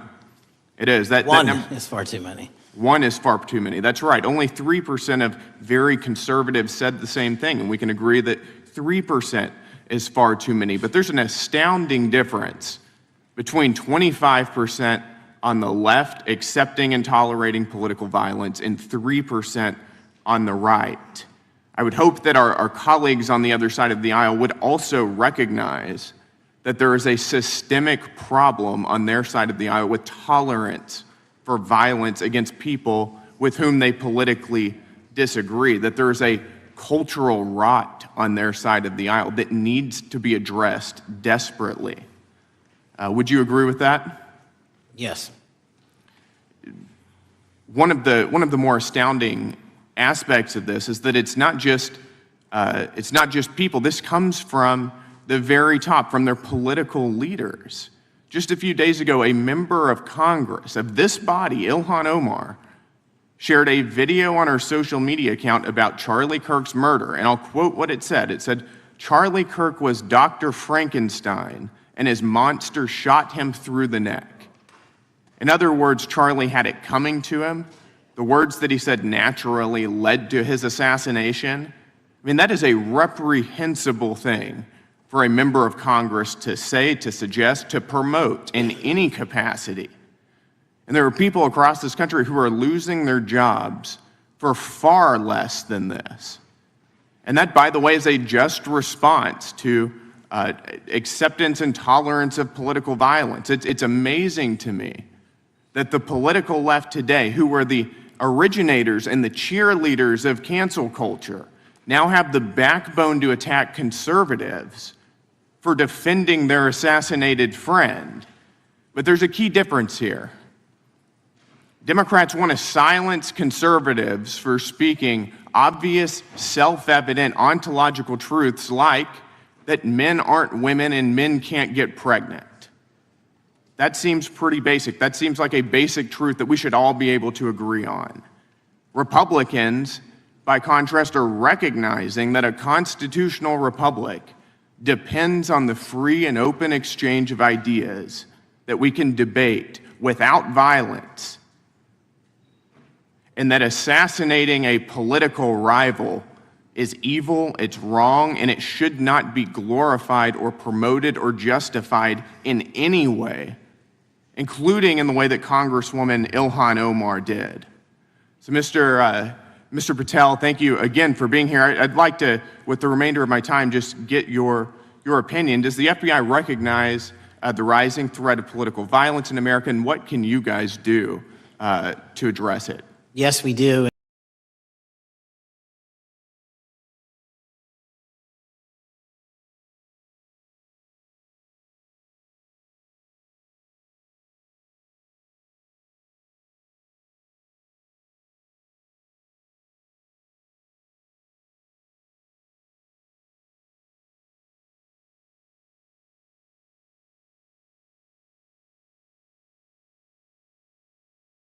Without liability for criminal investigatory purposes. And that's the kind of stuff we need to keep going. Got it. Thank you, Director Patel. We really appreciate it. Thank you. Gentleman yields back. Mr. Chairman. Gentleman from Arizona. I have some UCs. Gentleman to state his request. Thank you. The first one is a piece entitled Review of Domestic Terrorism After Kirk's Murder Shows Biden Politicized Issue, the Intel, and Fudged the Data. Without objection. Thank you. Make a motion to table. Hold on, we got to recognize the ranking member for his motion. It's just a UC request. The gentleman is recognized for a UC request. Thank you, Mr. Chairman. This is the ADL report issued February 21, 2025, titled Murder and Extremism in the United States in 2024, concluding that for the third year in a row, every single extremist-related murder in the United States in 2024 was committed by right-wing extremists. 8 of the 13 involving white supremacists and 5 having connections to far-right anti-government extremists. Without objection.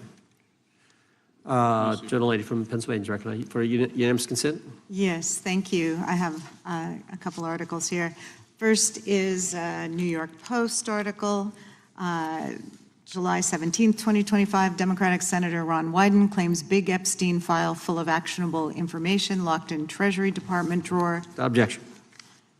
This is The Guardian, May 18th, 2023. Deutsche Bank agrees to pay $75 million to settle Jeffrey Epstein lawsuit. Without objection.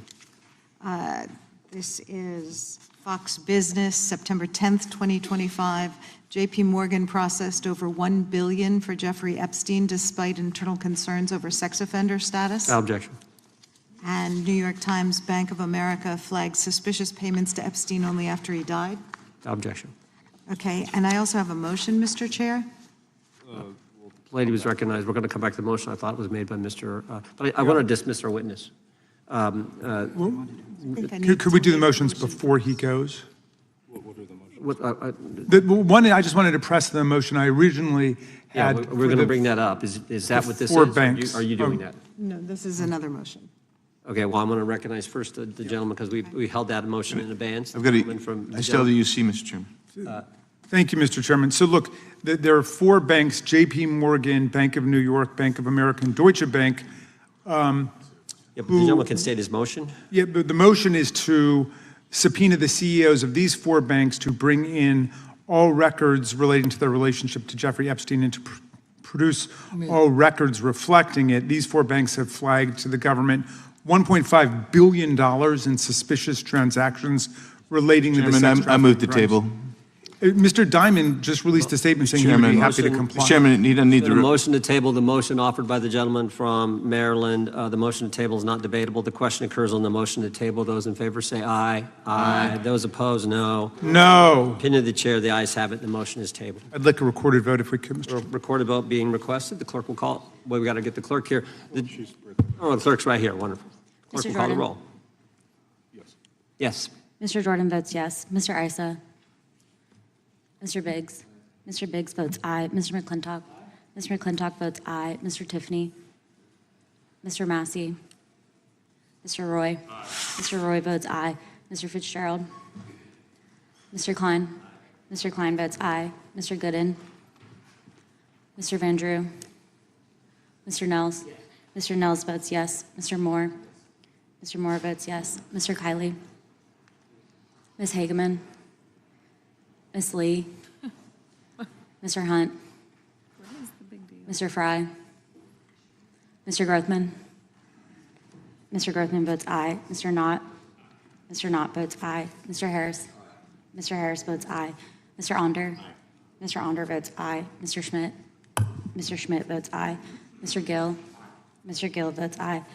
Mr. Baumgartner? Mr. Raskin? No. Mr. Raskin votes no. Mr. Nadler? No. Mr. Nadler votes no. Ms. Lofgren? Ms. Lofgren votes no. Mr. Cohen? Mr. Johnson? Mr. Johnson votes no. Mr. Swallow? Mr. Swallow votes no. Mr. Liu? Ms. Jayapal? Mr. Correa? Ms. Scanlon?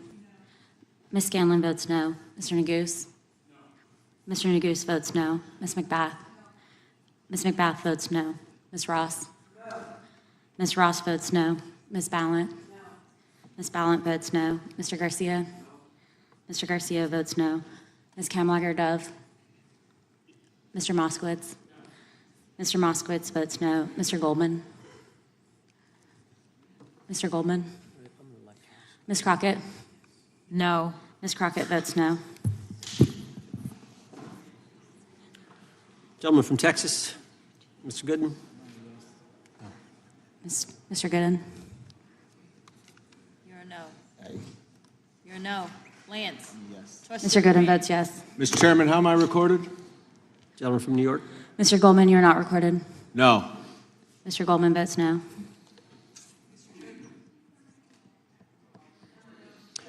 Gentlelady from Washington. Ms. Jayapal votes no. Gentleman from California. Gentlelady from California. Mr. Liu votes no. Ms. Kamlager-Dove votes no. Gentleman from Kentucky. Mr. Massey votes no. Director, I want to thank you again for being here. While we're waiting for members to get back to record their vote, you don't need to stay around for these kind of motions. We appreciate the service you're providing the country, appreciate your testimony today, and appreciate the fact that you did it 5 hours straight. That's amazing. So God bless you and keep up the good work. The witness is dismissed. The cycles of political violence that have traumatized the country. Well said. Chair now recognizes the gentleman from Kansas, Mr. Schmidt, to lead the.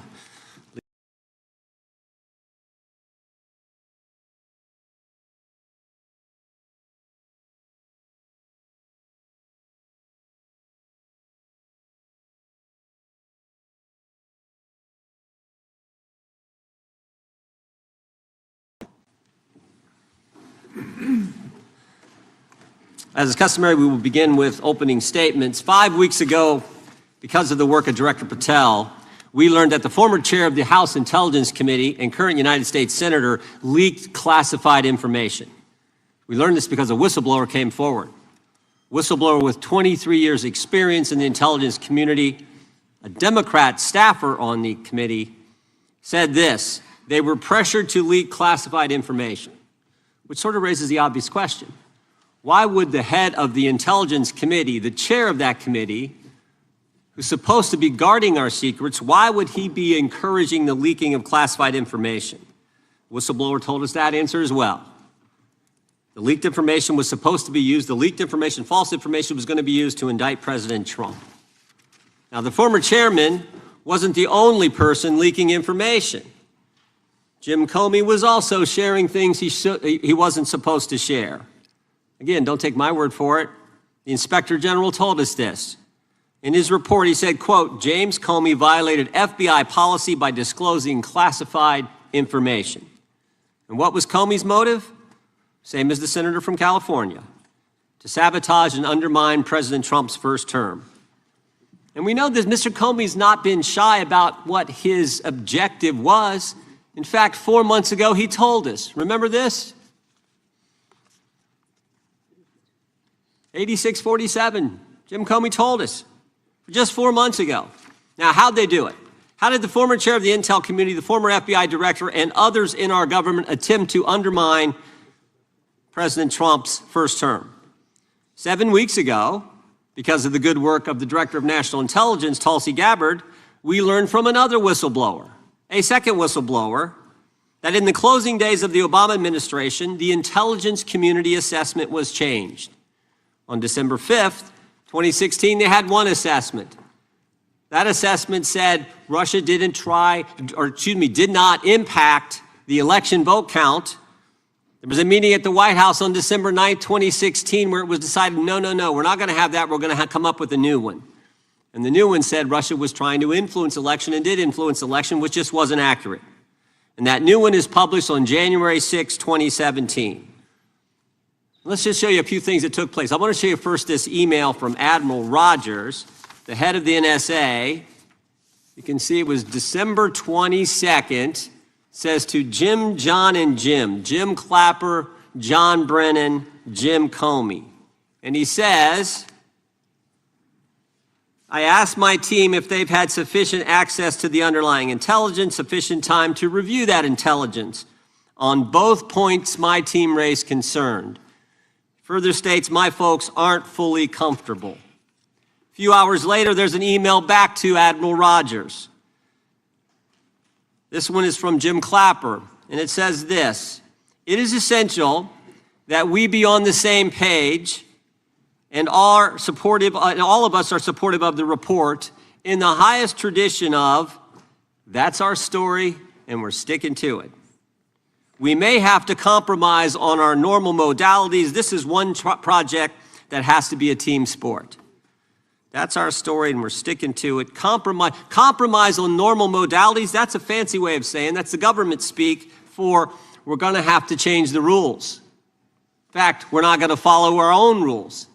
And that's exactly what they did, to get the objective they wanted, to undermine President Trump. Now, how did it specifically take place?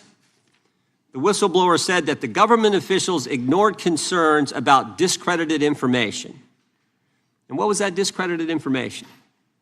What was the discredited information that they didn't ignore the concerns about? What did they use, that discredited information? Of course, it was the dossier, the now famous Steele dossier that was paid for by the Clinton campaign when they hired the law firm Perkins Coie, who hired Fusion GPS, who hired the foreigner Christopher Steele, who wrote all this garbage and lies down. That is what was used to change the intelligence community report. And what happens next? What do Jim, John, and Jim do? do next? They go to Trump Tower on January 6, 2017, to brief then President-elect Trump about the dossier. Again, the Clinton-financed, foreign-authored dossier that the whistleblower knows is garbage and that they know is garbage. And then there's one final step. One final step. Jim Comey leaves that meeting with the president and immediately leaks to the press that they briefed the president on the discredited information. They briefed the president on the dossier and thereby giving it some credibility and creating the basis and the predicate for all they did to the president.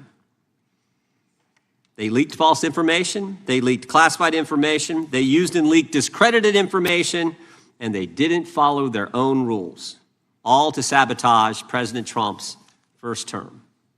And but for this guy, Kash Patel, but for this guy, we would never have known this information. The good people of this great country would not have known what took place 8 years ago when they were trying to undermine the guy elected by we the people. And I want to thank Attorney General Bondi. She set up a special strike force, a special team to look into this and see if there's any criminal liability that exists in what took place. Now, in addition to getting the truth to the people, Director Patel is getting the bad guys off the street.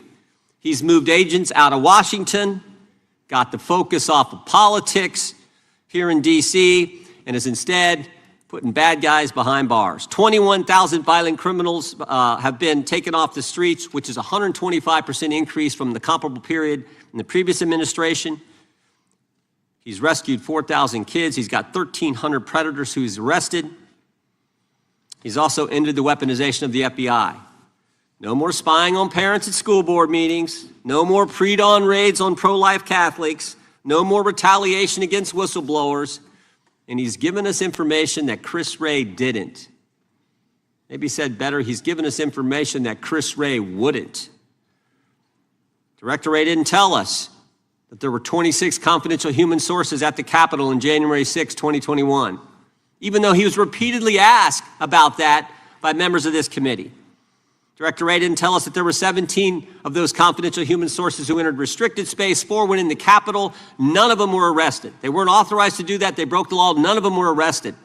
Lots of American citizens were arrested, but the guys whose whose American tax dollars was used to pay these guys who broke the law, none of them were. One was recommended for charging and was not charged. And remember when Chris Wray told us that the Richmond field office memorandum on pro-life Catholics was just a one-off? Turns out he wasn't being square with the Senate either. Director Wray wasn't square with us. He told us that multiple other offices were involved in targeting the Catholics. We got that information from Director Patel. We learned from Director Patel the FBI actually surveilled a priest, tried to get the priest to divulge information, break the priest-penitent relationship and confidence that exists. And Director Patel is saving taxpayers' money. He's not going to build a new headquarters outside of D.C. He's going to keep the headquarters right here in the capital city. Save Americans money. Save the taxpayers' money. In 8 months, Director Patel has given us the facts. He's ended the weaponization at the FBI. He's taken bad guys off the streets, and he's saving taxpayers' money. But my guess is the Democrats won't focus on all that good news. They'll focus on politics. They'll stick with Comey and Clapper and Brennan and continue to try to undermine President Trump. With that, I yield to the ranking member for an opening statement. Thank you very much, Mr. Chairman, and welcome, Director Patel. You and I have not had the opportunity to meet, and alas, you failed to respond to the 8 oversight letters I've sent you over the last 7 months. So we do have a lot of questions piling up for you, but I want to start with a word of praise. The first FBI director was J. Edgar Hoover, who steadfastly refused to hire women, African Americans, and other minorities as agents. And although he was a closeted homosexual who lived in domestic partnership for decades with Clyde Tolson, he also participated in anti-gay crusades. He aggressively promoted what we would today call white Christian nationalism, and he would undoubtedly be turning over in his grave to see as one of his successors a first-generation Indian American and a proud Hindu. So I congratulate you on being a breakthrough in this sense and being a beneficiary of the civil rights movement that opened up the FBI and the federal workforce to lots of people who never would have been hired in its first decades. Alas, you share J. Edgar Hoover's dangerous obsession with blind loyalty over professionalism and effective public policy. For Hoover, it was blind loyalty to him in keeping his secrets. For you, it's blind loyalty to Donald Trump in keeping his secrets. During your confirmation, it was widely noted on all sides that your primary qualification was your unwavering loyalty to Trump. Unlike other directors, you had no work experience at the FBI, but you had made over 1,000 media and political appearances in support of Trump's campaign. Your Senate confirmation vote was 51-49, the closest in history, with your opponents warning you were not qualified and had no interest in actually developing the qualifications for the job. I hoped that they were wrong. Alas, they were not. While most other new FBI directors drew on their experience as FBI agents, you didn't have that. But you did write a picture book trilogy for children ages 5 and up based on your experience clashing with President Trump's political enemies. In your book, you describe your literary alter ego, Kash the Knight, as a wacky, easily bored wizard carrying out King Donald's vengeance by driving his enemies out of the kingdom. In the books, King Donald is besieged by the evil Hillary Queentown, but saved in the end by Kash. Then Kash goes on to catch mules who are stealing the 2020 election for the great King Donald from Sleepy Joe. And then in the third book, Kash takes down the dragon of the jalapenos, nicknamed the DOJ. Your supporters had hoped that you would graduate from imagining yourself a romantic fairy tale knight to actually running America's premier federal law enforcement agency. Alas, just as we've learned how dangerous it is to put a science-denying anti-vaxxer in charge of our public health, we've learned how dangerous it is to name as director of the FBI a man who thinks of himself as a fairy tale knight who keeps a fire-breathing dragon named DOJ at home to forcibly drive villains out of the kingdom. When Charlie Kirk was assassinated, while his killer was still on the loose, you decided you didn't need to be at FBI headquarters in Washington to work with your team while the chaotic manhunt unfolded. You spent your evening dining in a swanky Midtown Manhattan restaurant and tweeting out false information that the subject of the shooting was in custody, a statement you had to retract 1 hour later. Your performance was so disturbing that even the MAGA base was alarmed. Culture warrior Christopher Rufo, who just a few months ago sat in your chair as a Republican witness, observed that you performed terribly, and he called for your ouster.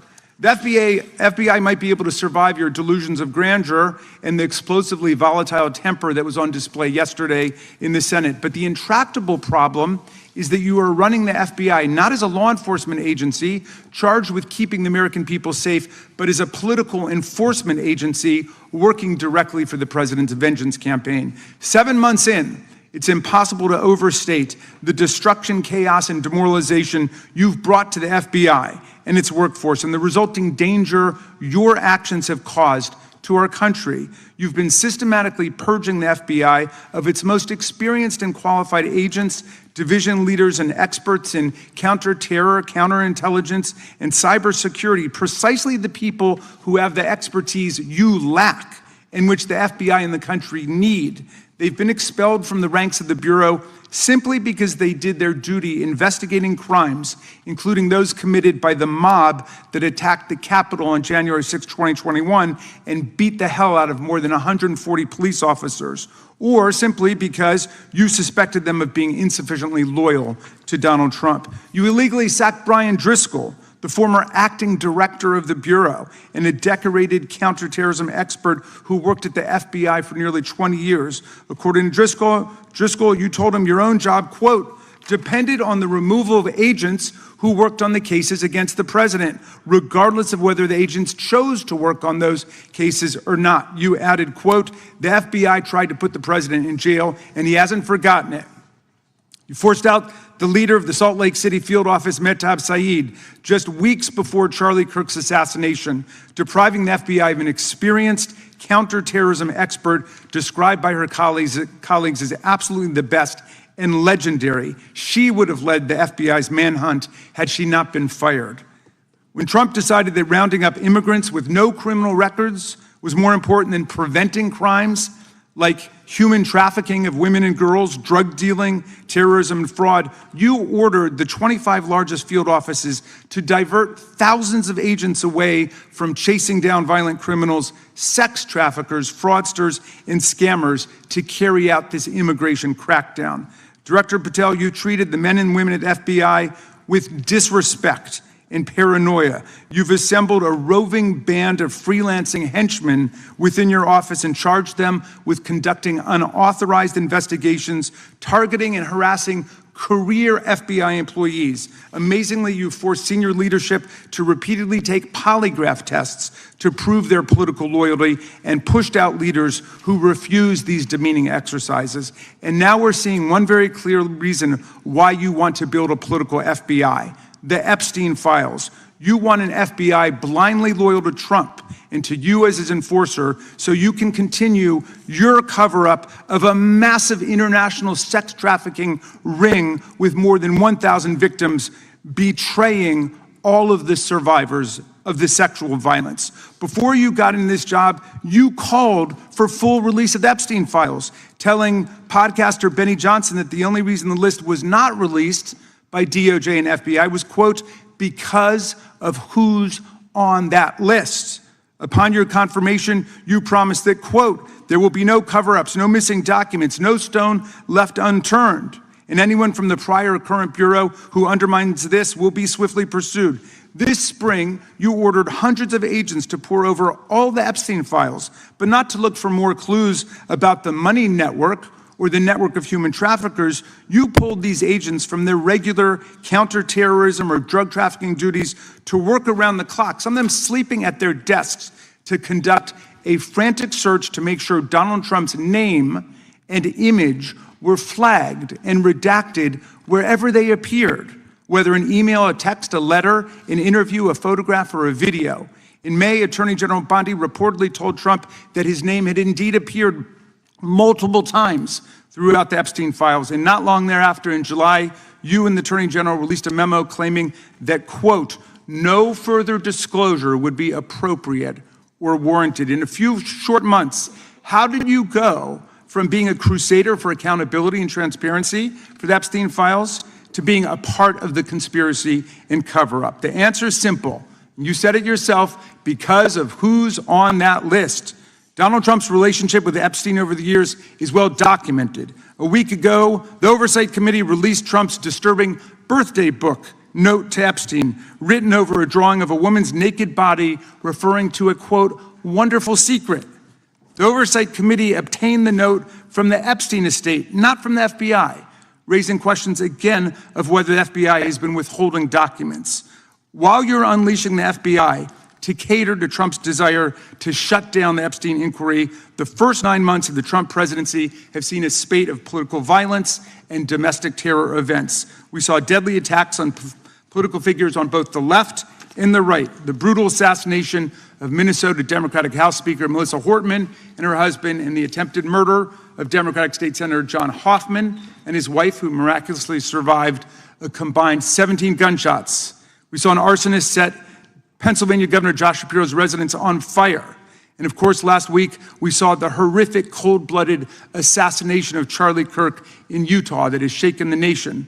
1 minute after Charlie Kirk was shot in the neck, a 16-year-old shooter in Evergreen, Colorado, radicalized by white supremacist ideology online, opened fire and critically wounded 2 other students at Evergreen High School. We've seen lethal anti-Semitic violence, including the murder of 2 young Israeli embassy staffers just blocks from the Capitol, and then in the attack on a gathering of Jewish people in support of hostages held in Gaza in Boulder in June. We've seen continued mass shootings at schools, like the domestic terror incident at a Catholic school in Minneapolis last month, which killed 2 children and wounded 18 others.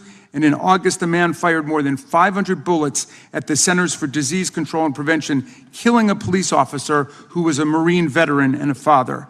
People like Melissa Hortman and Charlie Kirk should be able to participate in politics as elected officials or active citizens without being shot down in cold blood in the United States of America. People should also be able to go to elementary school, to middle school, to high school, to work, to the mall, and to church without being shot down in explosions of gun violence. The important position at the FBI requires a leader who puts public safety and national security and the rule of law first.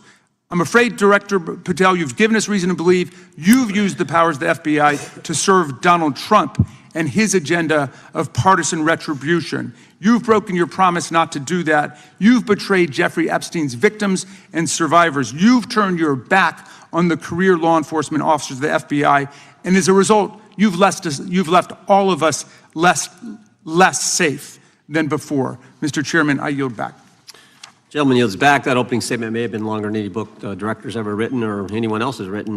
Without objection, all of the opening statements will be included in the record. We will now introduce today's witness. Mr. Patel has been the director of the FBI since February of 2025. He previously served as chief of staff at the Department of Defense, deputy director of national intelligence with the National Security Council, and also as a congressional staffer, as a federal prosecutor, where he focused on national security cases.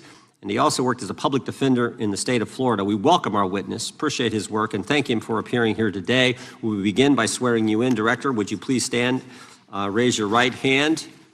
Do you swear or affirm under penalty of perjury that the testimony you're about to give is true and correct to the best of your knowledge, information, and belief, so help you God? Let the record reflect that the witness has answered in the affirmative. You can be seated as you are. You know, you've been through this yesterday. Did a fine job. Please know that your written testimony will be entered into the record in its entirety. Accordingly, we ask that you summarize your testimony. Director, you may begin. Good morning, Mr. Chairman, Ranking Member Raskin, and members of the committee. I want to begin today by discussing the appalling assassination of Charlie Kirk. It's important for this FBI to be transparent without jeopardizing our investigations, so a little bit of the timeline is important. Charlie Kirk was unfortunately assassinated on September 10th. We immediately, the next day, released images early in the day in local time in Utah to start the public partnership in our manhunt for the assassin and culprits. At approximately 5 p.m. local time, I arrived on the ground and walked the crime scene myself. And we flew multiple FBI assets in and out to process DNA simultaneously while bringing in evidence response technicians, hostage rescue teams, and other experts to assist state and local law enforcement with their investigation. At 8 p.m. local on September 11th, the FBI collected and populated and promulgated at a press conference a video of the suspect on the grounds. We also released enhanced images. Due to that release that I directed and ordered, the suspect involved was apprehended and in custody at 10 p.m. local time. That's less than 2 hours after we did the video release and the photo release. So within 33 hours, that individual suspect was in custody. And his family, who has since been interrogated, specifically stated to FBI interrogators that because of the video that the FBI released at my direction and because of the photographs that they released, they identified their son, they confronted their son when he swung by their home, and that's what led to his apprehension. We are still, the FBI, has that investigation ongoing, and it continues to be ongoing. And I want to thank the state of Utah and the state and local authorities there. And I also want to thank the Attorney General and President Trump for directing resources to allow us to conduct that investigation as we have. Under this administration, the FBI has arrested more than 23,000 violent criminals. 23,000 in 7 months. That's twice as many year to date last year. We've taken over 6,000 firearms off the streets. 6,000 guns are no longer in the hands of criminals in 7 months. We've identified and found and located 4,700 child victims. That is a 35% increase year to date last year. We have arrested 1,500 child predators. That is a 10% increase year to date last year in just 7 months. We've assisted our partners with countless counterterrorism operations around the world. We've captured, at the FBI, 4 of the most top 10 wanted fugitives in the world in 7 months. To put that in perspective, that's as many as my predecessor nabbed in the entirety of the Biden administration. We got 4, we got more coming. On top of that, in 2 weeks, thanks to the help of the CIA, we collected and captured one of the individuals responsible for the horrific Abbey Gate bombing that led to the murder of 13 service members. We did that in 2 weeks. They didn't do it in the 4 years of the entire prior administration. Nationwide, we've been executing our Operation Summer Heat, the FBI's national focus on targeting violent crime based on intelligence-driven operations. Ask the citizens of Seattle, Miami, Memphis, Charlotte, Chicago, New Orleans. To specifically highlight New Orleans and Nashville, there has been a 250% increase in violent crime arrests in those cities alone, and other mid-major cities that I've just listed. In just a few short months, we have already unleashed 1,000 FBI personnel across this country. Every single state across this country is getting a plus up. This is a fiction that the FBI is short or that we are compromising the men and women in the field. They do not need to be in Washington, D.C., so we're sending them into the field to each and every one of your states. Because of that, crime is at an all-time low. We had to do it because of the explosion of crime. And maybe the most important stat for Americans to realize: in just 7 months, we are on track to produce the lowest murder rate in modern U.S. history by double digits. Those are results not of mine. Those are results of the men and women of the FBI. If you want to criticize me, bring it on, but do not attack the brave leaders in the field. We are also working 24/7, 365 on the opioid epidemic that is killing more than hundreds of thousands of people a year. We have seized 1,600 kilograms of fentanyl off the streets so far in 7 months. Year to date, 25% increase. To put that in perspective, that's enough to kill a third of the American population, 120 million Americans. 100,000 kilograms of cocaine and meth gone off the streets. Earlier this year, I highlighted in Cincinnati, Ohio, how we're getting creative to chase down those that were willing to do harm to our citizens, not just by striking at the heart of the fentanyl producers, but the fentanyl precursor companies in China. And we indicted for the first time multiple companies and individuals, not just in America, but in mainland China, that are producing the ingredients that produce and make fentanyl that kill our children. And we're going to keep going. Counterterrorism work, cyber attacks, and foreign adversaries are something the FBI must never sleep on, and we are not sleeping. In the counterintelligence space alone, this year, year to date, 30% increase in counterintelligence arrests from the DPRK, Russia, Iran, and China. And I want the American people to know, in this setting, there's a lot of work that the brave men and women in the FBI are doing we just can't get into, but they don't stop. Our cyber threats, ransomware attacks, those harming our children online. We have nearly a 20% increase in indictments arrests in 7 months alone this year. We're going after those that harm our malware, infrastructure systems, telecom systems, and energy structure. Combating SALT and Vault typhoons are just a little bit of the examples we're doing. Maybe most importantly, under the counterterrorism and domestic terrorism umbrella, are nihilist, violent extremists, and those that label themselves 764, who wish to go online and convince children to maim and mutilate themselves and commit suicide. And we are producing record numbers of arrests under that umbrella organization. We even stopped an individual in the 764 network who wanted to conspire to kill an adolescent girl. He is now in custody. Transparency remains one of my main priorities at the FBI. And this is what I've done in my 7 months at the helm. We've produced more than 33,000 pages of documents to Congress to a variety of committees, including, I believe, 7,500 to this committee alone, if memory serves me correct. To put the 33,000 in perspective, my predecessor in 7 years produced 13,000 pages in total to the United States Congress. His predecessor in 4 years produced 3,000 pages in total. I repeat, I have produced 33,000 pages in 7 years to this Congress and will continue to do so. I'm dedicated to restoring the trust and the mission and the integrity of the FBI, and we cannot do so without congressional oversight, and I promise you I will continue to do so.